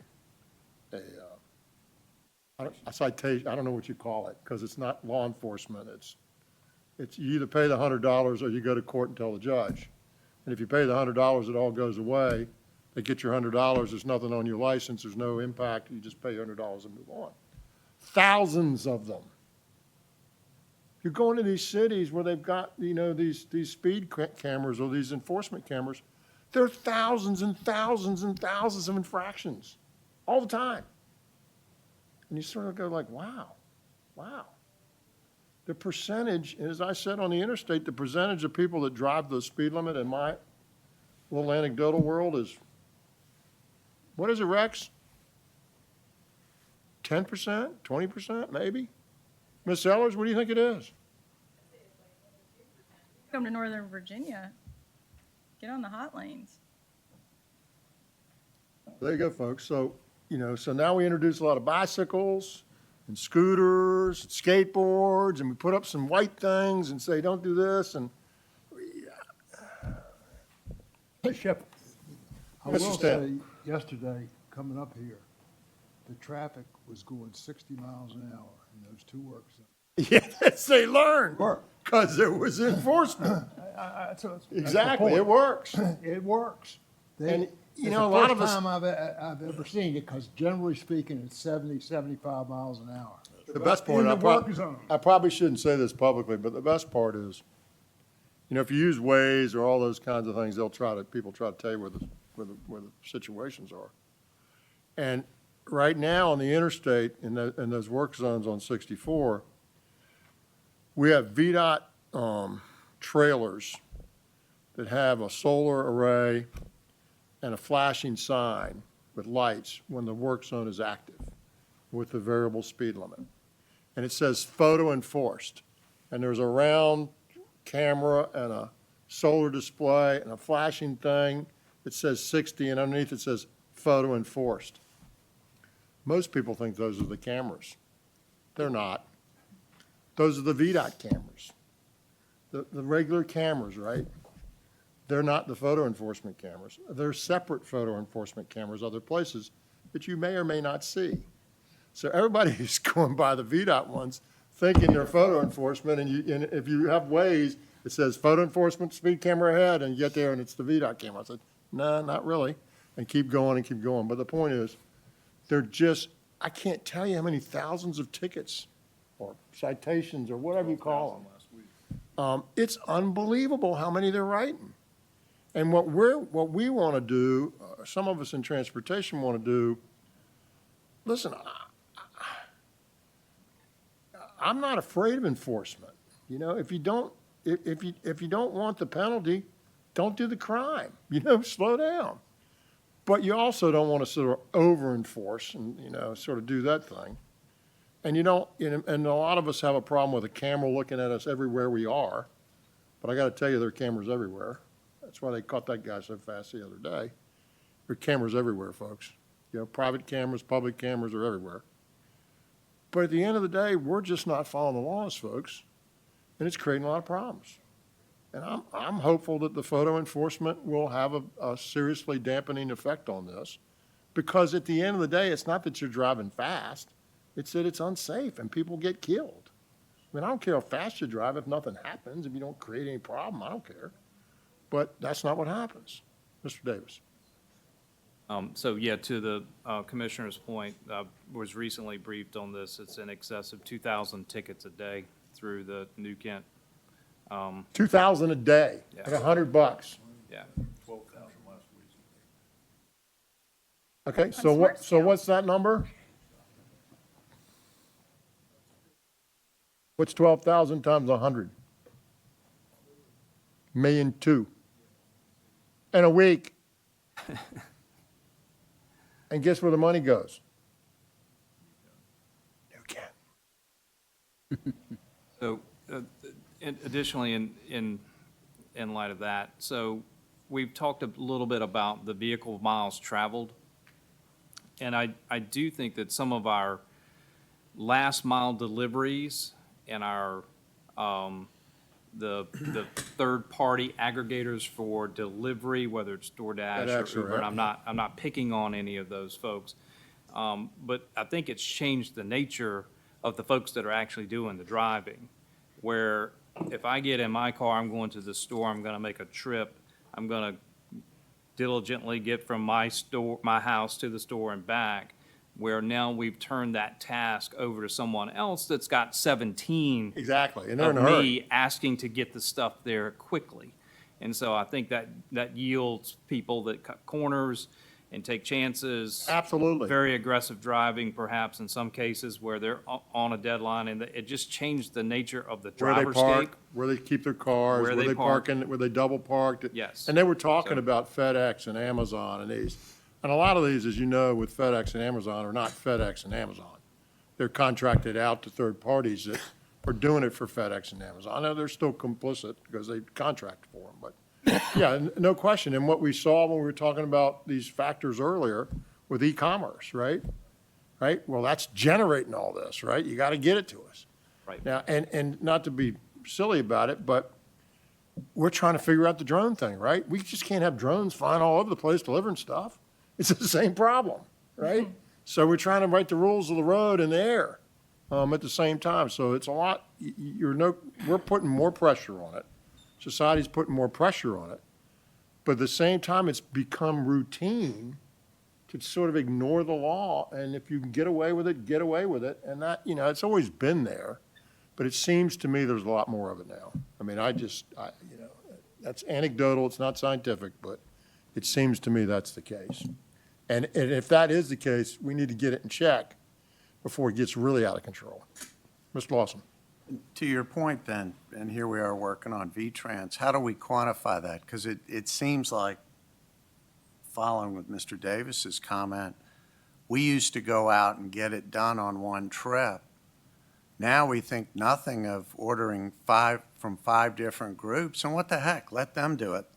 And it is an exponential thing. How do we quantify that? Because I think what you're sensing is very real, and the reason for the double parking is it's because that many more. And as we look ahead, They're on the clock, right? And they gotta get it 20 done. years, my goodness, we can't count that high. Mr. Chairman. Mr. Doc Smoot. And Steve, you can maybe have better data, but I was told by someone in VDOT that we are now in a situation where the average traffic per resident of any location is about 10 trips a day. That's going and coming, so, divided by 2 in a sense.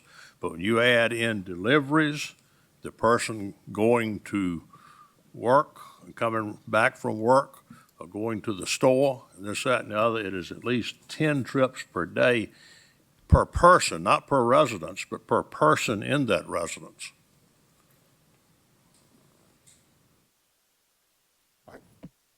Ram Chandani, please. So, Mr. Secretary, to Mr. Lawson's point, how do we quantify it? So I think the quantification is one thing.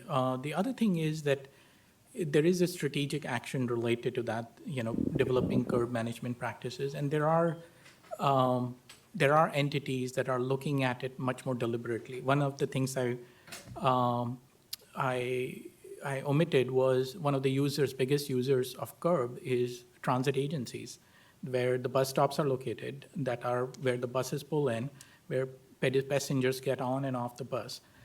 So these things come in conflict with not only the vehicular traffic creating unsafe conditions, they also come in conflict with state-funded systems in different places. So, but it does require just, from what I recall 4 years ago, generally, I was told VDOT does not manage things beyond the curb.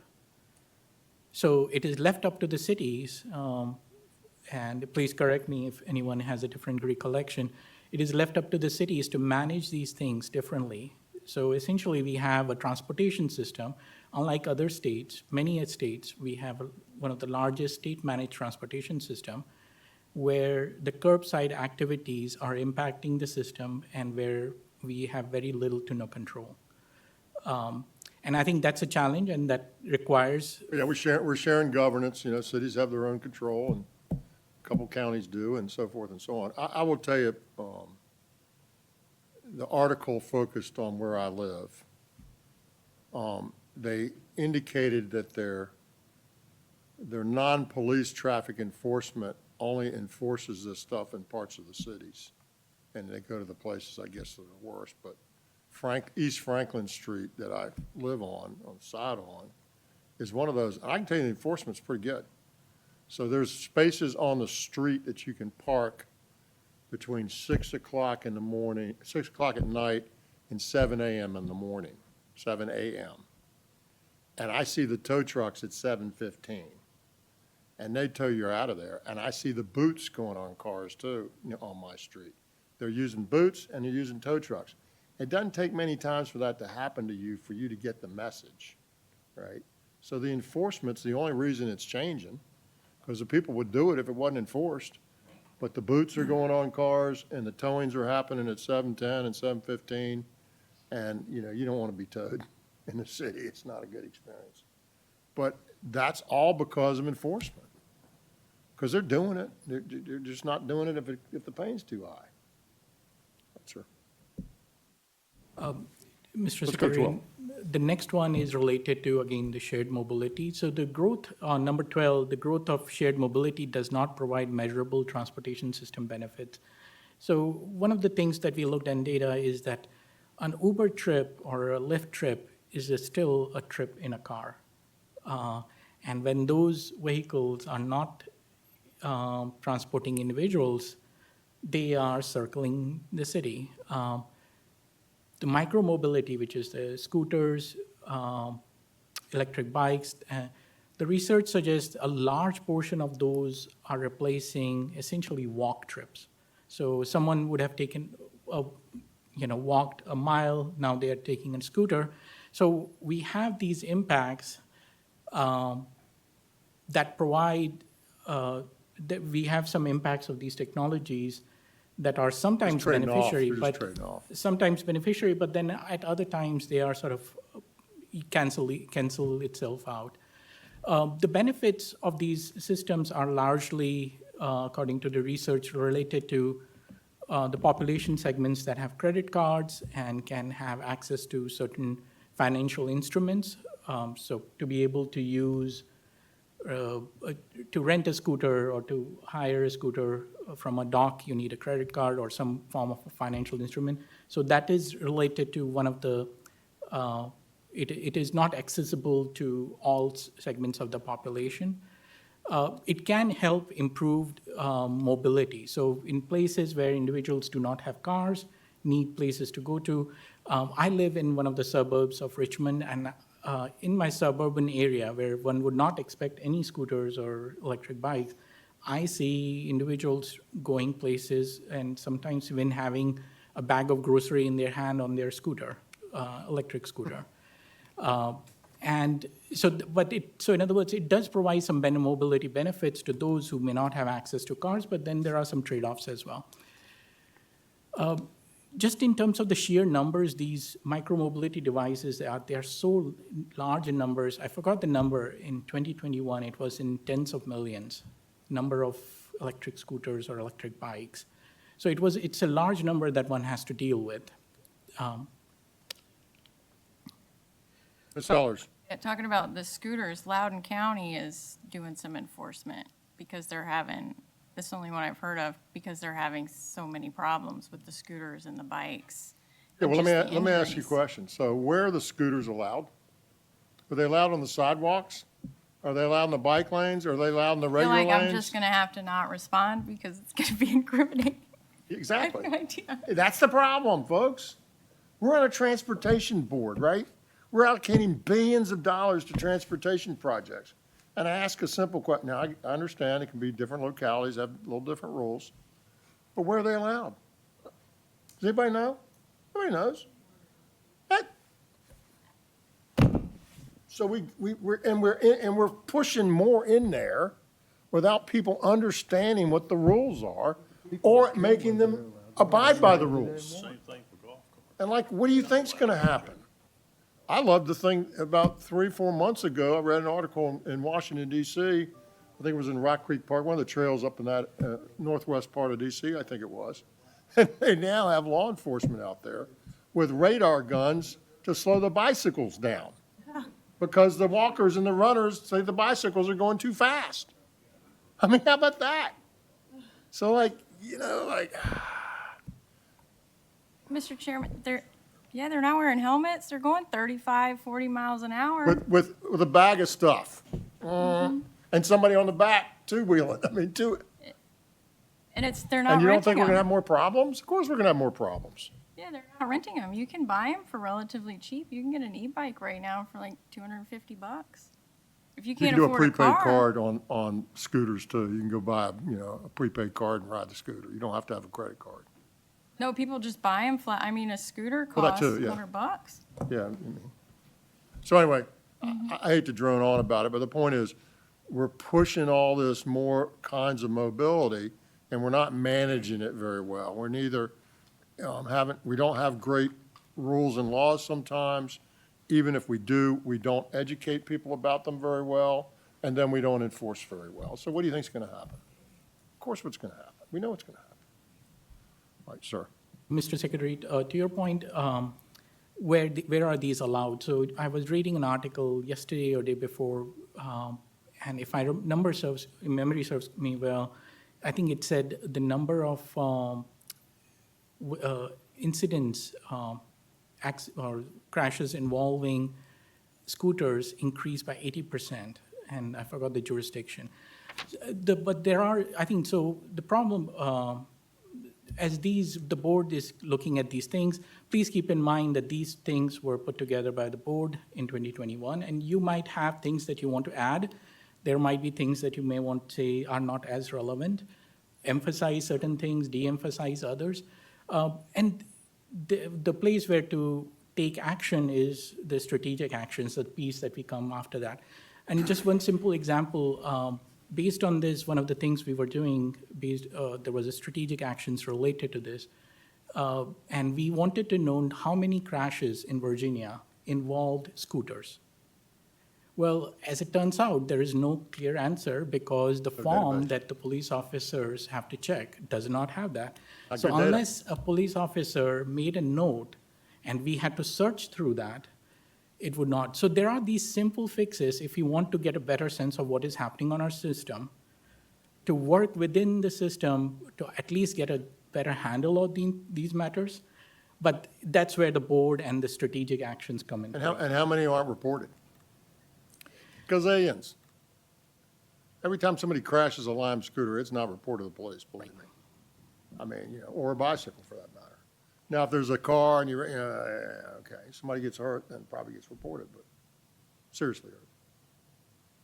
All right, sir, keep going. Yes. So I will not go through all of them, but there are 19 in total, and I will just highlight the number 16, for example, e-commerce. So you have already seen this. The board has already had a couple of projects that are related to warehouse distribution centers coming in.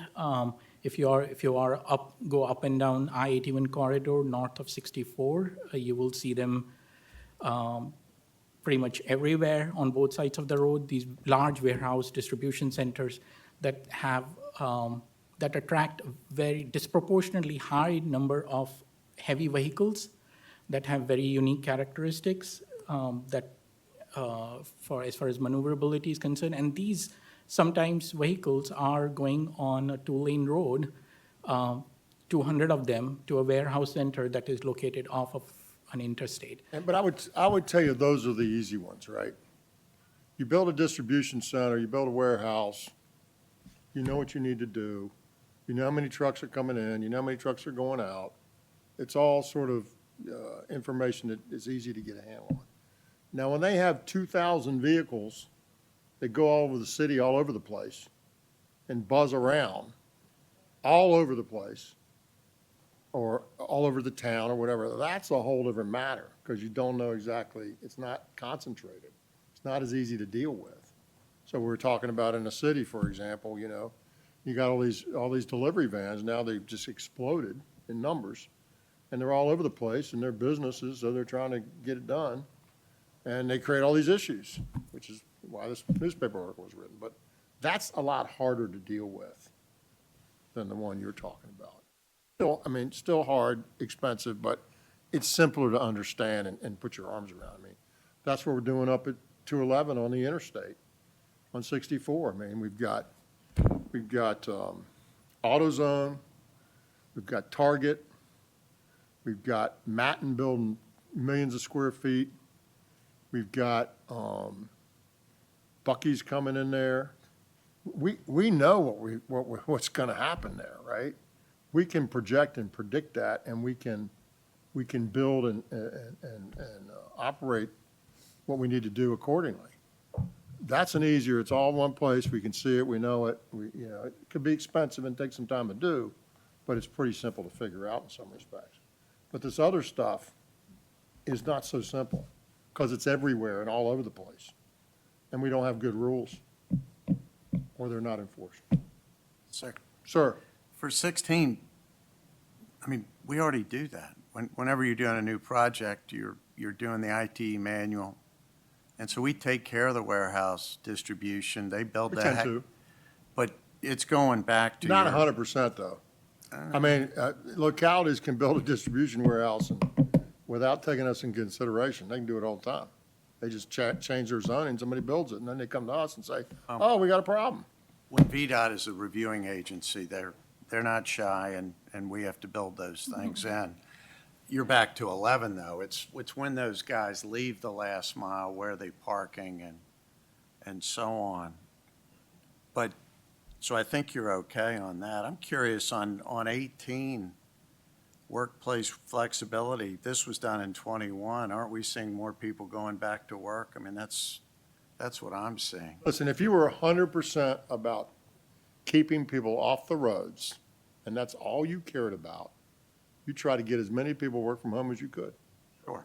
That's what you do. But who are we as government? I'm saying 100%. that's changing, and Our has changed a administration lot has since not been about 21. that. Our administration has been about a different balance that recognizes the degradation of the quality and of the product, if you will, that happens when you don't have that same collaboration, that same connectivity. And we think in some cases that's substantially worse than the impact of having people on the roads going back and forth twice a day. I agree. That's why I So, wouldn't. yeah, so exactly. I wouldn't We try to may- we- maximize that. we I'd may rather not try- they yeah, get to exactly. work and meet And with so we're one not another. endorsing these, we're showing you what's there. Okay. Right, and our job is to think about it just like you've done, Mr. Lawson. Think about it like that, and then come back and say, well, Ms. Green. I'm not sure whether this shows up or not, but school lanes, every locality that I have, there's a huge difference in people dropping off children, picking up children, and lanes aren't built and equipped for that. And I hear it everywhere in rural areas. So I don't know how it impacts urban, but the difference in transportation for schools and things has changed drastically. And I only have my own anecdotal. The school I went to that I still live down the street from, when they didn't have any drop-off lanes when it was first built. And now, like, they got a really big one, right? They had sort of an interim one, and they had to build a new school, and they put a big one in there. So I'm sure there's more of that, you know,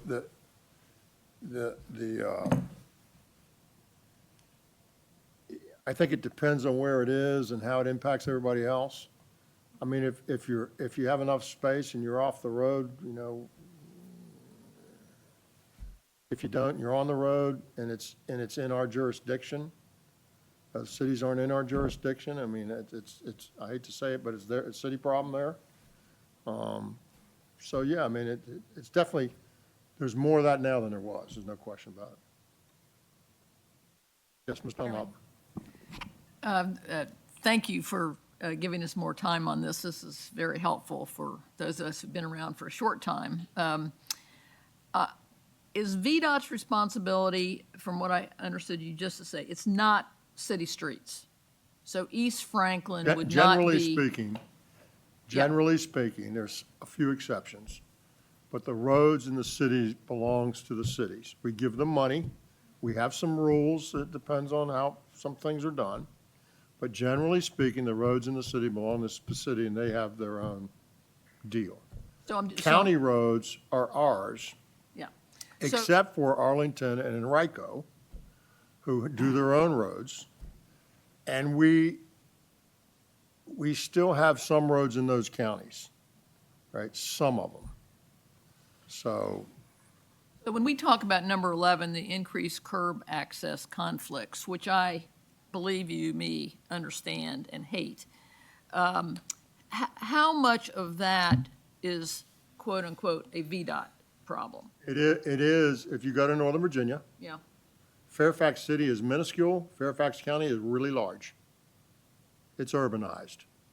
Depends on where you are, right? That actually is a problem. That is a VDOT problem. Absolutely. Yeah. Same thing in Chesterfield, same thing, you know. counties that are more like cities, in terms of their density and how they operate, we see the same problems there that you'd see in a city. And then with respect to the issue about flooding, I mean, it says a large number of the state's roadways are at risk of flooding. It probably should say a larger number than before. So if you go back to the slide,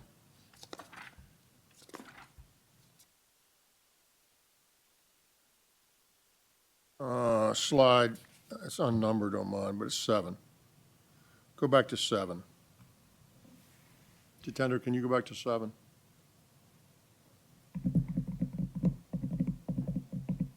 One back. Up and down. There you go. At the bottom, right? Number of at-risk miles from flooding, you see sea level rise impact, you see storm surge impact, and then you see the inland impact.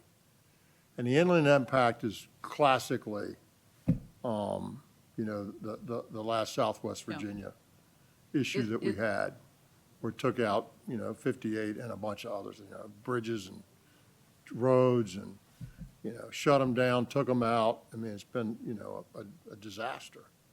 So this is really a disaster question here, as opposed to Well, it's so. flooding, It's how do you build and protect those places? So like 58. So if we went and toured 58 the day after this happened. It was devastated, right? And it looks fine when it's not bad because it's just a little creek. And when the little creek turned into a raging river, it didn't work so well. So it's going to turn into a raging river again, right? That same situation happens again with the same amount of rain in the same place. You're going to have that. So how do you guard against the impact of that?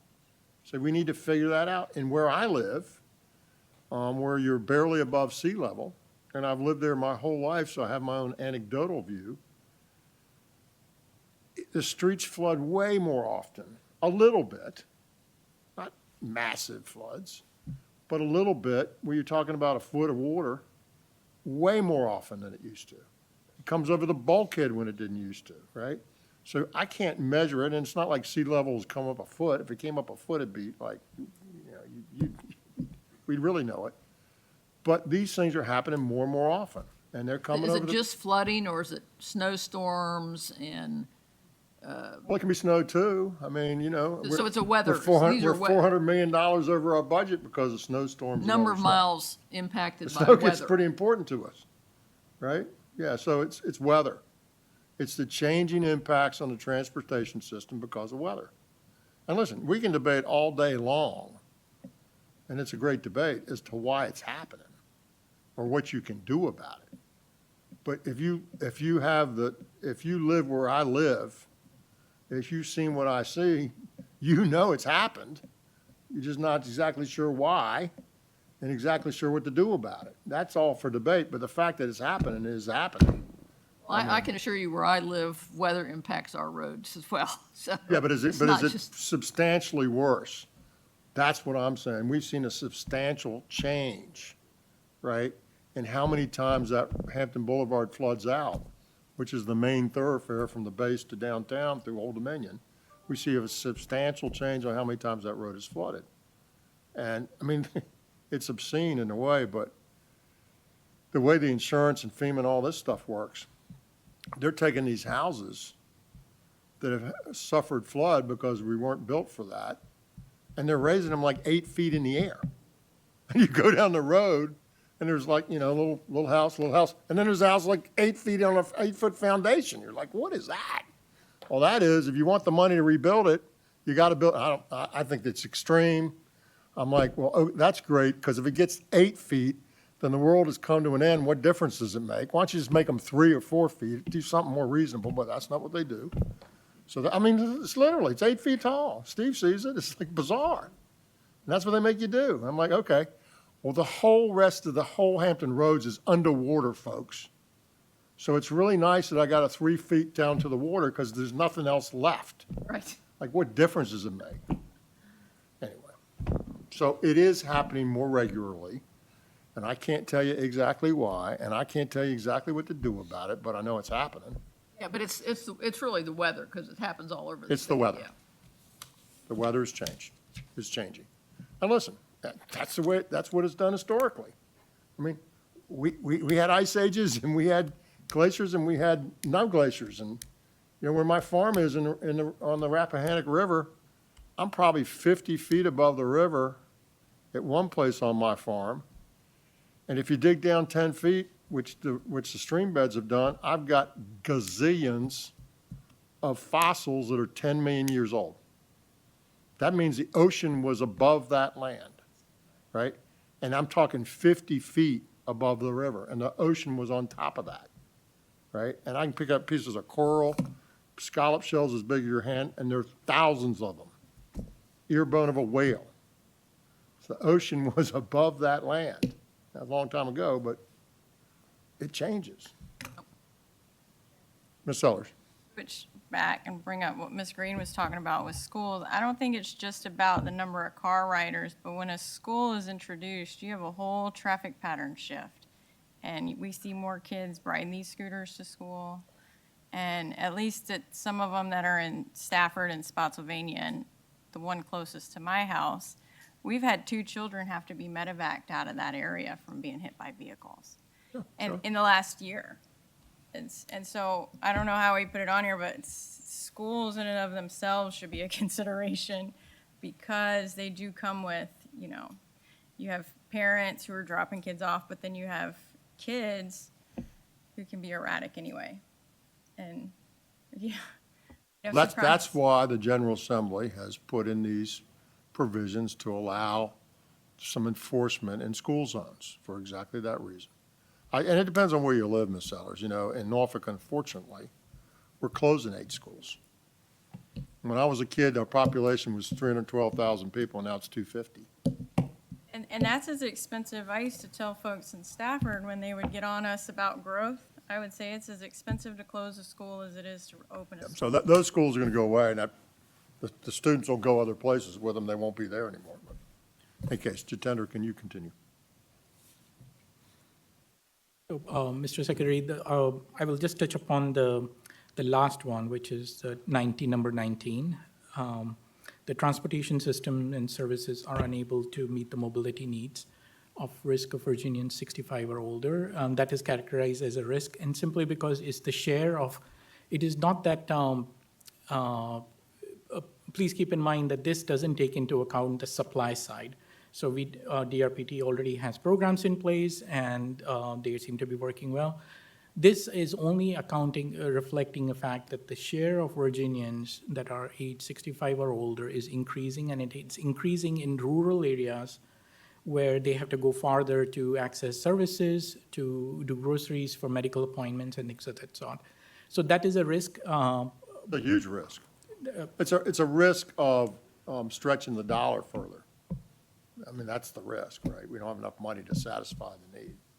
And I'll tell you, one of our frequent flyers is beating the drum about this right now as they found themselves in this situation. And they're advocating for more transit because that's what they need, because that's the situation they found themselves in. And when you go into the rural areas, it's tough. I mean, there's a group out in the valley that's been really active trying to get us to do more, and I understand it. But we only have so much money, folks, and you got to try to, you know, keep the whole system working as best it can. And it's hard and expensive when you get out and somebody's 15 or 18 miles away that wants to go somewhere, and you got to find a way to go get them and pick them up and take them there. That's a lot different than a dense system that can move a lot of people a shorter distance. And so it's hard to do, but, you know, and the question is, how much of that are you able and willing to do? Because, you know, going back to the school thing, and I don't advocate a return to the old days per se, but that same school I was talking about, when I went there, they didn't have air conditioning, right? Air conditioning didn't exist. They had fans, and we opened the windows, and we still went to school, right? Freddie said he didn't even have fans. Well, Freddie's a year older than I am, so they didn't have fans till I got there. But my point is, our expectation changes, situations change, and we have to adapt to them. whether it's a school and whether it's scooters or whatever it is, we're not gonna stop that. We gotta figure ways to adapt to it. That's what this is about. This is about seeing those trends that are coming and being thoughtful about it. It's no different than me talking about automated vehicles till I'm blue in the face. That is coming, and I can't tell you exactly, but I can give you a range, and no, it's not 5 years, Kathy. And I've never said that, but it's not 100 either. And it's probably not 75. It's likely you're gonna see a huge bend in about 25 or 30 years. You'll see a huge difference, huge. And it's coming, and we got to get ahead of it, right? So that's what this is about. Big trends, things that we have to deal with, how it informs what we do, what kind of policies make, and how we spend our money. And listen, I've said it again. I'll say it again. This is not going to be perfect. Don't expect it to be perfect. And everybody's going to want to hang more ornaments on it and take some off. Just, we got to get to a place that we've got a good product to help guide us. And it will never be perfect, but we can always amend it and make it better as time goes on, as we learn more stuff. And oh, by the way, just because we have to produce it every 4 years doesn't mean you can only produce it every 4 years. If this board want to go back in and monkey with this 2 years from now, the board has every right to go do that, right? So if we saw some fundamental shift that we hadn't thought about, either positive or negative, go back in and rejigger it, right? Fix it. All right, sir? Secretary, members of the board, so this was an overview of the 19 risks and opportunities. The request would be, given the short time we have to get ready for the October meeting, if you have any thoughts, we will be going through some of the comments that you had today. But in addition to those, if you have any comments or suggestions, please, if you can share over the next 2 weeks so that we can review them, get them circulated internally, and have them ready in time for the October workshop presentation. That would be greatly helpful. So the Secretary mentioned, moving to the next slide, that the board doesn't have to see this, change this every 2 years. The board can change it at any time it wishes to do so. The policy is development and monitoring of long-term risks and opportunity. So it is the monitoring piece that the Secretary was referring to. And in the risk register, the policy, board policy, there are sort of trend trackers that are identified that can be monitored and shared with the board to see how those trends are moving year over year, or every few years. So I will quickly go through the slides, given that there are many of them, but for each trend, there are some trend trackers that we identified in 2021, and we probably will have a few modifications to those at the October meeting as well. So just to give you an example, just the number of directional miles that are at risk from sea level rise, from different storm surge, the market penetration of semi-autonomous vehicles, the number of electric vehicles. So just to give you an example, in 2022, we conducted a public opinion survey, and one of the survey questions was related to it was getting to the attitude and preferences for adoption of electric vehicles. It asked questions about whether you own an electric vehicle, how many you own. It asked the same question about whether you use rideshare service such as Uber or Lyft, so that we have a better sense of what the market penetration is, and we can keep track of that over time. So I will not go through all of these because they are very technical in nature, but there is the component related to the monitoring of the risk register that the board develops. If we were sitting here in 2010 when I joined this board, how many times would we be talking about the number of short-range drone deliveries versus the number of long-range drone deliveries?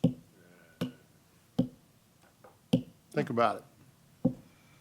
All right, so call me in 35 years. I want to know what we're talking about then. I want to know where you'll be. Well, I got a lot of hope, Freddie, and I'm working real hard. Mr. Chairman, So with these trend Ms. trackers. Sellers, yes, go ahead.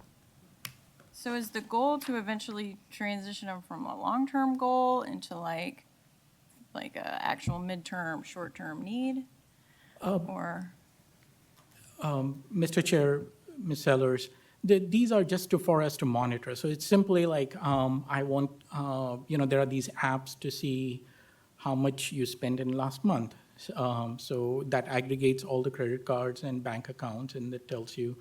So it is nothing more than that app that tells you in the last month you spent that much. And here it just says our number of miles that were at risk from sea level rise went up by a certain number.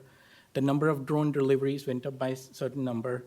Number of electric vehicles in Virginia grew by 10% year over year. So it is simply providing you sort of a data point, and we are continuously monitoring. One of the reasons we are monitoring, as the Secretary said earlier, we may come back to the board and say this is no longer a factor that we thought it was, and in 2 years, the board may decide that, hey, this risk doesn't apply.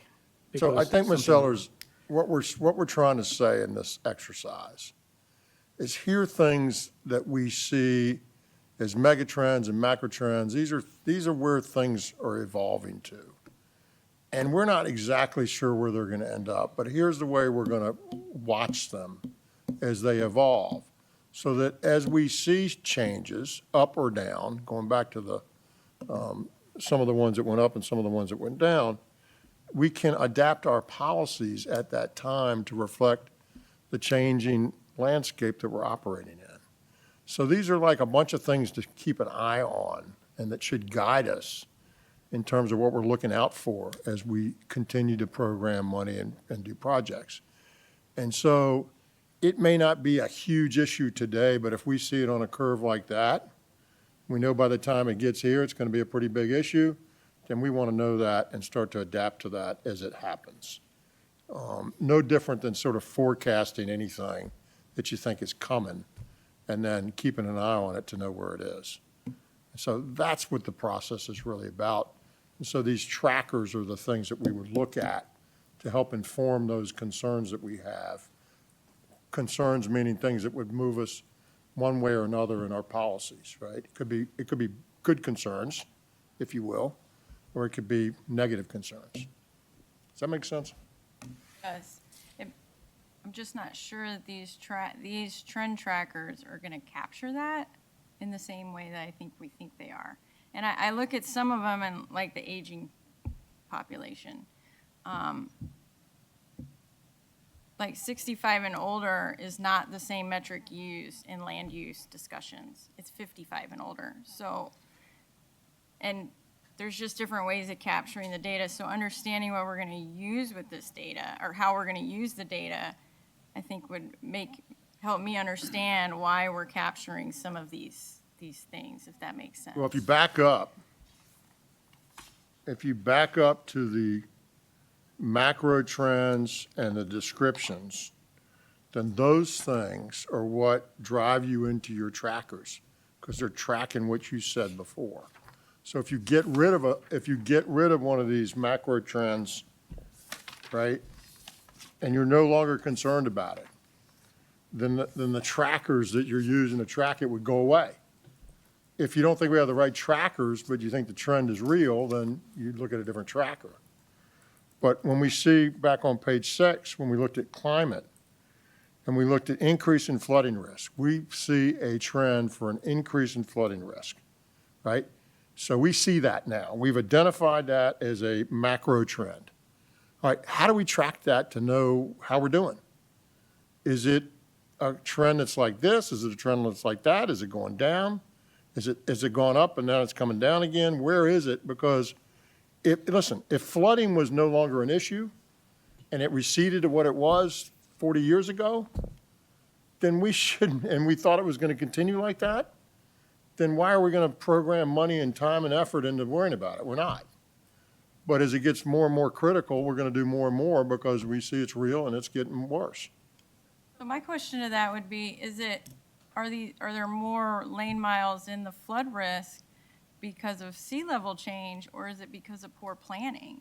You know, did the local government allow whatever to happen here, and we put this road here that's in a flood zone, and, you know, to me, Yes and we're yes. attacking different problems. Well, yeah, yes and yes, but you live in a newer community, I live in a very old community, and those roads have been there for 100 years. So the answer is yes. 100 years ago, they decided to put a road there. And oh, by the way, they filled in lots of creeks and lots of things and built on top of it, so yeah. And for, you know, But recently, no. me- So now the road's there, it's been there for 70 years, and now it's flooding more because the water's higher. What do you do? Well, I would argue those are, again, two different problems, because at that time, we didn't have the technology we know now. But if today we're building a road where we know it's flood prone, or has the potential to be flood prone, then we should be looking at land use practices. And you know, you come into. That's some- great when you're in Fredericksburg, it's not so great when you're in Hampton Roads. Where do you go that's not, I mean, No, I know, the but whole those thing's are at sea legacy level. type I mean, things. But what? we do have projects that come in probably throughout the Commonwealth, but in Stafford and Spotsy and places. And myself, some of them I can look at and say, well, that area floods, we can't build a neighborhood there, or we don't want to build that there. But you get folks who've been there for hundreds of years, and they can look at it and say, you shouldn't build that there. The engineering may allow it because, you know, things have changed. that's great, but when you only have one place to go, so let me give you an example. Do we do that in Hampton Roads? Absolutely. Go look at the trestles for the new bridge tunnel. How much higher are they? Off the top of my 20, head, I don't know. 25 feet higher. Right? Higher. They're a lot higher. Laskin Road, we redid that, remember a few years back, for example, exactly that reason. We built it higher, right? FEMA and my house illustration, I think they went way overboard. But are you going to build it back the way it was? No, because it's going to flood again. You're going to build it higher. Do you go 8 feet high or do you go 3 feet high, you know? So those are the things that we got to deal with because we're already there in parts of this Commonwealth. The roads and the things are there. We're improving them, and we got to do one from here to there. Well, I got to get over there. What do I do? How do I get there? You know, we're fighting the Nimmo Road project in Virginia Beach right now. We got a very windy 2-lane road with ditches on both sides that's low level through a marsh. Is that going to flood? Yeah. And what happens when it's shut down? That's it. That's the only road in and out, except unless you can get through the dam neck base, which is troublesome for them and us. And so do you design knowing that? Yeah, but you still got to get there, right? So you can't just stop. I still got to get to all those houses. I got to fix what I have. And if I got a new route, I got to take that in consideration, but I can't just like wave it off, say we're not going to do that. I understand the problems there, but we still see in other parts where projects are being brought 100%. forward, and we know they're not in good locations, and. And we so don't that's a control different- local land use decisions. Right, but it. To Ty's point, we can have some impact on them. To Mr. Lawson's point, we can have some impact on them, but we don't control them. And that's, the commissioner can Has a speak to bigger that. issues than you Mr. might. Secretary, I think this serves a broader conversation on resiliency. To Ms. Seller's point, our road system was predominantly built 1932. Most of our roads that we have in parts of the Commonwealth are in floodplains. They were built in floodplains. They knew that they were built in floodplains. And frankly, if we're going to take a look at resiliency from that standpoint, there is not enough money that we have, one, in the maintenance budget or the construction budget to create 100% resiliency in the network. And so I think as this dialogue continues, whether it be sea level rise, intensity of rainfall that impacts Southwest Virginia or other parts of the community or the Commonwealth, this needs to be that part of the dialogue of what are we going to do to be able to create resiliency. If it's in a floodplain, is there another way to get into that facility, or do you build resiliency into that particular roadway?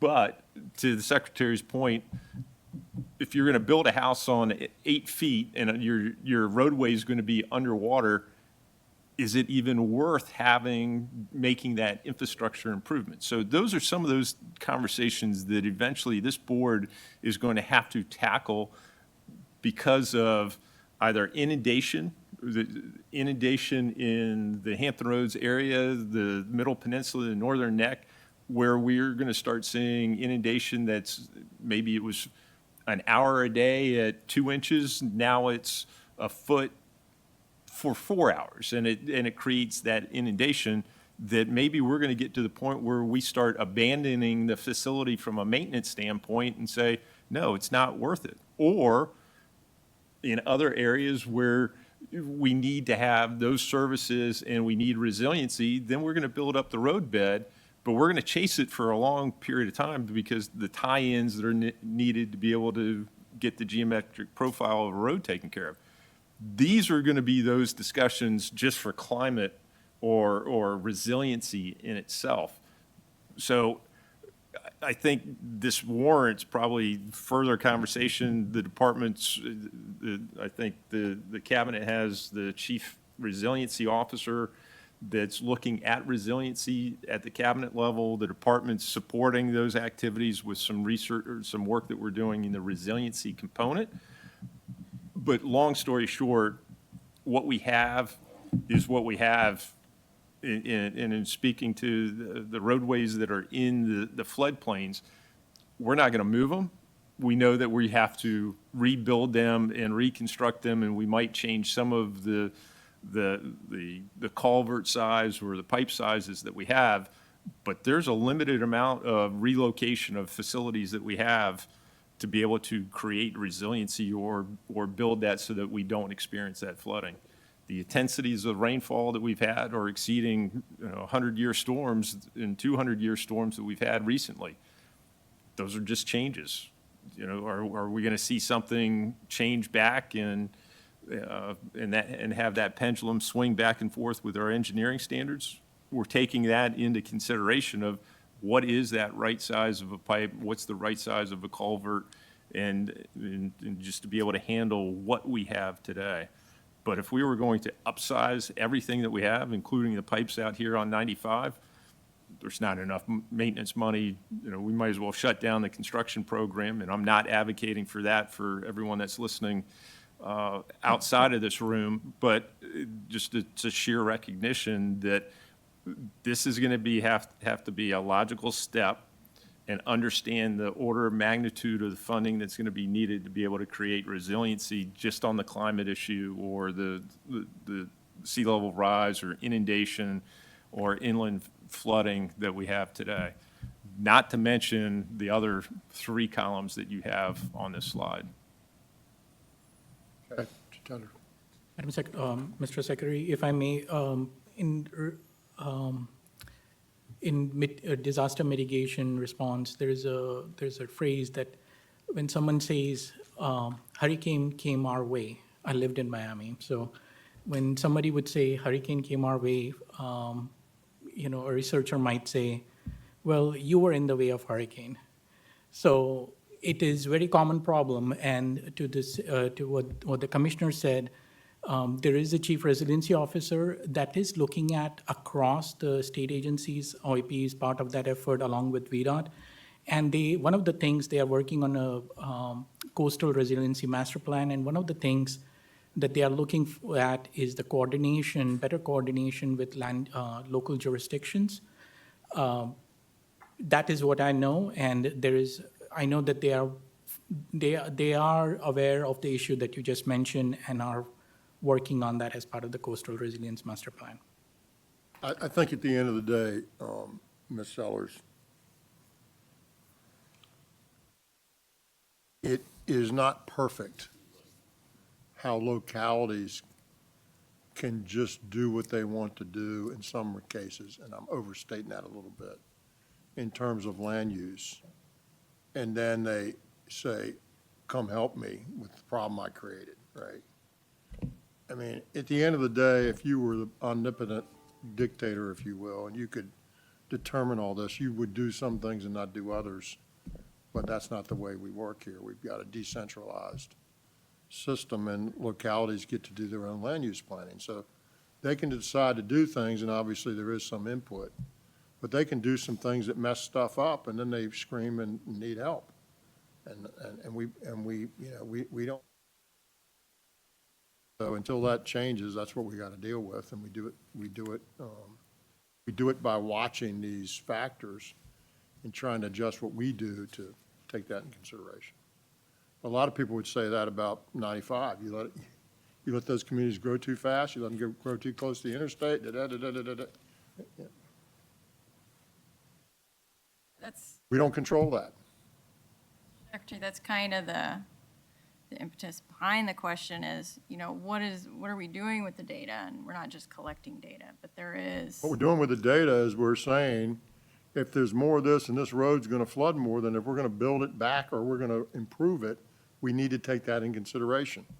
If we're going to have more electric vehicles on the roads of Virginia, how do we provide for the electric vehicles?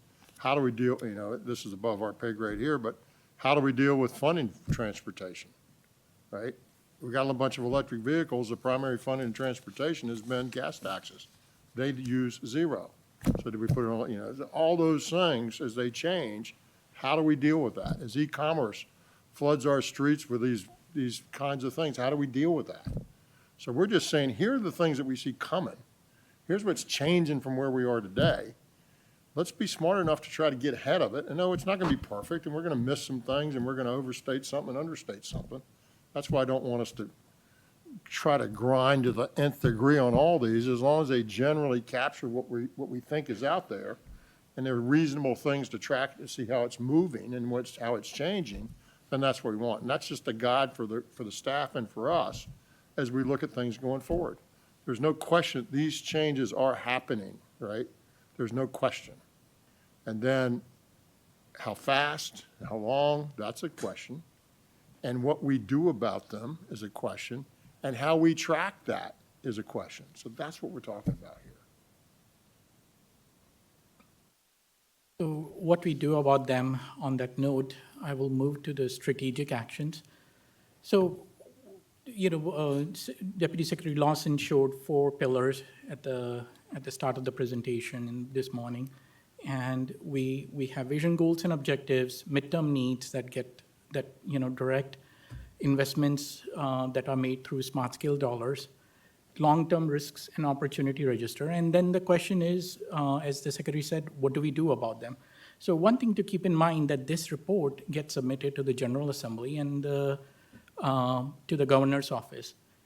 So there are 2 opportunities that come with it. One is to make the General Assembly that has delegated the responsibility to develop the transportation plan to the Commonwealth Transportation Board, to make them aware that these are the things that we are tracking, monitoring, and to show some strategic actions that are being taken by the agencies towards those risks and opportunities. So it's a way to communicate what is being done, not only the risk that there are risks and opportunities that exist. So I will not go through, again, all of them. I will try to bucket them, if that's all right. So the first, first 3 focus on the flooding risk. So one of the things in planning is that, you know, there is a regulation that requires planning, or development of a plan. But this is the form of planning where we go through a planning exercise and we identify weaknesses and gaps that exist, areas where we need to strengthen. So for example, the very first action, it says collect data to accurately assess flooding risk for state and locally maintained roadways.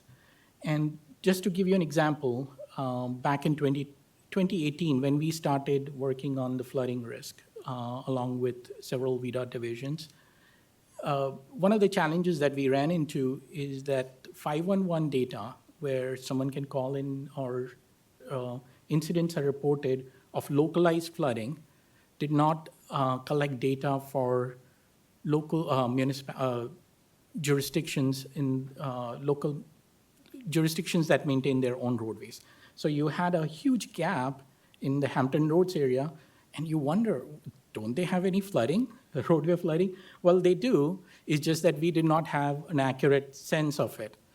And that is just an example, a very simple example of things that we found during the planning exercise.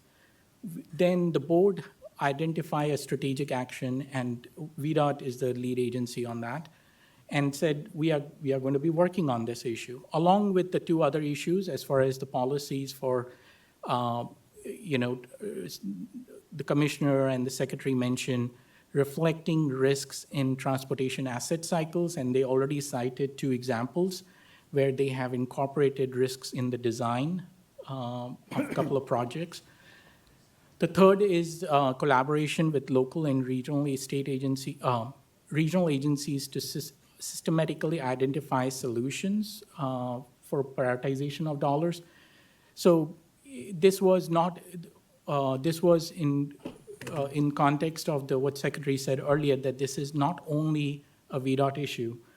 Department of Housing, DGS, which owns and maintains several state buildings throughout the Commonwealth, is dealing with the same thing. So there is a forum that is led by Department of Conservation and Recreation and Chief Resiliency Officer to continue collaboration with them to ensure that the transportation interests and issues are forefront of that plan. So first three are related actions that were developed in 2021. And you have a handout in your CDP packet, and that includes what the intent behind that action was, as well as the lead and support agencies. The next two are related to automations and things of that sort. So for example, number 4 is evaluate options to gather vehicle automation and capability data for states registered vehicles. And the example that I will cite is that it used to be that when you purchased Toyota RAV4 XLE, someone told you, you knew what the standard configuration is, right? Well, then comes Tesla. You can buy any Tesla you want, and at any time, the vehicle owner, in a direct transaction with the company, can increase the capability of that vehicle, the same vehicle, without the state being aware, right? So DMV, for example, collects data on vehicle sales. So this was more in terms of, do we know what the capabilities of vehicle fleet is in the Commonwealth? And so it is related to that, because now there is an avenue for manufacturers to deal directly with the consumer where there is no interface with the state. And the state may or may not have a complete sense of what is on the road as far as the vehicle capability is concerned. Number 5 was related to the roadmap for implementing foundational digital practices such as design digital as-builts, information management system. Several of the items were already underway or have accelerated since then. Number 6 was evaluate and facilitate vehicle-to-infrastructure communications along limited access highways by the private sector. This was, at the time, It's all about autonomous Yes, sir. stuff. Actually, the last sort of 5, but 4, 5, 6, and 7 are all about, automation. Yes, sir. Right? And then 8 is about electric vehicles. Then you see 9 and 10. 10's more of a policy thing, That's back to Ty's earlier question.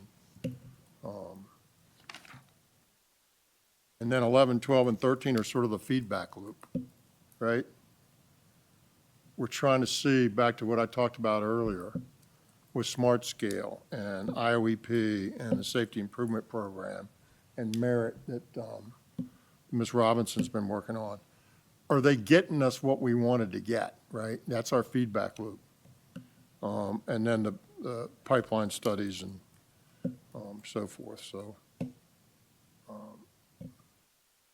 See, 13 is the dashboard to monitor the performance. So that, for me, all 11, 12, and 13 are sort of about the feedback, continuous improvement loop to see how we're doing and what we need to adjust. Is that fair?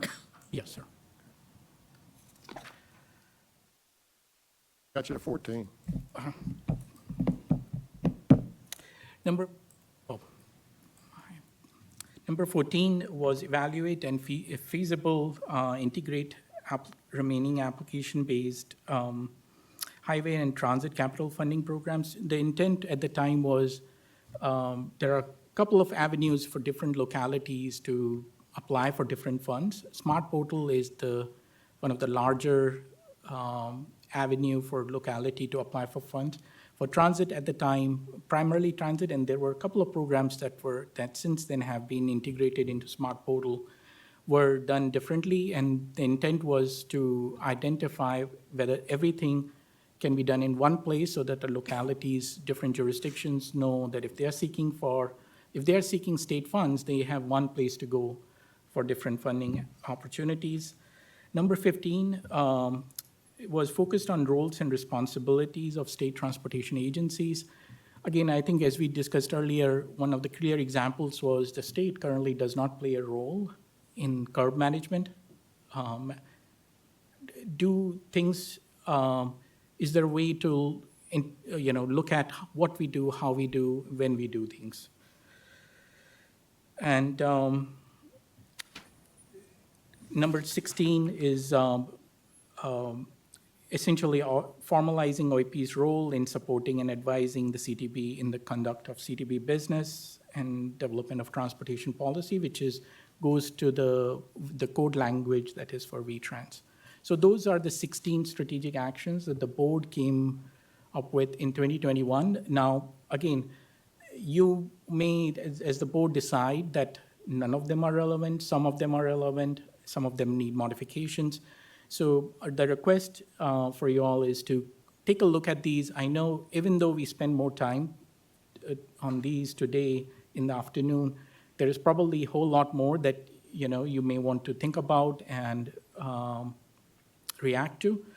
So the request is that as you see these things, and if you have any additional thoughts between now and over the next 2 weeks, please do share us through our director, Deputy Secretary John Lawson, and so that we can evaluate them and have them ready for your consideration at the October meeting.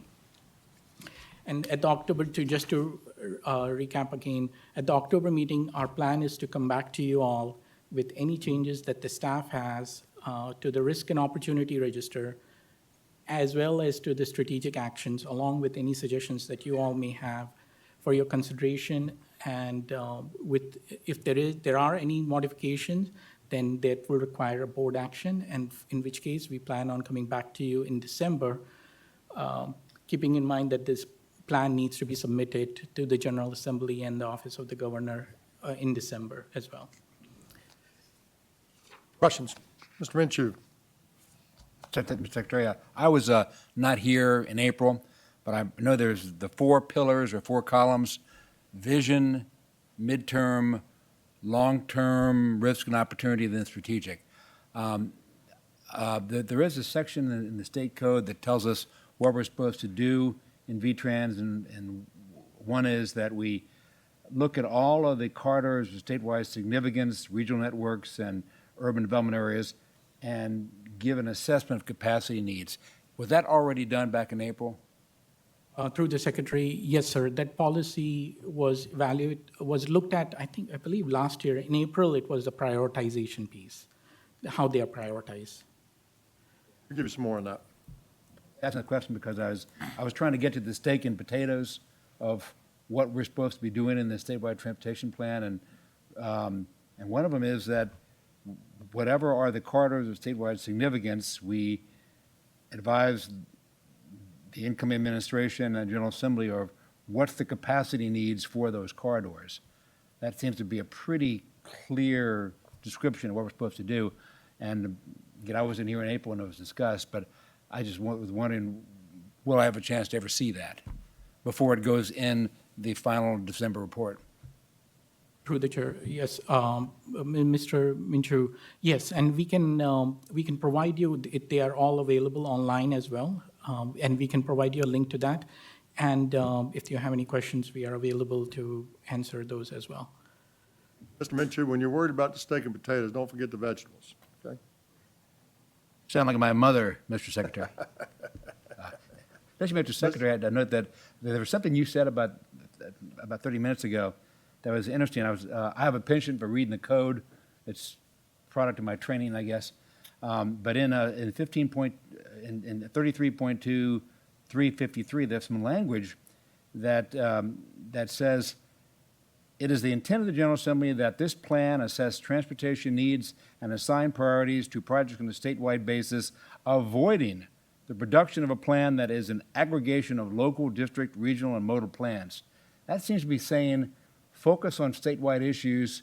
Don't feel like you have to make some kind of a shepherd's pie by bringing in all of these local plans. It's almost a clarion call for independence. That don't worry if we might offend a local government plan as we do the statewide plan. We're in a Dillon state, sir. Dillon rule state, yes, sir. At the end of the day, listen.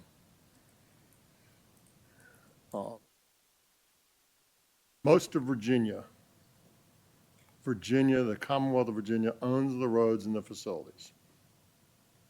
And it's our responsibility, this board, to do what we think is best for Virginia. And in locality, on whether it's a county, a town, or city, or whatever, a county or a town, could have a different view. But when they don't own the roads, they don't get to decide. They can have their view and they can put their 2 cents in, and we ought to be thoughtful about it. But you can have some ones that don't make sense from a Commonwealth's perspective, and our job is to do what makes sense for the Commonwealth's perspective. And sometimes they may not be fully aligned. And we're not supposed to just take everybody's stuff, throw it at the top, give money to each district, run out when you run out and move on. That's not our job. Anybody could do that, right? That's not our job. Our job is to take all this stuff, make sense of it given these big picture things that we have, make some sense of it, find the ones that bring us the best return for our money, and then go do those. That's how I see what we're supposed to do. That's what we're told. I think the code backs you up on that. Yes, sir, that does. That's what we're doing. Appreciate it. Anybody else? Secretary, Yes, just sir, one Mr. quick one. Lawson. On strategic actions, 15, we're talking about emerging areas. I assume we're just talking about new development? Is that an emerging area? We're not talking about Mr. Secretary, Mr. Lawson, this is referring to. No, emerging kinds of trends. Okay. I don't think it's developing regions. I think it's emerging trends, Well, such as curb management issues, micromobility, and shared mobility. So these are trends, emerging trends that are happening. Trend meaning we got curb management problems, we've got a lot of micromobility happening, and we've got shared mobility happening. How do we incorporate that? I'm just thinking ahead, so are we going to be dictating policy to the residencies that give comments about new developments? To your point, you need to accommodate in your design for double parking and things like that. Is that where this is headed? I think it's not, I think it's saying, be thoughtful as you move forward, that these are the factors that are impacting transportation. These are the emerging factors that are changing, and be thoughtful about that. And how you implement that is a different Well, that's what I'm curious question. about, because we're talking to state transportation agencies, which I assume is VDOT.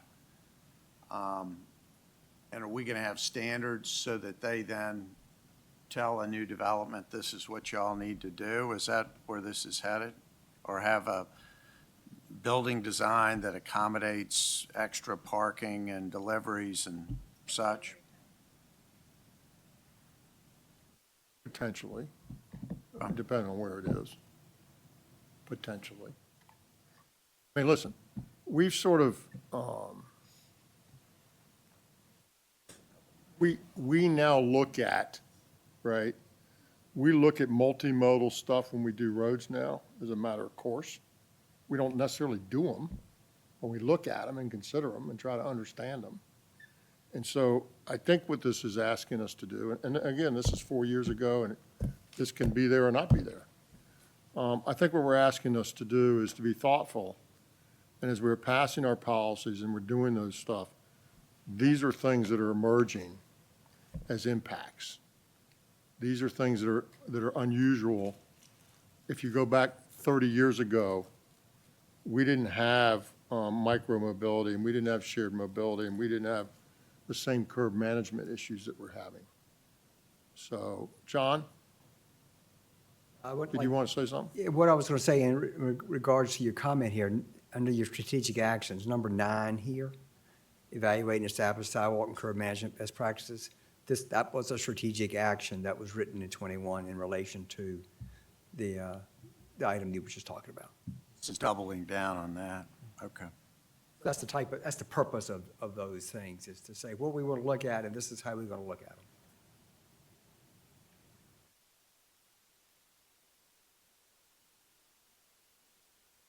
Thank you very much. All right, we are at the director's items. Item number 12 on the agenda. Director Robinson. Thank you, Mr. Secretary. I'll be brief because everyone has my report in your packet, but I did want to just highlight that we received our final ridership numbers for FY25, and it's a really good news story. We were up 14% from FY24 overall in statewide ridership. WMATA ridership specifically was up 16%. VRE was up 45% from the previous year. Virginia transit agencies, excluding WMATA and VRE, were up 12%, and the Virginia Breeze was up 9%. So in that vein, and talking about kind of the feedback loop that that the Secretary mentioned earlier, I also wanted to give you a quick update on our analysis of our merit funding allocation methodology that we're undergoing at DRPT right now. Just a quick reminder, MERIT stands for Making Efficient and Responsible Investments in Transit. And it's our kind of smart scale type of allocation method.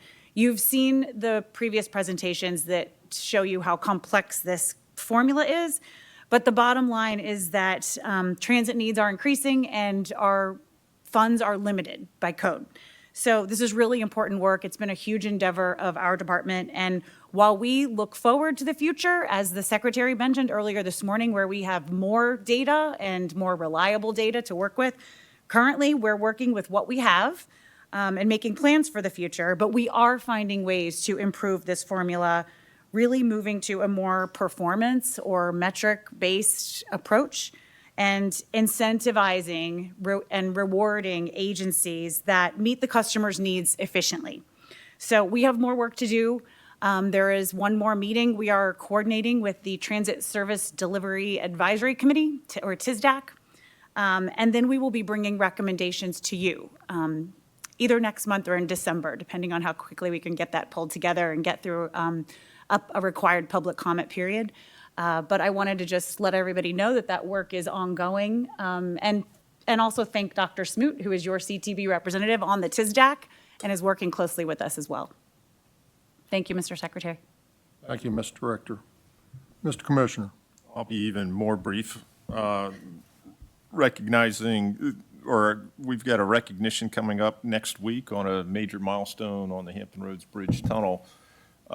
Next Thursday, we anticipate that we will be breaking through the second tunnel, which It's going to be a bad day if we don't. Just telling you. Ouch. Keep going. No pressure. No pressure whatsoever. No pressure. We just got the Secretary coming down to watch, so. I'll just relay that to the team after. They're probably watching right now and very worried now. This marks a significant milestone in advancing the project. The second bored tunnel under the Hampton Roads River that will complete a full 3 miles of tunneling through the Hampton Roads region. We were supposed to do it in 23 months. It's coming up that we will do it in 26 months. And we've actually broken a world record on mining in one single day or week on that facility. We did 366 feet in a week, and that does break a world record. So Yeah. Yeah. So we're very excited about this up channel from us. It took a little bit longer to be able to complete. So, Mr. Stant, we're ahead of schedule or right on schedule, keeping us laser focused on the delivery of the project. Understand? Having lived with the tunnel in operation for 5 years of our own tunnel at the Chesapeake Bay, I can tell you that this is going to be the happiest day in Steve Rich's life when that TVM breaks through. Basically because what it has done is it takes an enormous amount of risk off the table.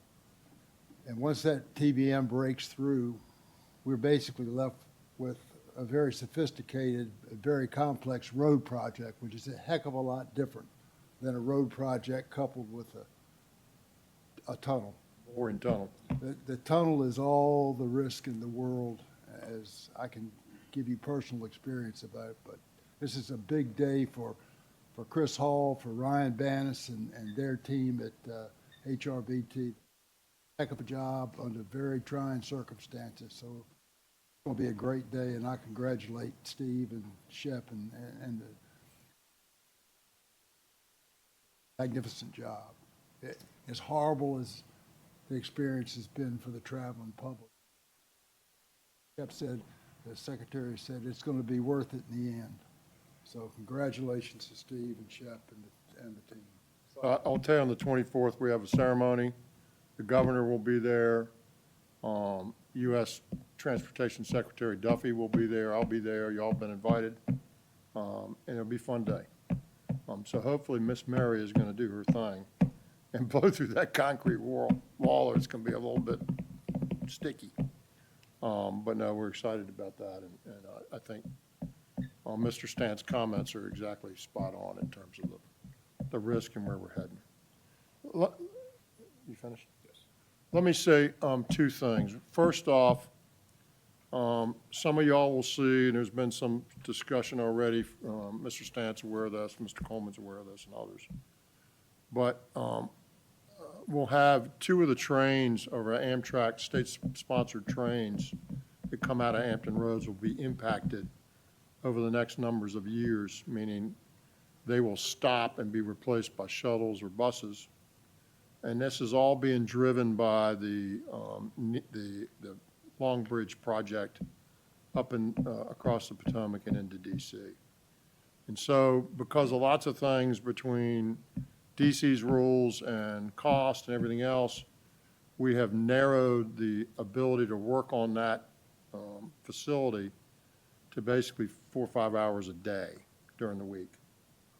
And that's after the morning rush and before the evening rush. And if you sort of look at all the dynamics, and they've really got a pretty cool illustration I looked at to see it, but if you look at all the dynamics between VRE and Amtrak and the state-supported trains and the freight trains, what we can't have is work that's going on in the bridge project, and then we stop to let a train through, and then we go back, and then we stop to let a train through and go back. So we basically pushed the trains out.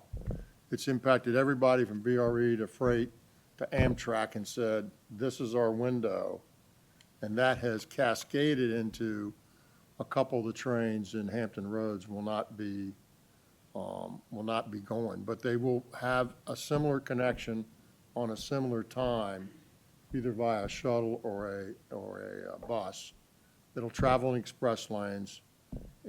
The difference is you're going to be on a vehicle or a bus or some sort of shuttle vehicle as opposed to being on the train. So we're pretty, you want to step into that a little bit?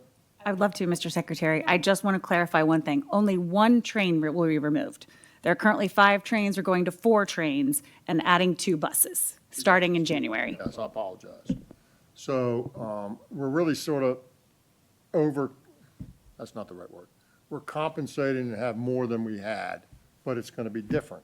And it's not what we prefer to do, but it's just like messing up the Hampton Roads Bridge Tunnel or messing up I-81. It's the pain you have to go through to get to what you want. And we think we've minimized it as much as it can be. It's not preferred, but it's preferred under the circumstances, so that'll happen. So I just wanted to make you aware of that, sort of out and buzzing in the news. And the last thing I'll say, because I want to make sure I don't overlook it tomorrow particularly. You know, safety is something we talk about a lot in transportation. It's the most important thing at the end of the day, is that the people that travel up and down these roads are safe. We've talked about a lot about enforcement. We've talked a lot about how many crashes happen in work zones. We've talked a lot about how many people die on Virginia's roads. And unfortunately, about 10 days ago, we lost a service safety patrol person up in Prince William who was just doing his job.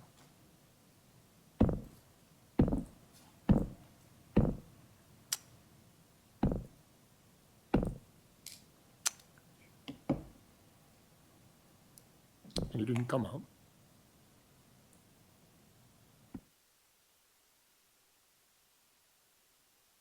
What I'd like you to do is join me in a short moment of silence for Mr. Freeland, who lost his life on 95, just doing his job.